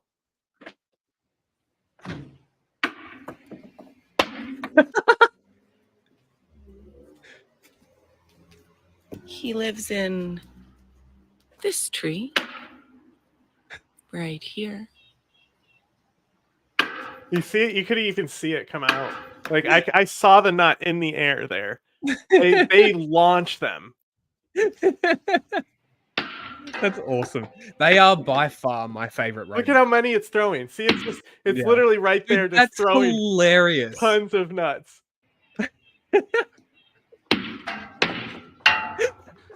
I think he's trying to hit me. He is. He doesn't like you. That is genuinely one of the funniest things I've ever seen. That is well hilarious. documented thing that squirrels will do. 100% a squirrel throwing nuts at cops. Now show the cop in. I don't know if I can on YouTube. That's the thing. That issue. Well, they have the answer, and they're now stating it in Politico, which is there'll be a delegate fight. Now that's different than the conspiracy theories online, and those conspiracy theories are not. See the acorn hit the roof. I know. It's 100% caused by a squirrel. Like if he actually killed the guy, from what I was reading, he didn't. But if he actually did, that would be like the first squirrel-related murder.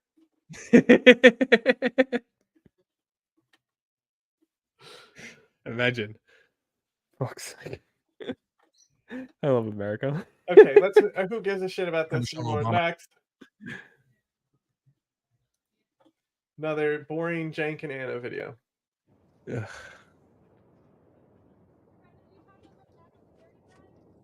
Sir, what's the plan for tonight? Dinner with my wife. I'm gonna fuck my wife.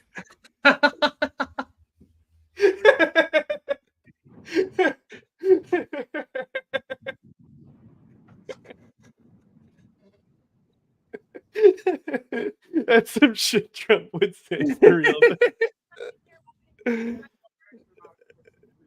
What? Could be louder, Joe. It could be louder.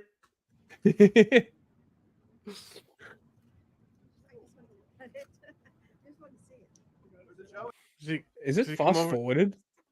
I don't think he comes over. Does he come over to the mics to say anything?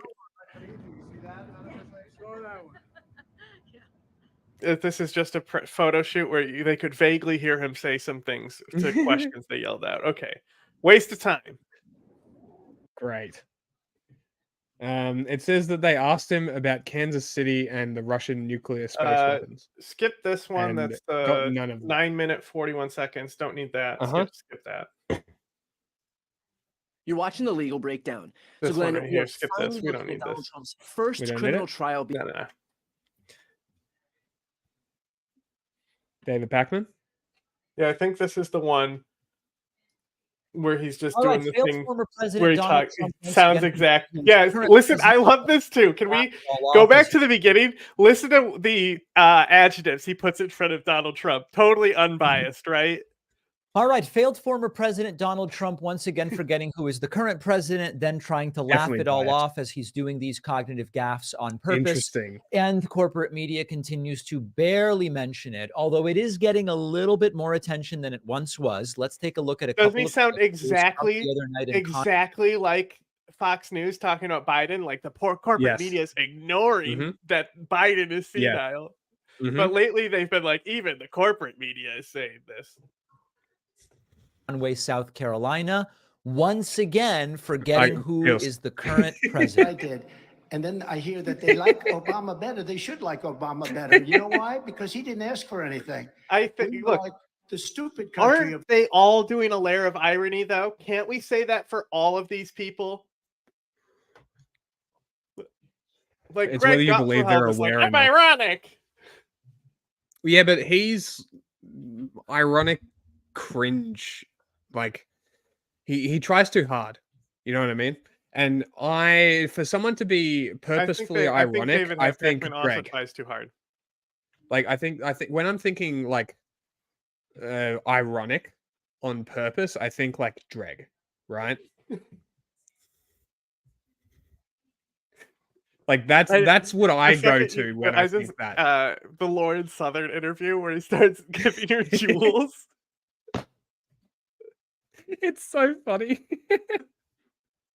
But like he is what I would consider doing that kind of stuff where it's you have to be self-aware to be able to do it. And like but no, they're hard. right though. He is being ironic. Trump is. No, Pac-Man here. Yeah. And I think it's the same level of ironic that they all are. the world. And we're But not what I'm saying is that I don't think that they're self-aware enough to be able to do it. going to be the You don't think they know that they're fucking spinning bullshit on Fox News? I don't know. Come on. I don't know. It's so hard to tell. So many think people. Tim are Pool so generally is dumb. brain rotted. Yes. Because his reactions when people push back against him are like emotional. Right? If you're just fucking around and trolling and being obtusely ironic, you don't care. Right? You just keep leaning into it. And you just play the game. But he reacts emotionally and flips his shit. Or shits himself or whatever happens. any longer. We're not going to be. Got bad under Oh, this Fox guy. News 100% knows what they're doing. I'm talking about like independence and stuff. Like So he now wants to Carl send them Kalinske, 50, stuff like that. 60 billion dollars. I have to say one thing. So Trump just acting casually like Barack Obama is still president of the United States. And then he is also suggesting that Obama might secretly be Muslim.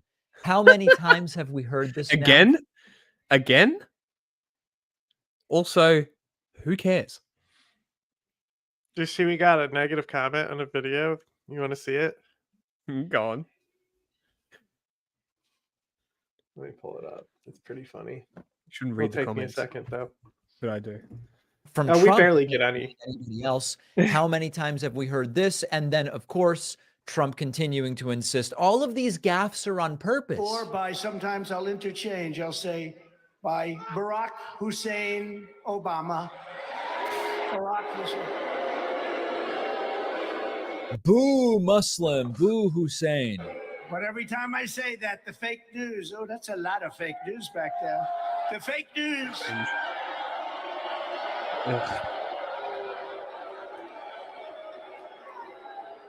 Every time I say it, anytime I want to have a little fun, Governor, we have fun sometimes, even though the country's going to hell, we have to have a little.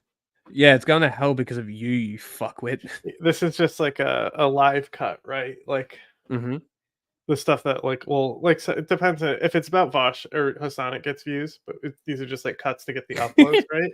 So this one is just called Fox News is still mad about having a black president. And then it's like, oh, you're not getting much views or subscribers. I wonder why. Or comments other than mine pathetic. Like, okay. Thanks. You should like his for this. comment. Oh, okay. Like his comments. Thanks for the engagement. Thanks for the engagement. Like these are like Clearly not the mad video, because like of these Fox like News. people don't like this is just like cuts from stream and stuff, you know. Chinchilla mentioned. Yeah, it's like just to get like a few extra views. Like, come on, bro. Yeah. But every time I interchange Barack Hussein about You know how many people have above 1,000 subscribers? Not many. Really? Like like most social media, being above 1K is like puts you in like the 1%. Crazy. Hussein Obama. I wonder what he was getting at. I wonder what he was getting at. That he must secretly be Muslim. Oh my God. I'm over it. The coverage about Trump's apparent cognitive decline relative to Biden's has been absolutely pathetic. Media Matters has a good write-up and points out Media Matters. Boy. Not the best source. Not the best source. Out that That didn't double. Confusion. Seriously? You're missing it. But baloney didn't that one did, though. She understands it. She understands it. Baloney. A doofus. Yeah, it did double. Not the best source. Not the best source. It did double. Weird. Get I just heard through very, it. very Strange. Very strange. Very little coverage. Occasionally on MSNBC, almost or in many cases zero coverage on Fox News, and a little bit of a sliver. You know why? CNN. Now I want to remind. You want to know why they don't talk about him? Because literally the DNA. They don't want to give him a platform. Yeah, well, they laid out this as the strategy: is don't talk about him like Voldemort, and he'll just go away by himself. People, because I think they learned from the fact that theory they gave is him so much that they free gave him press. so much press and platforming is that he got elected because of that. So the theory is that they're just not going to talk about him. It's fair. This stuff is happening all the time. Here is Trump again saying that Viktor Orban is the leader of Turkey. He's not. He's the leader of Hungary. Trump says it again, and the right-wingers don't care. Viktor Orban. Did anyone ever hear of him? He's probably like one of the strongest leaders anywhere in the world, and he's the leader of He's the leader of Turkey. Fronts on both Russia. Yeah, and of course, Orban is not the leader of Turkey. He's the leader of Hungary, and Hungary also doesn't. Can we just say, in Trump's mind, Orban and Erdogan got to be so close and confusing? Yeah, surely. The borders that Trump claims it has. This is happening every day. Close enough. Yeah, I think that's way better than Sisi, the president of Mexico. But also that one is understandable because he's thinking about south of the border and a border fence and the border being the issue. Like you can understand why they make these flubs. Day in Vegas saying, "Hey." Also, people make mistakes and say wrong things all the time. This is like a normal thing. I don't know why people are like, oh, a politician said something wrong. Yeah, but the thing is that both of these people are really old. Yeah, that too.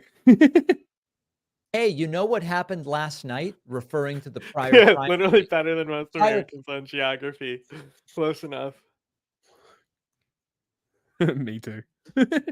Primary was days earlier. Days earlier. And last night, you know what happened? Did that stop? Last night, Who's right? hiding it? None of the above. Yeah, this guy's not hiding. How many flags? Way too many flags. So I'd like to congratulate none of the above.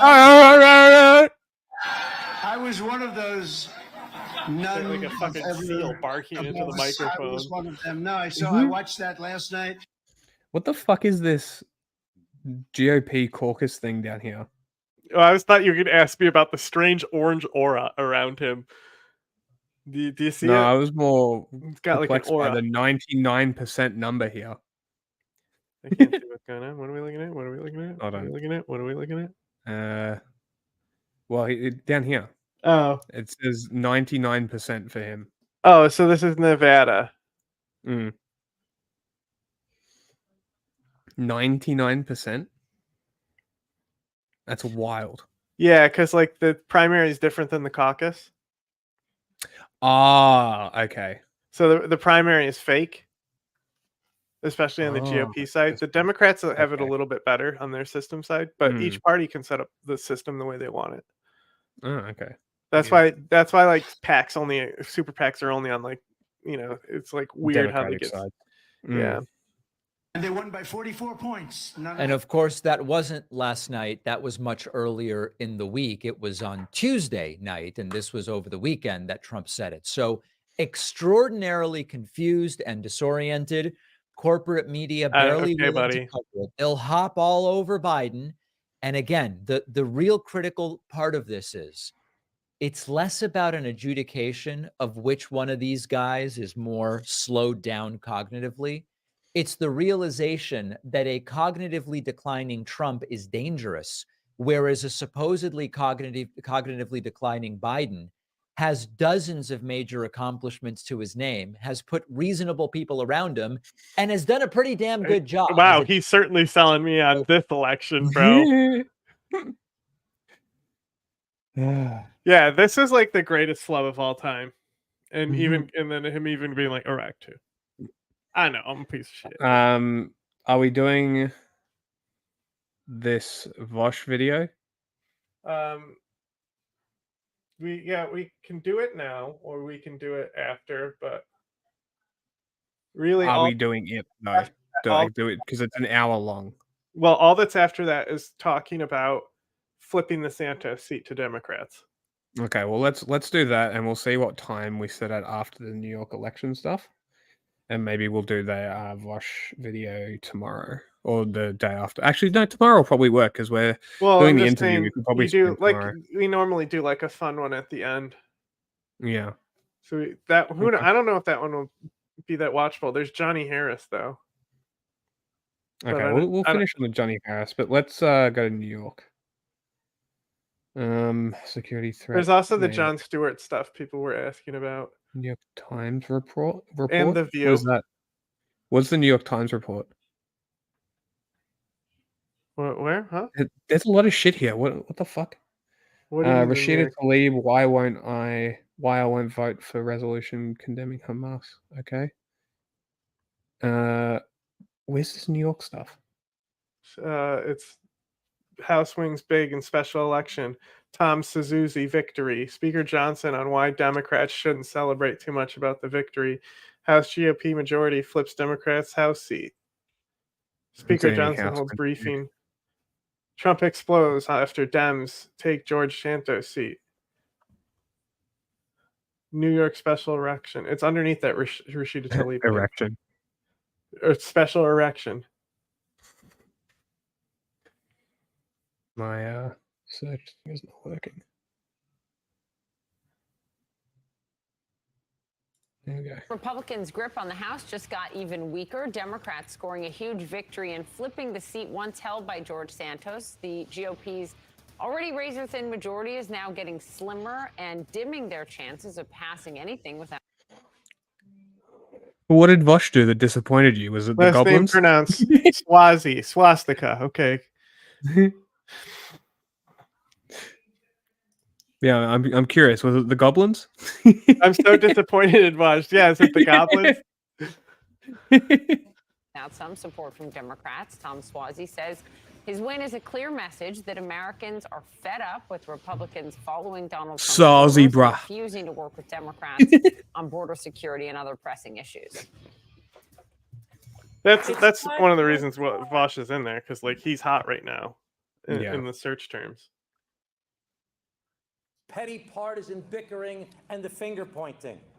It's my finger point.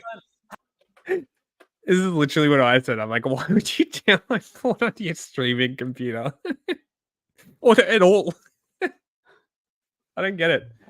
How to solve the Can we believe he said this though? Like, remember when he said this?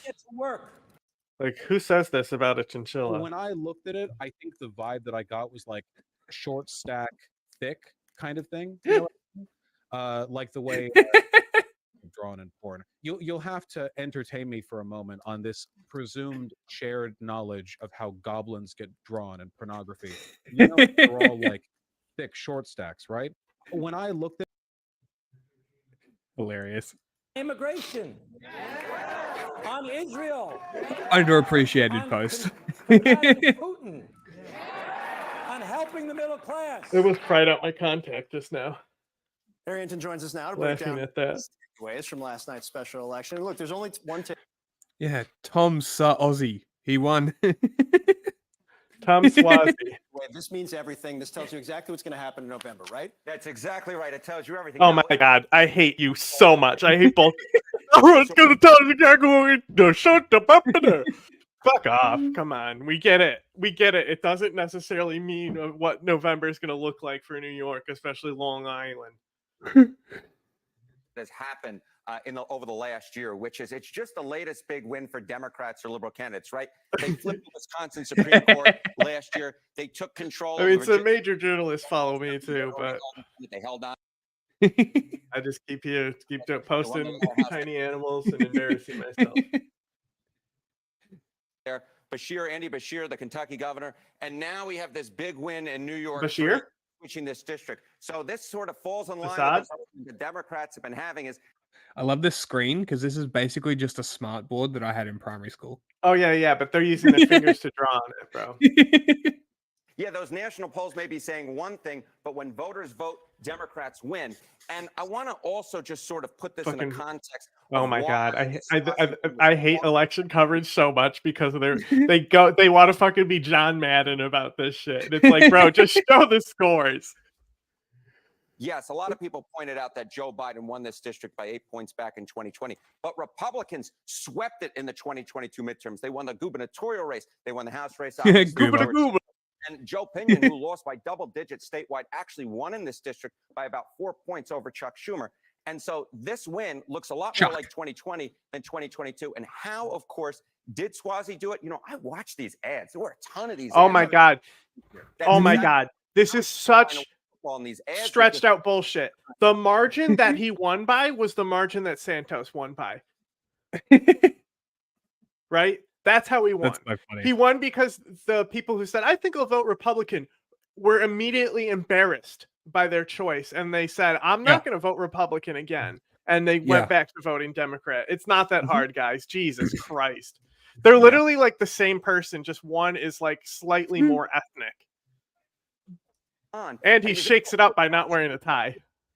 Getting into the immigration message, the idea on border security that Republicans didn't want to do anything, and he would actually go in and try and tighten the border. And folks have been listening to Trump too much and perhaps trying to vote against things that a lot of folks actually wanted. So, and it's such a good point because remember, he told Manu Raju last week, he said something, when Republicans blocked this, it made this a lot easier for me. And I thought, we'll see if that plays out in the numbers. Seems like it has. To your broader point, though, if you're Joe Biden and you're looking at this, you're saying, win after win after win and special and ballot initiatives. There's also Nikki Haley saying Trump has a small dick. Actually, if we were essentially to look right now, you know, you hit at this in the intro. Yeah. Number of votes that Mike Johnson. Look, if he didn't win, they'd have 3. But because he did win, now it's a blue 2. You see, the red 3 means that it was better for Republicans to win.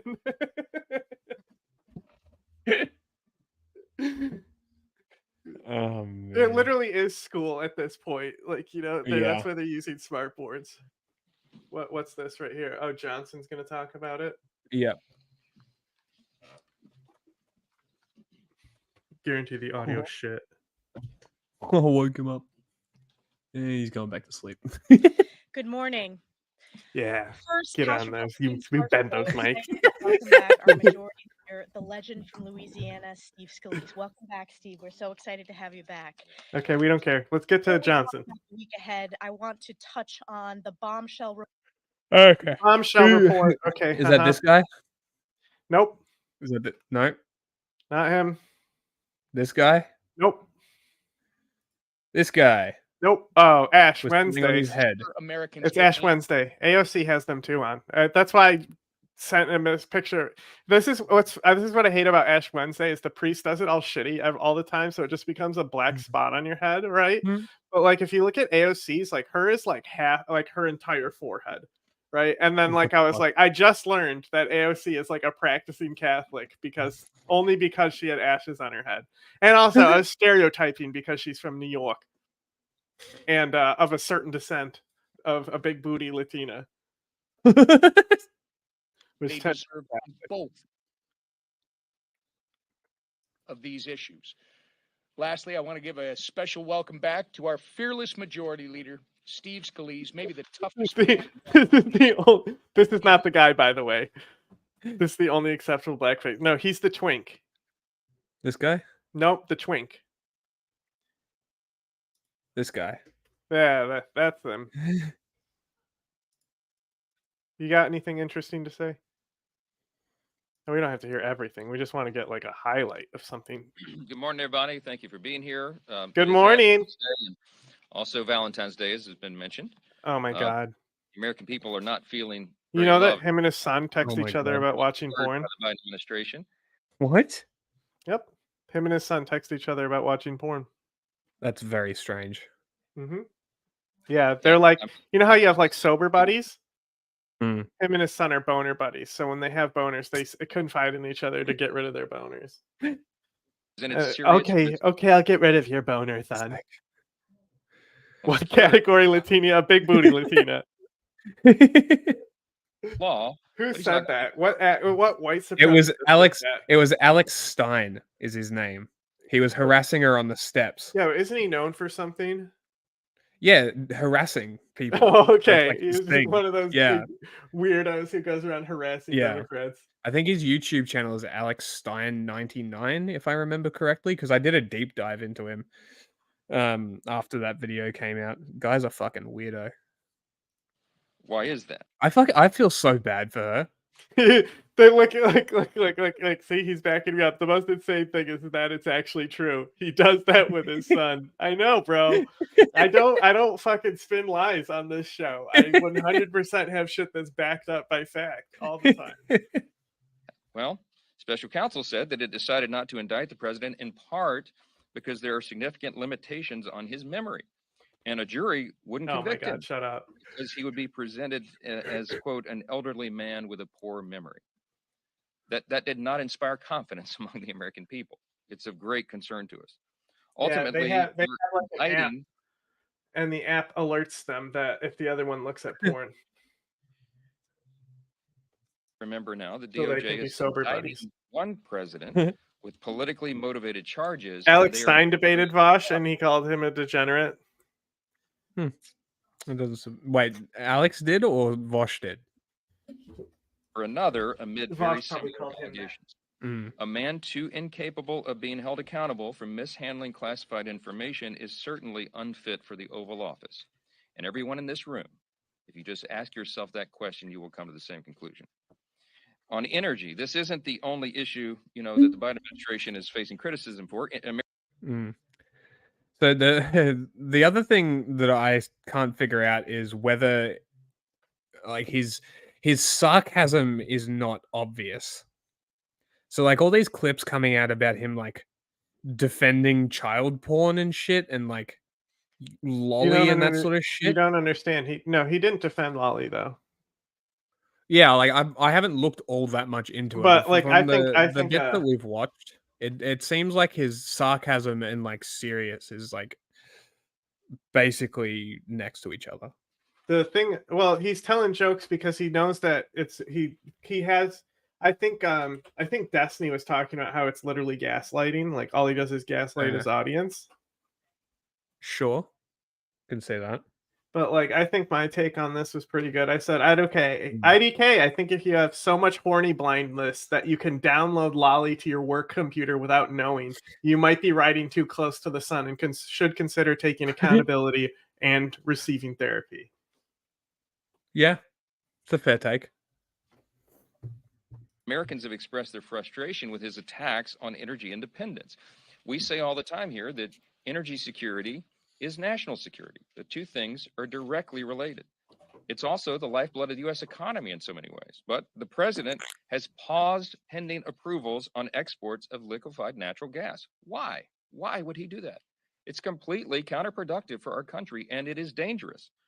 My home state of Louisiana happens to be the largest producer of America's LNG. We try to export that around the world, but he is stalling LNG export terminals like Calcasieu Pass 2. It's nothing but a political ploy to appease radical climate activists at great cost. Oh my God. Job creators and energy producers are going to have to pause their projects. It's going to jeopardize thousands of U.S. jobs. And our partners in Europe, who were promised an Divest alternative and to evolve. Russian energy, will now have to source fuel from Moscow. They're going to line Putin's They already do. pockets. If we don't, They literally funded the Armenian genocide with that fucking fuel. Mm-hmm. Fucking to our friends and allies in that part of the world, pervert. they will have to go to Moscow to get it. We'll have to turn energy sources that aren't as clean. That our European friends and allies will turn to these sources that are not as clean. Russian gas is not as clean as U.S. gas to make up for all those losses. And that's why this week the House is moving on legislation to depoliticize the LNG permitting process. House Republicans are going to do our job. We're listening to our energy producers who are standing for energy independence, which is good for every single American. Regarding the border, talk about the American people not being listened to. They are crying out. Bro, you did this. Oh my God. Yes, you guys created the situation and fear-mongered, and now people are like, why is the border like this? Maybe because you told them it was. Funny how that works. Look at his face. He's like, "This is a problem we created."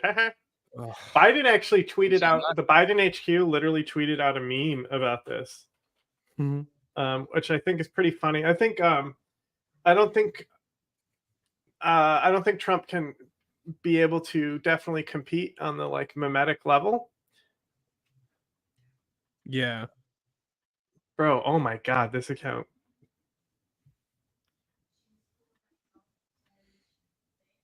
They post a lot, bro. They got to have a whole office and team. Literally honestly, I could go to this and get so many clips, but it's gonna all be positive Biden clips, Yeah. But if I can if I want that perspective of the positive Biden image, this is oh my God, it keeps going. I'm just trying to find this Valentine meme. I would have found it faster on my page. I don't know. I might have even passed it, scrolling too fast. Yeah, because it's definitely. At the date. Yeah, because I scrolled too far back. I'll find it. Keep playing this. Let's get through this guy. Issue. It's an issue for every single person, and everybody knows it.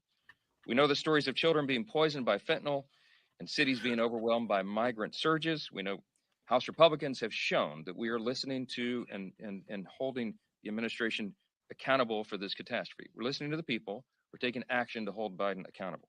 Last night, the House voted to approve articles of impeachment against Secretary Mayorkas. Desperate times call for desperate measures. We had to do that. He has abdicated his responsibility, he's breached the public trust, and he's disregarded the laws Congress has passed. But much more has to be done, of course, to secure the border. And what the Senate produced this week is silent on that issue. Man, Senator McConnell and I have spoken maybe about they this. didn't post it, or it was deleted. Maybe. Be clear here again this morning. The Republican-led House will not be jammed or forced into passing a bill that was opposed by. It was definitely made by that team, but it was posted by the official White House. Oh, okay. You found it? So it says, "Roses are red, violets are blue. The border deal was crushed because of you," and it shows. That's awesome. Most Republican senators, and does nothing to secure our own border. It's time for Washington to start showing some love to Americans. On Valentine's Day, this is a good day to point this out. You need to listen to the American people and their needs and take action.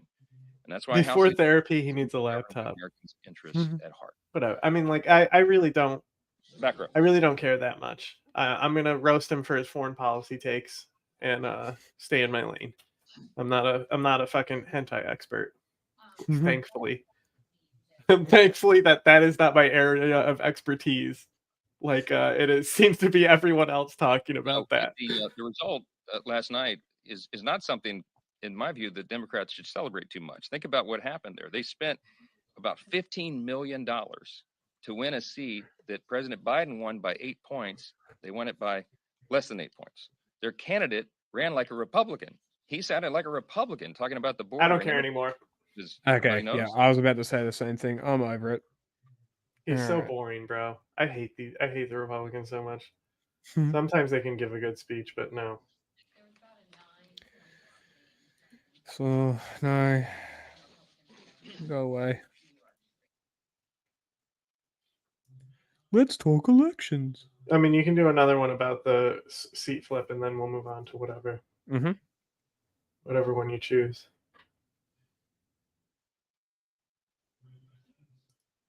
Hey guys, welcome back to today's video. Today, I do want to talk about this. There's a video I do want to talk about. I'll pull it up on mine. Okay. It's Tuesday, February 13th, 2024, and today we are going to be talking about a New York special election that was conducted today, in which we have the results this evening. I apologize for the late video, but we have some breaking news. Well, let's talk about elections. Yeah, I want to see his like view count and like a subscriber count, because it's clearly an indie thing. 166,000 subscribers. 27,000. Yeah, it's pretty good.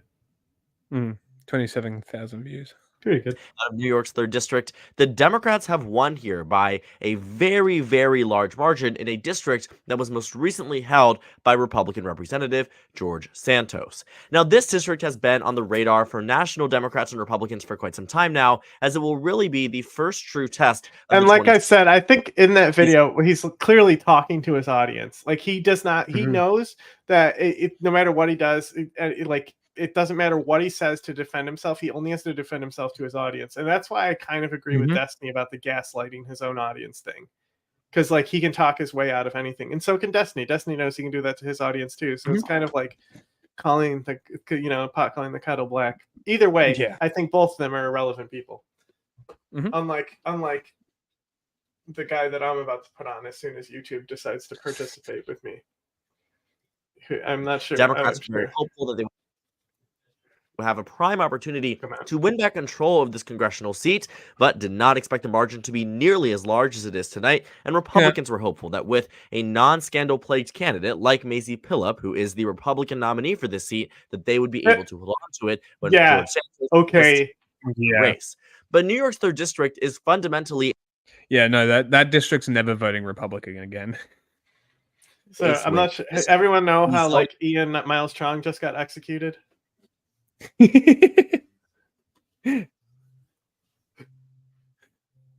found this today. I was laughing so hard. So, known YouTuber Thoughtsline recently made a tweet saying as follows.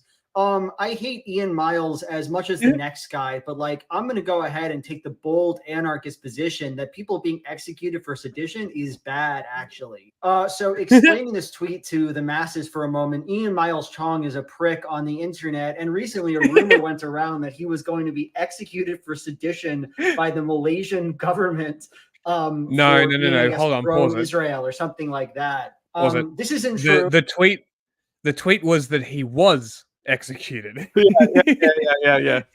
And then I went to his page and he posted 3 hours ago. I'm like, nice. Thoughtsline was misled by online people, and he wanted me to express to the world that he is embarrassed about it, that wasn't an intentional error, that that he doesn't feel good about it. Mildred expresses deep apologies about it. All that said, what I find really delightful about this tweet are the quote tweets absolutely fucking ripping Mildred to shreds over this, just coming for their fucking throat. Not the people calling out the fact that Mildred didn't understand that Ian Miles Strong wasn't actually being executed, but the people who are like, fuck you, I want this man executed. That's why anarchists will be executed as well for having the piss baby position that we shouldn't execute people for saying bad stuff. Oh, I'm just a whiny little baby who doesn't want people to be executed. I'm so fucking stupid. I piss my pants. Shut up. You're such a piss baby. You don't want this guy executed for sedition, whatever the fuck that means. Actually, it's bad to execute people. I'm gonna take the bold position that seeing that greasy fat fuck get a bullet in the head for dick riding Israel would be funny. Okay, King, go off. I don't know what to say. My favorite quote tweet of them all was, "You don't hate him as much as the next guy, then lol." And I like that quote tweet because this person fucking got Mildred's ass. That is absolutely true. You know what's even funnier? The person who wants to execute him for sedition definitely hates Ian Miles Chong more so than does Mildred, who seems to not even want to execute anybody. Automated. That seems like less hate to me. I don't know what to say. Anyway, I just wanted to show you that. I just wanted to. He got wrecked by a bot. He got wrecked by a bot. One of them was an automated tweet. Oh, the one that he just showed? Yeah, the last one. Yeah, it literally said bot. Great video. Republican nominee for governor back in 2022 ultimately won this district, as did George Santos, by around 8 points. In the 2020 election, we already heard this. How is this video 16 minutes long? I don't know. What did you say was funny? Would you get here? The view. Where the view? Oh, the view. Well, this is about. So I think if I think it's Jon Stewart. Yeah. So there's other ones where they're mad about Jon Stewart. So Kyle Kalinske, I grabbed one from him, and then I have the White House press secretary being mad about it and nagging about it. Okay, definitely want to cover more of this one. The BBC just reported that the special forces of Israel are inside that hospital. Oh yeah. Offensive to me. I love that Jon Stewart is back, but what's so offensive to me is there's a difference between age and intelligence. The problem with this country is that we don't value people with their wisdom. We don't value I rescind. I rescind what I said. That was a shit. So this is so funny though, right? Because it's going to be Anna calling them stupid. Yeah. Sunny Hostin, one of the hosts on The View, was not happy with comedian Jon Stewart's recent coverage of Biden's very obvious mental decline. We all see it. And even went so far as to call that kind of criticism ableist. And she's very offended by it. Oh my God. These politics kind of worked several years ago. No one cares how offended you are anymore. We can all see what everyone grounded in reality can see. Bet you were in Biden is their struggling. video. It's not that he's not me. old. It's that his mental capacity has been diminished. It is very clear to people. And AKA, he's old. Yeah. Crazy. We're just going along with things. Like it might be you touching your stand. As if I'm not President of the United States isn't like the Someone's most in there going important like job in the country slash. It's not. Sorry, Anna. It's not. I couldn't hear. I was too busy focusing on the mic. Yeah. Things like the country just moving guys. along. Look, guys. As if Come on, guys. President Okay, of the guys. United States isn't like the most important job in the country slash world. Yeah. What are we doing? Well, television is a propaganda box. And so, guys, think about what she's saying. So if you said, hey, about a politician or political figure that's doing pretty well in their 80s, I think Bernie Sanders is doing well. He seems like he's in good shape. Too old, according to the same Democrats who are now saying that Biden is not too old. By the way, they said Bernie Sanders. Can we go back and see Chuck's face getting interrupted by Anna yelling, and you could see something inside him, like the visceral meat monster in his dome broke for a second and nearly lost it. What am I doing? This is doing well. He seems like he's in good shape. Too old, according to the same Democrats who are now saying that Biden is not too old. By the way, they said Bernie Sanders was too old like 8 years ago. Those same exact Democrats, and they didn't find it offensive at all. He's surprisingly calm today. But Bernie's still giving fiery speeches and isn't forgetting anything, etc. On the other hand, how about if we said it about Dianne Feinstein? In fact, I did say it about Dianne Feinstein. Everyone did, bro. Dianne Feinstein was literally like dying. It was not an early. They were walking around a literal corpse. Like Joe Biden might get to that point, but also we don't know. And let's not forget that the coolest lesbian of all time, Eleanor Roosevelt, led that country when her husband was basically in his 4th term. It was her running the country. Everyone knows this. I don't know how true. That's like pop history. Same as the whole thing about her being a lesbian. But look, for the time, she may not have fucked that Russian sniper. Okay, they may not have fucked, but she definitely thought about her and touched herself thinking about her. I guarantee that. Okay, and like she was like the feminist of the era, right? So she was all about that girl power, and like there's got to be. You can see it like think like it's lit like Hairspray. That movie, and they're like talking about how they love women so much, and they get slowly closer, right? So that's my theory on Eleanor Roosevelt being a lesbian. Totally accept it to be true. Challenge me on it, debate me. I don't care. She did fuck Ludmilla though. Couldn't remember a thing. Couldn't remember things right in front of camera. Would repeat the same thing she just said. I could post a picture. Couldn't remember from 1 second of Eleanor Roosevelt, and I go, the greatest thing that Ludmilla ever shot or ever hit. Television told you, no, don't believe your lying eyes. Dianne Feinstein is an amazing senator from California. Wonderful. We should not take her away. No way. Until she finally just keeled over. The California, but we were being aged. Democrat base is so strong and like so establishment. They're annoying as fuck. Just and sexist and whatever is or ism. Yeah, I'm done. Is more clips? No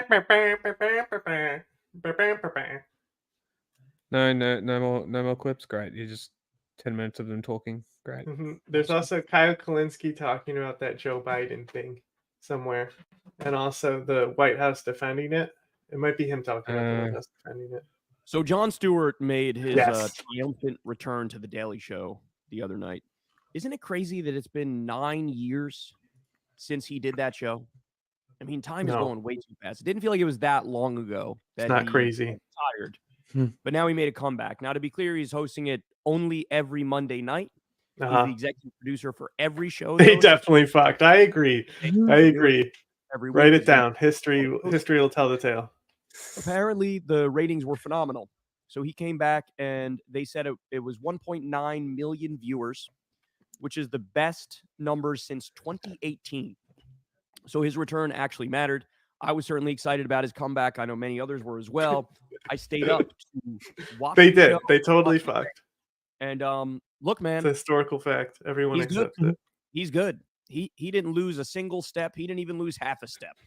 Yeah, he's the same centrist lib cuck that he was 9 years ago. That people are like, Jon Stewart doesn't have it anymore. And I make the jokes about the video where we watch him go, does Jon Stewart still got it? And it's like, yes, he's exactly the same.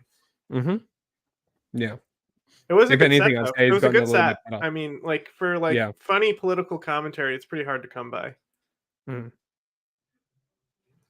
Now, having said that, the reaction from everybody, every hyper partisan. Who's the guy that hosts the show that's on Apple? Is that Jon Stewart? It is him. Yeah. Okay. I thought so because he has his own show on Apple. I'm almost certain. Line freak, whether it be MAGA world or it be resistance DNC type liberals, they hated it. They hated it, and they are pissed off at Jon Stewart. Now, why is that? Because my neck's a little better finally, but I don't know. It's still kind of sore. It's still kind of sore. And I think that's what's really underrated about that Vosh video that we did, right? Is that I literally injured myself malding over it, right? Nobody is gonna who is actually injuring themselves reacting to videos. Reacting to Vosh. It's a fair point. Commitment to the bit. Segment was about how checking in, doing a health check on these two guys who are going to be the nominee for their respective parties running for president.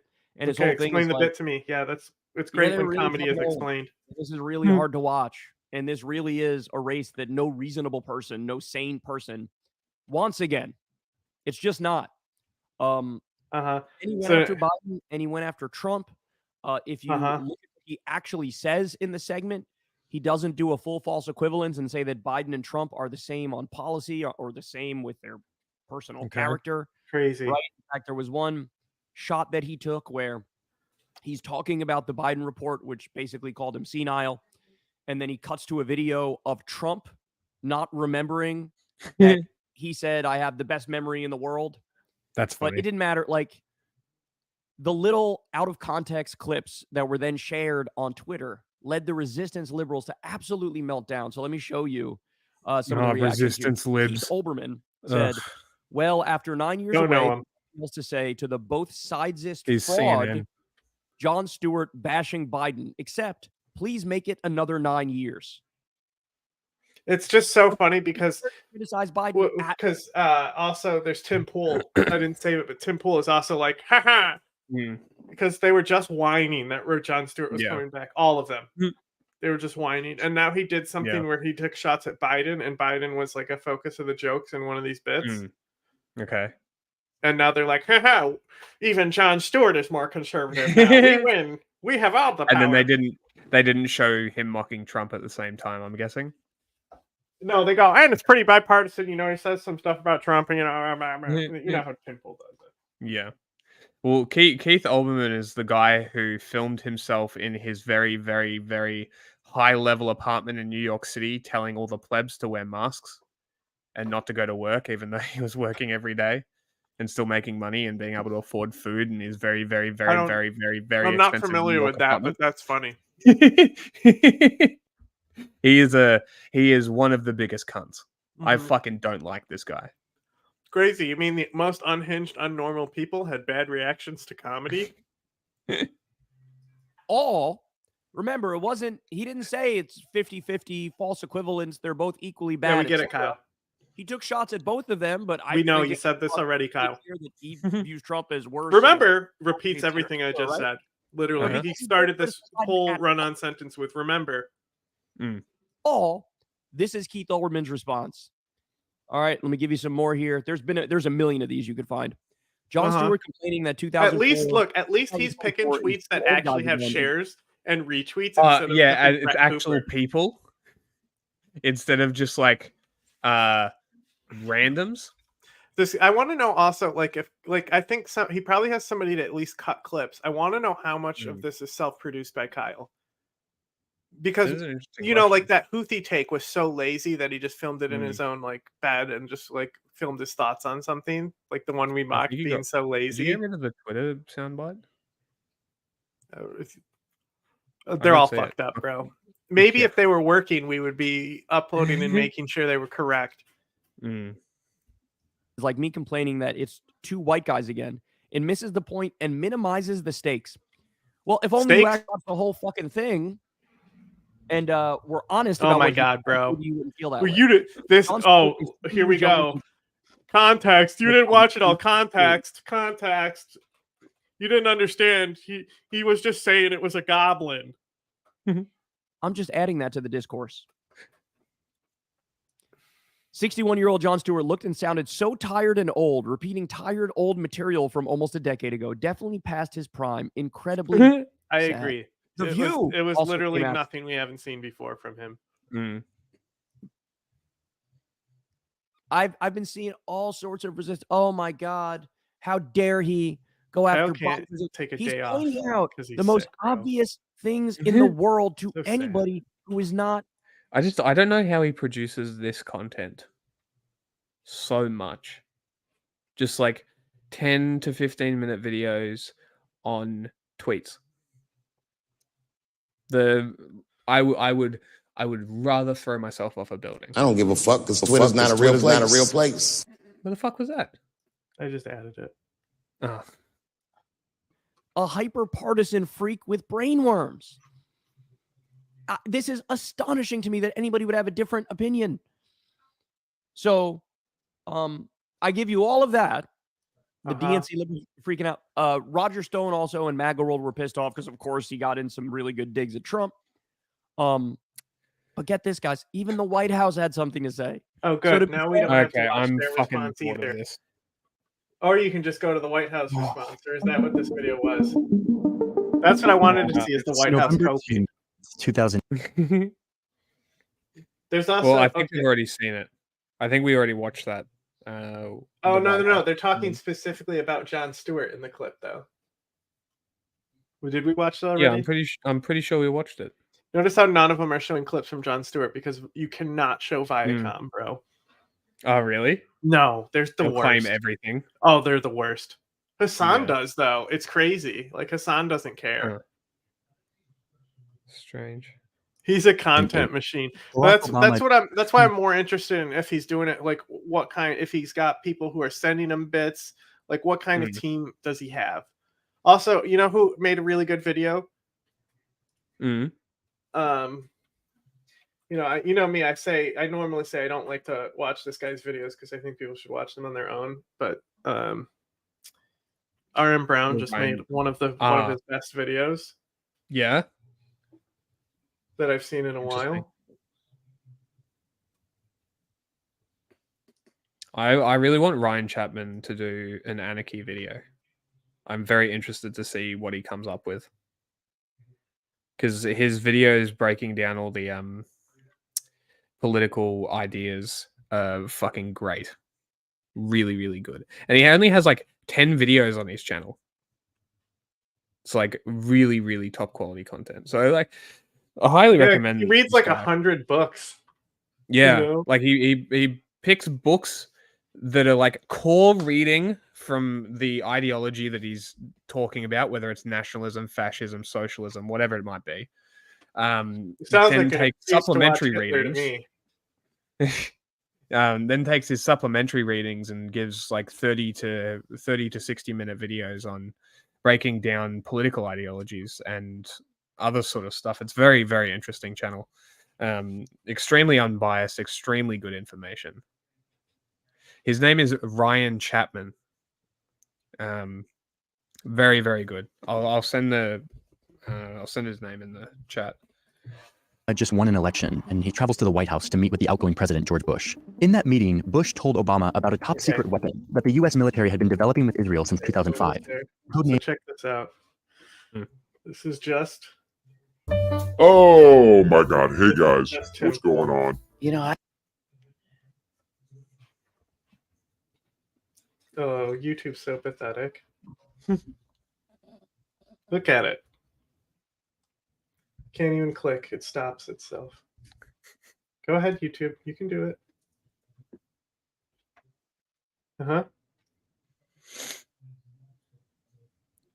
And go. And go ahead. Everyone should subscribe to him. Subscribe to us too. Go ahead, YouTube. Message him on Twitter and tell him to come on the show. Epic. YouTube. Great. Thanks, YouTube. Wow. Positive harassment campaign to get Ryan Chapman on the show. Person of the day. If somebody asked me where my car was, I'd be like, if I'm home, it's at home. Well, my car should be at my house now. Okay, but that's not what you said. You said it should be close to home.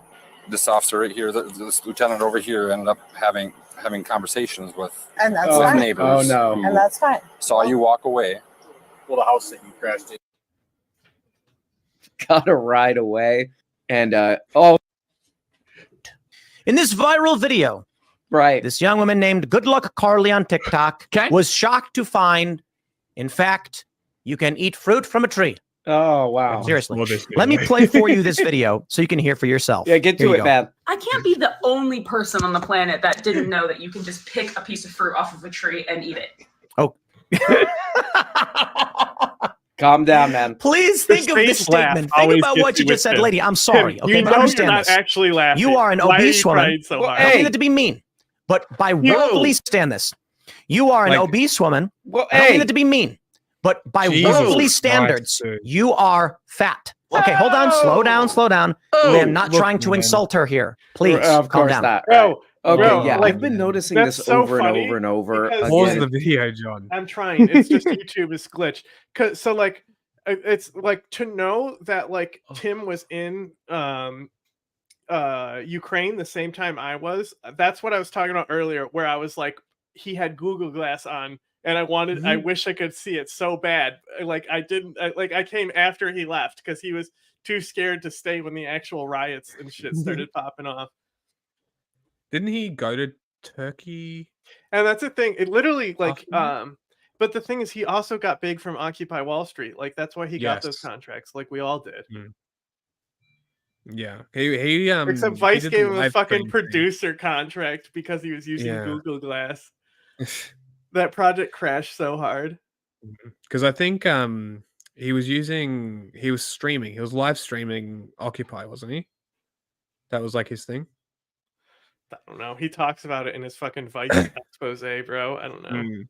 I just think it's funny. Look, yeah, it's him like not getting into shit in Turkey while he's working for Vice, and then like Jake is also working for Vice at the same time and getting fucking arrested. Yeah, like who's in doing the a better work? Turkish prison. Like while Tim Pool is like trying to vlog a parade.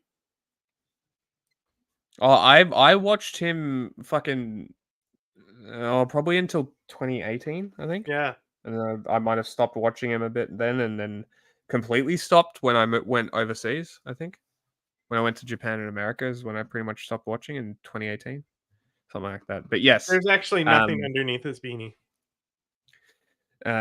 Notorious fat phobe right here is cringing because she's not that fat. Like, calm down. She's fine. She's normal. You know, if you think that every girl looks like a supermodel, this is like a whole genre of videos now. Is they'll dig up, not even dig up, they'll find on Twitter. It'll be a repost from some weird account of a Gen Zer. I don't give a fuck because Twitter's not a real place. Like, look at this. In my day, we blah blah blah blah. It's like that. This is like a video template now. Oh, look at the Zoomer. So stupid. Yep. They're all stupid. This is an exact representation of all Zoomers. See this video we found on TikTok? They're all stupid. You know, and then Tim Pool uses this. He extracts from this all kind of implications about society and the apocalypse and all this crap. My question then becomes to this, my friends. We are friends. Facing an absolute catastrophe. A breakdown of the economy. What happens to these people? I'll tell you. Wonder. It's going.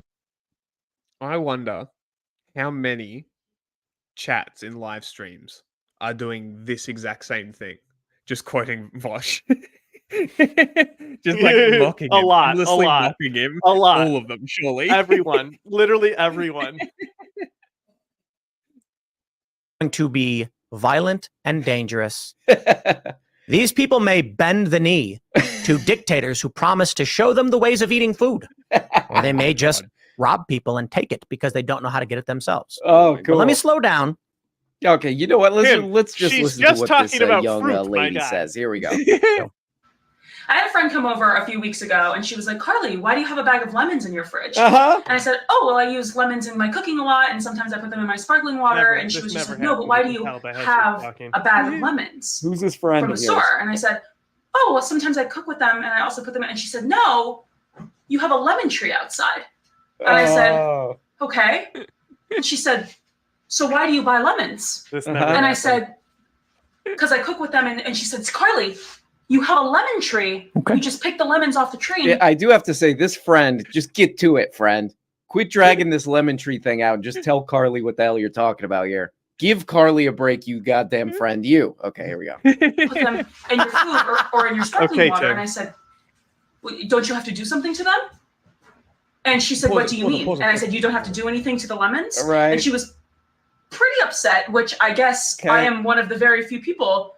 No, don't worry, Carly. You could just take that lemon off and just start going like this. Okay. Okay, this show has hit a new low. Okay. I want to stress this again. I am not calling her disgustingly fat or trying to insult her. Easy, man. But yes, she has much fat on her body.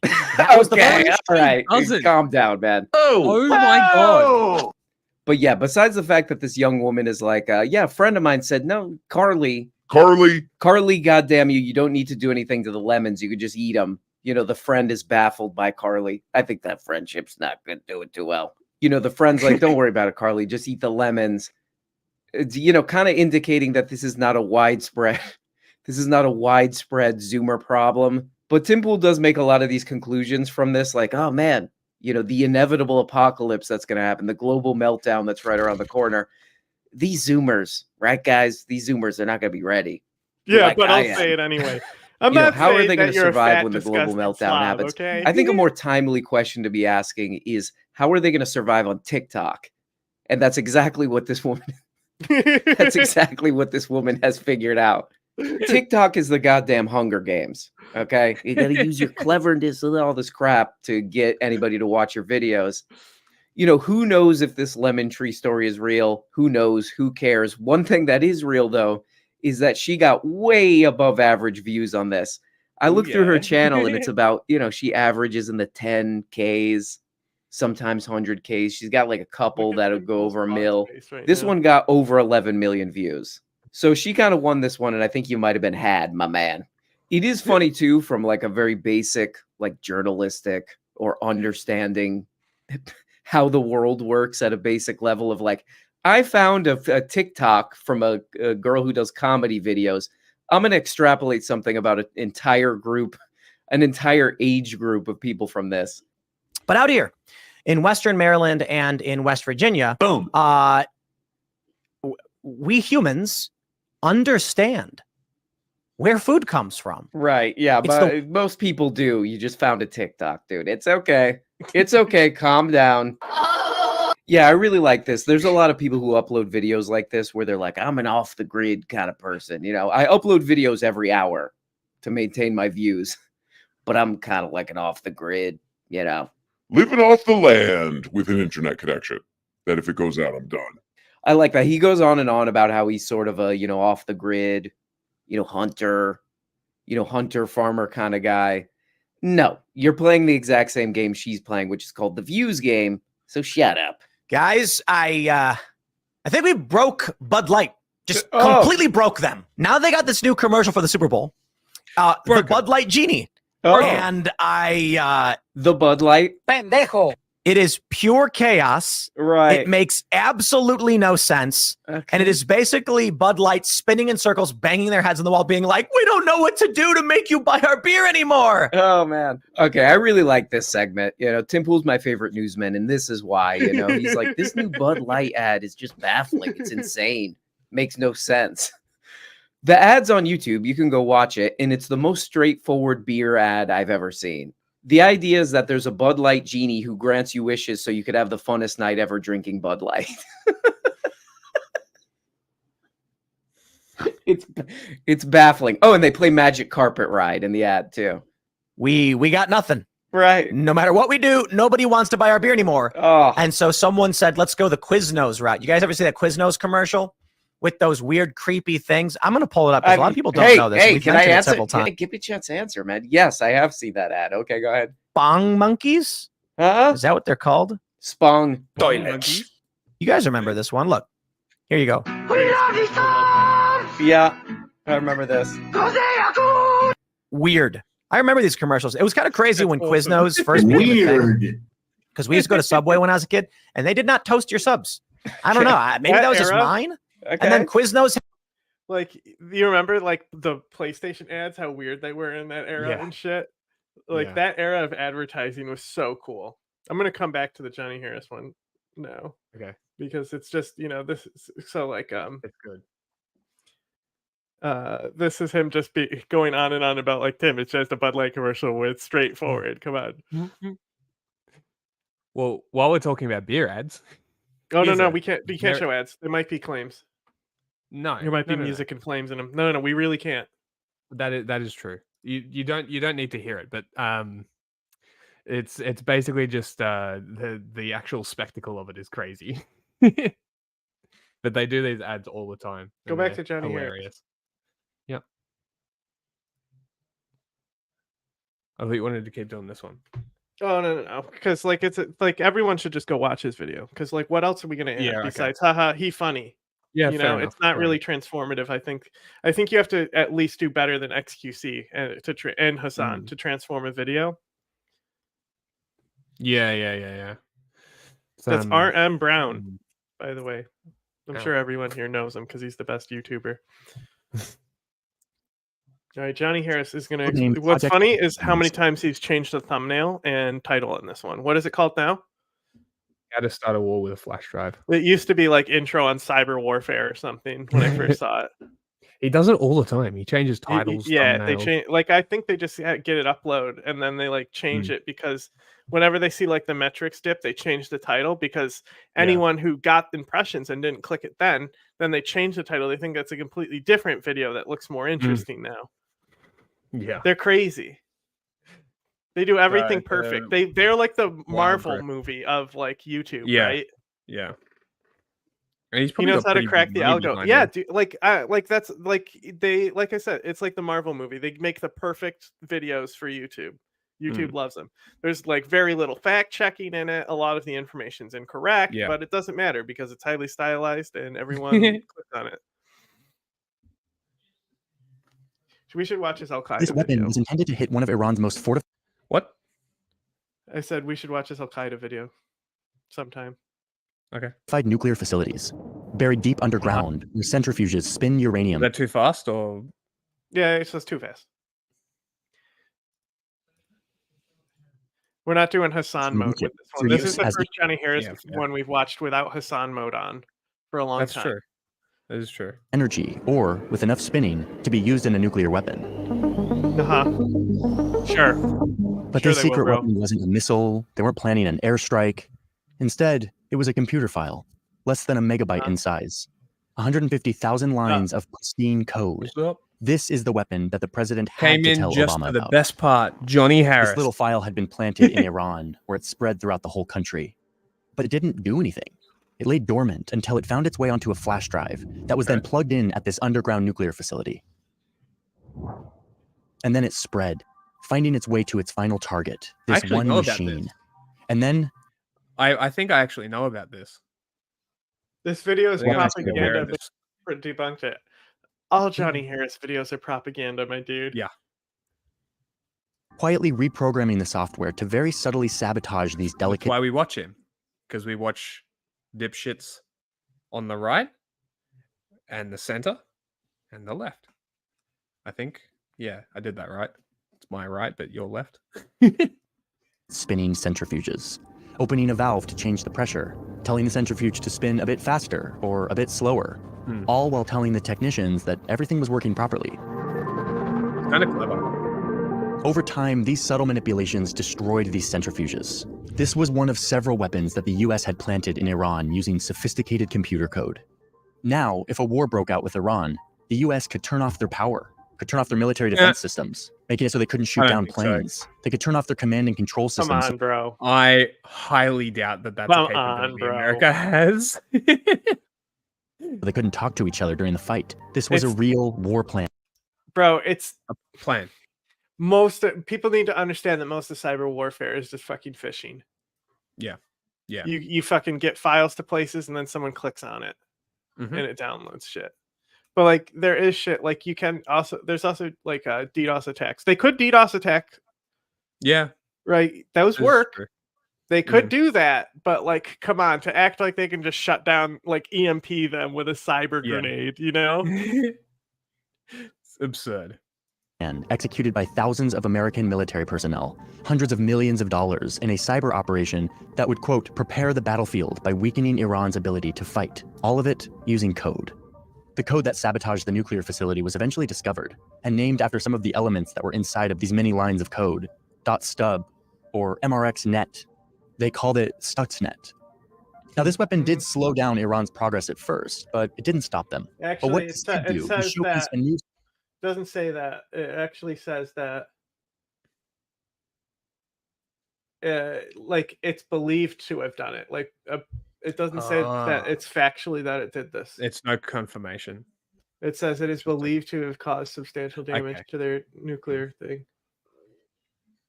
Style of war, the use of quiet weapons in the form of a tiny text file that could self-replicate and wreak actual physical damage on an enemy. We call this cyber warfare. And actual physical damage. Do you mean we're gonna hack their troops and kill them? Let me show you how it works. Cyber warfare. Let me show you how it works. First, they create a computer virus. And then they send it out. We don't have a Discord yet. Yeah. Gonna have We to don't set have that like up. enough followers and shit for Discord. I Yeah, don't think. so just Maybe next if month. you follow us on Instagram, that's probably where we'll announce it first, then Twitter. So if you follow us on either of those, we should announce it sometime soon. We're also releasing TikTok content and so on. But Yeah, because I don't use Discord. Yeah. So we'll have to get someone to moderate it and that sort of stuff. So it's in the process. Bring down nations to their knees. Before Stuxnet, most cyber warfare was pretty basic. Like in the 80s, you had this situation where an East German hacker broke into some military computers in the US looking for secrets for the FSB, which was like the Soviet spy agency. Or more recently, like in 2007, where Russian hackers attacked a bunch of Estonian websites in the financial, government, and media sectors, shutting them down as retaliation against Estonia deciding to relocate a Soviet monument. Did you know Nokia was Finnish? No, but it doesn't surprise me. Yeah, I didn't know that at all. And I looked up Nokia and it's like, Finnish company. I'm like, the fuck? These were cyber attacks, but they were pretty weak and unsophisticated, especially compared to what was soon to come. So we live in a weird time. Our information is less secure than ever. And now my phone and my email and my physical ended up selling their secrets to the US government in the name of making cyber weapons is the next part of the story. But first, a quick word on software. This thing that runs our modern life, that is mostly invisible, but that is endlessly important. That ensures that you have electricity and that you can access your bank account and do your job. All of this is made possible because of something that looks very simple. Yeah, we get it. It's an ad. Of code. They're just No, I already skipped the ad. Oh, okay. Basically lit. No, it's not Japanese. I thought it was as well. It's Finnish. Also, Motorola, American. Didn't know that either. Lists of instructions on how a system should run, what it should do in every circumstance, and who has access to what. But because more and more of the world is run on software, and software contains sensitive information like your social security number or bank account number, whatever, developers build their software like a castle. Do you think that's a green screen behind him? Probably. Because sometimes he'll be printing shit out. Oh no, that's that. I'm not sure. This looks like so. That is something we use that. Is moving with his sound, like his. No, voice. we use that. We use that. That's like something that you could easily get. This looks like he probably went to a community college, because I've used those. Like I've seen those before, and and it was back in my day. Because it does look like an AV office. Yeah, and like normally along with the Spectrum thing, what do you think of this dude? I think that he's like able to produce well. Vox. He used to work for Vox. Yeah, he literally was Vox, bro. Like, but they still try to pretend to be him. Or I think he makes engaging stories. That's what I think. Developers build their software like a castle. Oh my god, bro. So this is our software castle. It has walls and locked doors that only authorized users are allowed to get into.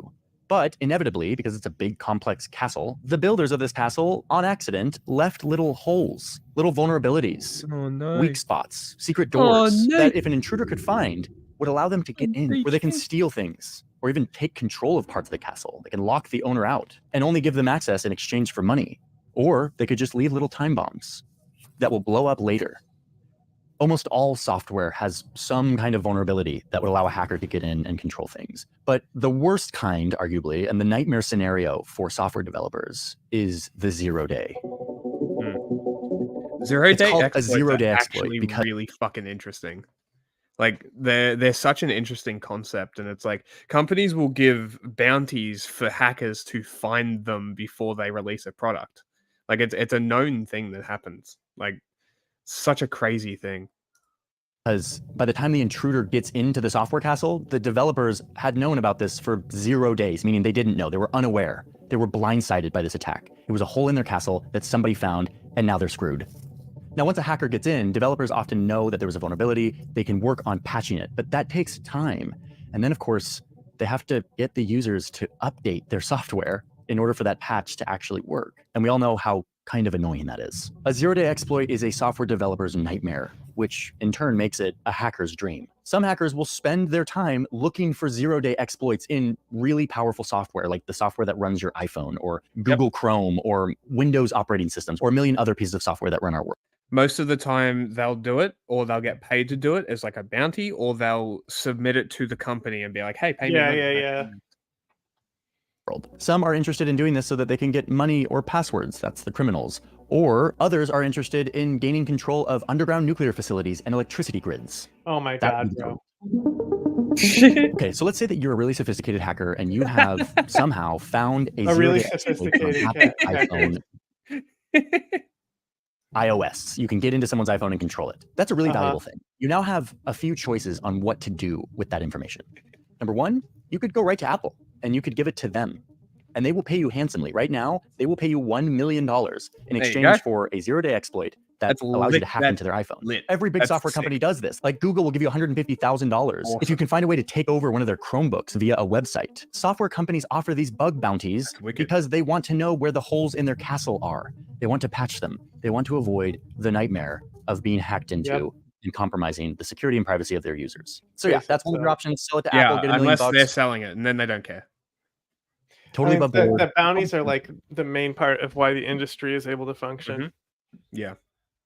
But you could also sell it on the black market to criminals who want to use these exploits which nobody does, to make money, which happens. It's very few and far between. It's like it's just not. It's very, very rare. That's the thing, is it's like you're gonna get more money giving it to Apple, you know?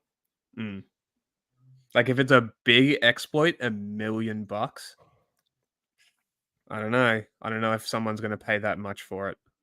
Like in 2016, there was this case where hackers that may or may not have been linked to North Korea were able to hack into the central bank of the country of Bangladesh. They were able to make all these fraudulent requests and like hijack the SWIFT system that transfers all the money. And in the end, they were able to get $81 million transferred to their bank account in the Philippines. Their end goal was to get closer to $1 billion, but because of a typo in one of their fraudulent requests, they got caught and it got shut down. But the point is that they almost got away with it too. It was one fuck up and they almost got away with it.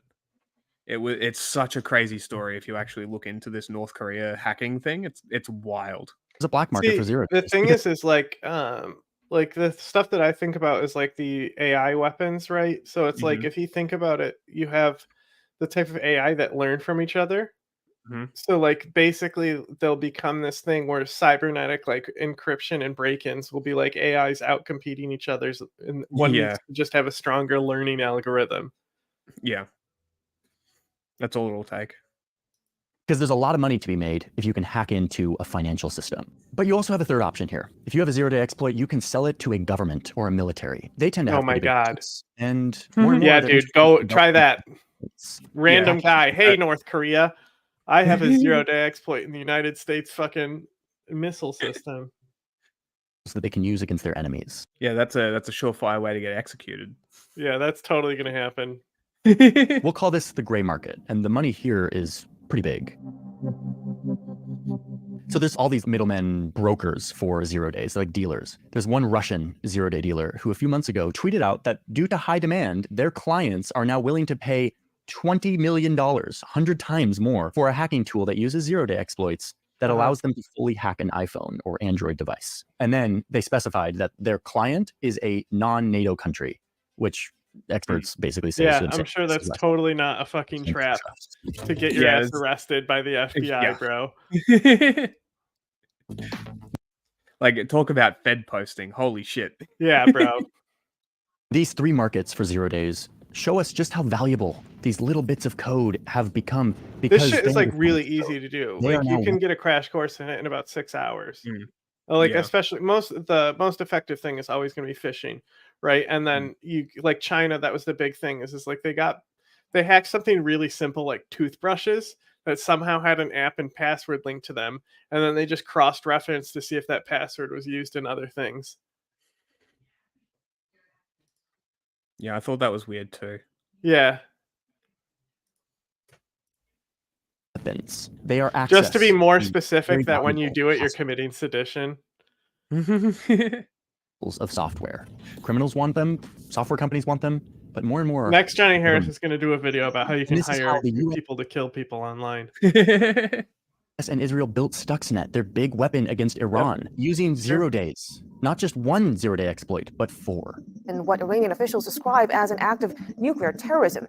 And this is the reason why experts and the ex-director of the CIA call Stuxnet a game changer for warfare. Because whenever a country uses a big new weapon, all of the other countries, especially the rivals, realize that they have to match that capability and ideally one-up it. That's how arms race works. That's how nuclear weapons have worked. And that explains the concern of the ex-director of the CIA. This has the whiff of August 1945. 1945 being the year that a nuclear weapon was used in war, thus changing the world and the balance of power between countries forever. Somebody just used a new weapon, and this weapon will not be put back into the box. The thing is that this is just the thing is like they discover these things, you know? Like you look up any of these cyber weapons, and it'll be like it was discovered on, right? Yeah. And like, so that's the thing is it's funny because it's similar to a virus where you find like the origin outbreak, but you may not know the exact point.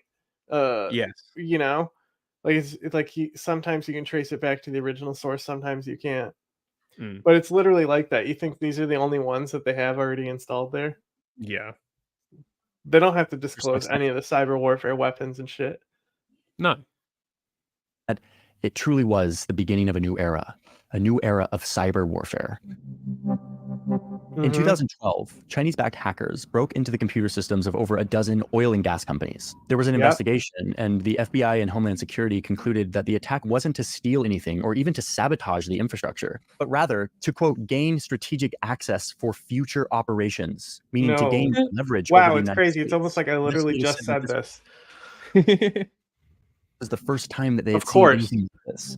Like why would you not constantly be trying to drop these malware worms and shit into the fucking like other countries? Like of course they are fucking like lying dormant and shit in the system. Of course they are. That's so there's this new like fear mongering thing about how China's been like spying and doing cyber attacks on us for like 15 years, and it's like whoa.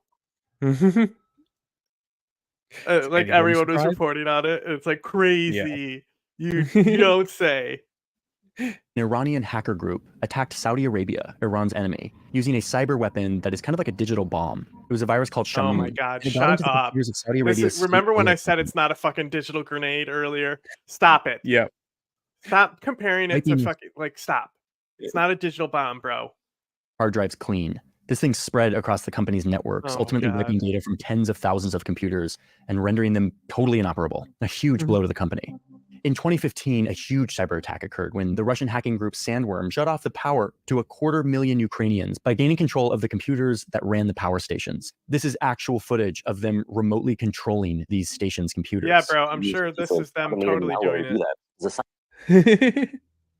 sign that they will probably want to use that again. That looked like a kind of practice round to develop the capability that they wanted to have to use globally. This set a new precedent. People theoretically knew that cyber weapons could be used against electricity grids, which is like the lifeblood of our economy and society, but it hadn't actually happened until this 2015 attack. These are just a few examples, but this whole thing about like we have it. How do we not know? Like we look at a lot of stuff, right? How do we not know that this code that China put in us was only traceable because it was reverse engineered for something that they found?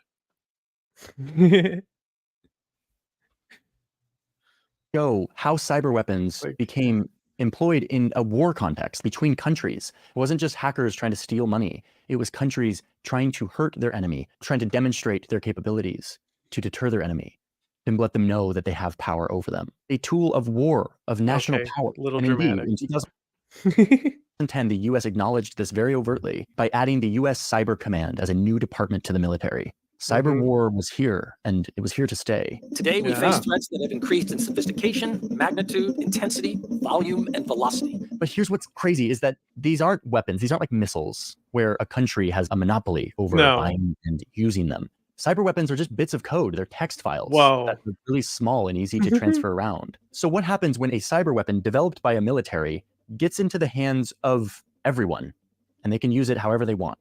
Well, that's exactly what happened in 2016. The DNC has called the FBI after a deleting attempt to hack into voter databases. During the 2016 presidential election, the US was hit with a barrage of cyber attacks. This included the hacking of emails of the Democratic Party, a misinformation campaign on social media, and even an attempted hack of voter registration databases in several states. American intelligence agencies came together, they investigated, and they concluded that this was Russia. It was Russian hackers that were supported and directed by the Russian government itself. And the goal was to sabotage the American electoral system. The Russians were responsible for hacking the DNC. This was like a frenzy here in the United States. Like everyone was talking about it. It was a huge deal. But in the They still don't shut up about it. middle of all of this, a post quietly appears on GitHub from a user by the name of the Shadow Brokers. This was a few months they would before the name election. themselves that. It was a tense time for a lot of reasons. They claimed that they had super powerful cyber weapons from the Super American powerful. government's most elite cyber war group, the ones who created Stuxnet, and that they would sell these hacking Oh yeah, weapons. of course they did. Uh-huh. Of course they did. Of course they said that. Yeah, prove it. Would take their bids in Bitcoin. They released a few pretty impressive samples that actually looked pretty legitimate. They released an encrypted file that said contained more hacking weapons, but you needed the password for it. But they held onto it, posting every once in a while with a trickle of more information and honestly, a lot of like bizarre rants on American hypocrisy. Fed posting. And broken English that felt kind of intentional and caricatured. They didn't end up getting very much money and it all looked fairly ridiculous. But then, out of nowhere, came this post. Last week, the shadow brokers be trying to help peoples. This week, the shadow brokers be thinking peoples. They were getting pretty spicy. And indeed, they released this password, this weird password that they said was the password to that. The English is hilarious. Indeed, they released this password. Fucking Jar Jar Binks hacking the computer. This week, the shadow brokers be thinking fuck peoples. He's a Jar Jar Binks. Some of you peoples is needing reading comprehension.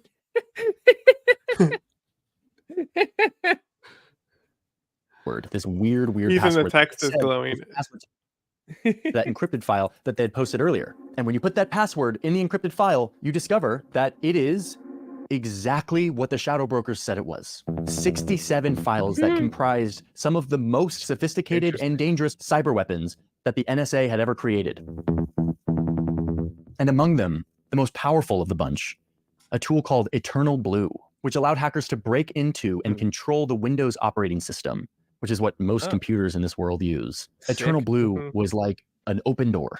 Back to our castle analogy, this was like a door into millions of castles, and the power to spy inside of the castle, to unlock any door, to steal the contents of the castle, to disrupt and break and destroy whatever you wanted inside of the castle, to lock people out of their own castle. Yeah. Castle, I mean, castle. This was like a sophisticated military weapon that had just been duplicated and sent to anyone who had an internet connection.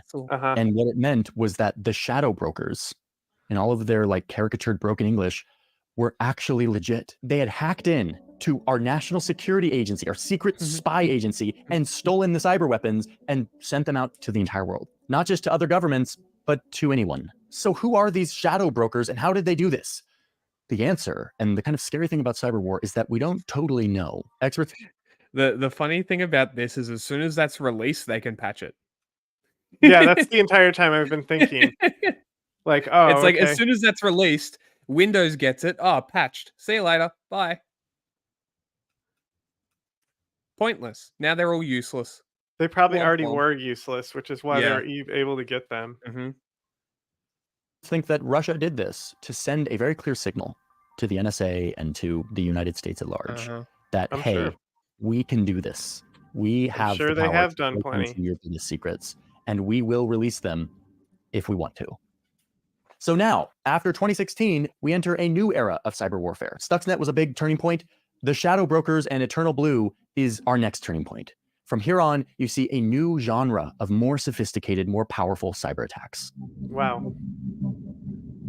Barely a month after the NSA's secret weapons leak out by the shadow brokers, a North Korean-linked hacking group uses them to deploy a virus that spreads to nearly every country on Earth. The Paramount within- hack? Locking up hundreds of thousands of computers, making them unusable, which halted hospital equipment, police departments, governments, and railways in over 150 countries. You're sitting there on your computer and this pops up saying that your files are locked and that you can get them back, but quote, you have not so enough time, close quote, and that, quote, you need to pay $300 worth of Bitcoin to do so. Malicious software has been taking computers hostage in an unprecedented worldwide outbreak. This is called ransomware. Basically, the ransom. Yeah, it's one of the most common fucking viruses, bro. Yeah. Hours. It was only stopped because a 22-year-old researcher accidentally activated a kill switch baked into the code. So the bigger crisis was kind of diverted. But even still, in just that few hours, as WannaCry was spreading, imagine coding that bad. Hundreds of millions. Like, of what you think? What virus hasn't infected? Like anytime, especially back in the day, like it was way easier to spread them, right? LimeWire. Yeah, like you think I haven't been hit with ransomware on LimeWire, bro? Say because I fucking downloaded movies and shit. It's so easy to break right out of that shit. Yeah, if I could just reinstall Windows, wipe the entire thing, done. Of dollars of damage and economic loss. This showed us how powerful these NSA weapons could be in the hands of bad It was just a ransomware attack. Yeah. This lesson once again when these same weapons were used by the masters of cyber warfare, Russia.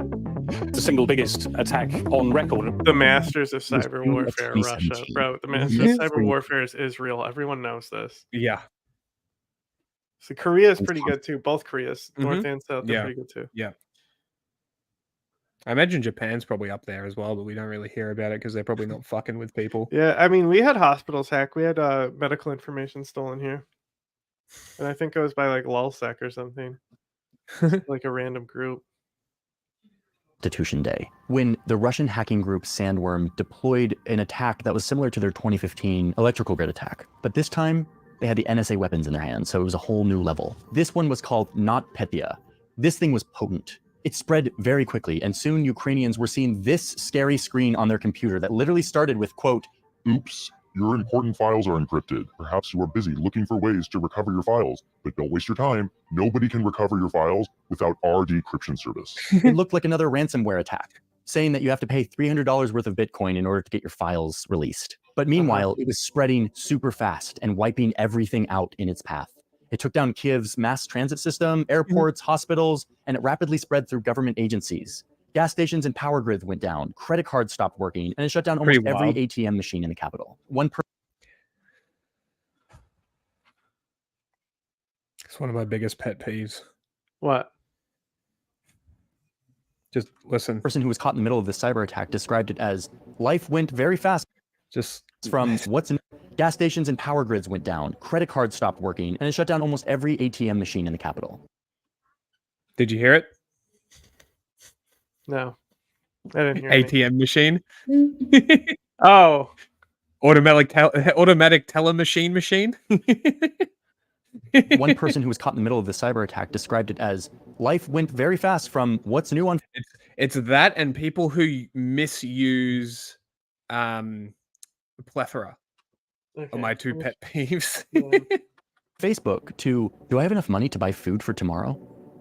And it's a moment like this that we can really grasp just how fundamental this infrastructure is to our lives. And in this case, there was no kill switch. It was so viral that it spread beyond its target of Ukraine into other parts of the region, hitting the systems of a bunch of companies like FedEx or the shipping company Maersk. And soon tens of thousands of trucks were stuck for days with no computers to guide them. I mean, that's a lot of trucks. And many, many others. It affected tons of companies and agencies and systems, all because of this one virus. Unlike a missile or an invasion, cyber can hide behind this hackery-looking screen. This doesn't look like a state entity. This looks like a hacker doing a ransomware attack so they can make some money in Bitcoin. But that's not what this was. This was a coordinated, sophisticated attack by the Russian government using an American cyber weapon to make it more viral that caused an estimated $10 billion in economic loss and damages. And in the process, really blurring the lines of the rules of war, where usually like, you know what a country did to you and you know how you're supposed to respond and all. This is so overdramatic. God damn it. All of that creates this nice balance of like deterrence. That's kind of the lifeblood of stability in our global order. Okay, When so I found this Wikipedia article that's literally, so it's called the RAS syndrome. It's a joke because the S stands for syndrome. Yeah. Redundant acronym syndrome is what it stands for. So it's like an acronym in conjunction with its abbreviated number. Common examples is PIN number, VIN number, ATM. Yep. And then That's many hilarious. style guides advise against the usage of redundant acronyms in formal contests, but they may widely be used in colloquial speech. And then it gives other ones like HIV virus, LCD display, DC Comics is Detective Comics, which they actually call themselves DC Comics. So that's DC why it's Comics. funny. That is very funny. UPC code. PUBG Battlegrounds, Player Unknown's Battlegrounds. We like deniable attacks. It makes it way harder to know how to respond, to whom to respond, and like what's proportional. Crazy. Changes our view of conflict, which is it's almost like cyber weapons aren't real weapons and don't actually do all that much physical damage, and it's just something you're gonna have to fucking deal with. Well, I mean, every now and then you can get some stuff like we got like our oil prices raised because of a cyber attack on an oil company here. Like we had our gas prices. They said, well, it was this thing. It was like if it stays shut down for a certain amount of time, you can expect gas prices to raise. Yeah. I mean, yeah, sure, it'll put cost on the people, but it's not really going to put cost on the government. Not really. Okay, he's not necessarily getting life for hacking GTA. I think he's like in an institution because he can't help himself. With a TV remote, that's pretty sick. It was an Amazon Fire or Chrome stick. It was a Chrome stick. Really? Yeah, he hacked it with a Chrome stick. What the fuck? I think that's pretty impressive. Is why that's the thing. It's just like, yeah, he's going to a mental facility. They got him hooked up to mind nodes. He's fucking Professor Xavier now. North Korea or Russia have leaned very heavily on this type of engagement because as they become more isolated and as their military it doesn't involve using weapons that would cause war. It's something that they can do with malice and get away with it. It's an extremely low risk attack that can have high yield incomes. There's no reason to constantly be trying to do them to each other. That for their enemies to continue to fear them because cyber is an actual weapon of war now. But let me just say something that is probably crazy. Not would you believe it? Computers and microchips are weapons of war now. Can you believe it? At the end of the video. Can you believe that? The biggest threat. Yeah, planes aren't just computers and. Did you know that they fucking, do a corkscrew down the barrel? It's called rifling. Did you know that's part of war now? In the future, the thing that's going to be the biggest part of cyber warfare isn't going to be these big splashy, like shut down the electrical grid, doomsday scenario situations. Those might happen. Those are real threats. We need to prepare for them. But like any weapon of war, cyber is turning into a weapon that is being deployed subtly, that countries will use to get into the minds of their enemies. Like right now, we can be pretty certain. Information warfare is more effective than hacking. Yeah, it's so much more effective. Like me. So like this is what the CIA will tell you themselves, that the best way to get information is direct contact. It's the highest risk but the highest reward. Yeah. So that Russia and China have quietly infiltrated parts of our infrastructure systems. Oh no. They haven't done anything with that. But they're probably there. At least that's what a lot of analysts and experts think. And that we have probably done the same to them. And that we're all just sitting there with our little time bombs put into our enemy's castle in case we need to use them. And we want our enemy to kind of know that we're there. Isn't that better than the fucking nuclear arsenal counters to each other, way though? better. Way better. This is way I can't wait until like it does become an AI thing. Like it's like a hacking game and it's like Tron. That's who wins the war. That's going to be so cool. It's going to be all online. Bro, this is so cyberpunk. They have computer viruses. Gamers rise up. Do you know that there's things called computer viruses? Yeah, crazy, right? They're weapons of war. Gamers rise up, son. It's time for the gamer. Weapons of war. Also, like WikiLeaks. Yeah, those hacks were like why they put them down. But how do we know that they didn't purposely do those hacks just to put a worm out for Julian Assange to take him out? True. It's a fair point. The best leak is still Chelsea Manning's leak. It's direct intelligence. This is very true. This is extremely true. List that I've been looking at of all of the cyber attacks. CSIS, the think tank that I used to work at, documents these. And I was surprised that I hadn't heard of almost any of them because they're small. But they're to me, this is the future of cyber warfare. It's not Stuxnet and WannaCry. It's these death by 1,000 pokes, psychological warfare, revealing to your enemy that you have capabilities to infiltrate their systems. Oh and in my that God. sense, cyber warfare starts to look a lot It's like even funnier if this is like being a done in some shadowy community submarine college with engineering room. weapons floating through the ocean somewhere, capable of hitting your enemy. And your enemy knows that. They don't know where it is, but they know that it's there. And any calculation that they make on conflict takes into account that that weapon is there and could be used at any point. This is the weird paradox of war and peace and deterrence. That one of the forces that has kept our world stable and rid of great powers conflict since 1945 has been the fact that we have very powerful weapons all pointed at each other, and therefore we don't use them. Cyber weapons are going the way of that kind of deterrence. Oh my God. Hopefully, they'll never No, be they're used not. in the way that No, they're not. sort of doomsday scenario of like, What a fucking That's so asinine thing melodramatic. to say, bro. What So a ridiculous melodramatic. fucking thing to say. You can tell he's from the corporate press, can't you? I want to It's see if he manual. has fucking hypersonic missile reporting too. electrical grid, and they do a full-scale attack. Yes, there will continue to be these moments where viruses spread, and to avoid those, just update your damn software. I hate it as much as you do, but God, crazy. What update software will stop viruses? Crazy. That's what Yeah, updates do. insane. Crazy, right? Isn't it insane that two-factor authentication is also a thing that prevents you from getting hacked? Yeah, Crazy. thanks, Elon. There for What a reason, waste of because we live time in a new making world. this video, bro. All right, let's see I'm if he's- kind of interested to see how Hassan covered this. I might watch it Mm. again with Hassan. Oh, YouTube. I'm just seeing if there's hypersonic things. Look right there, Russian missile. Literally at the top. This one? No, What is that? that's American chips in Russian missiles. Oh, okay, okay.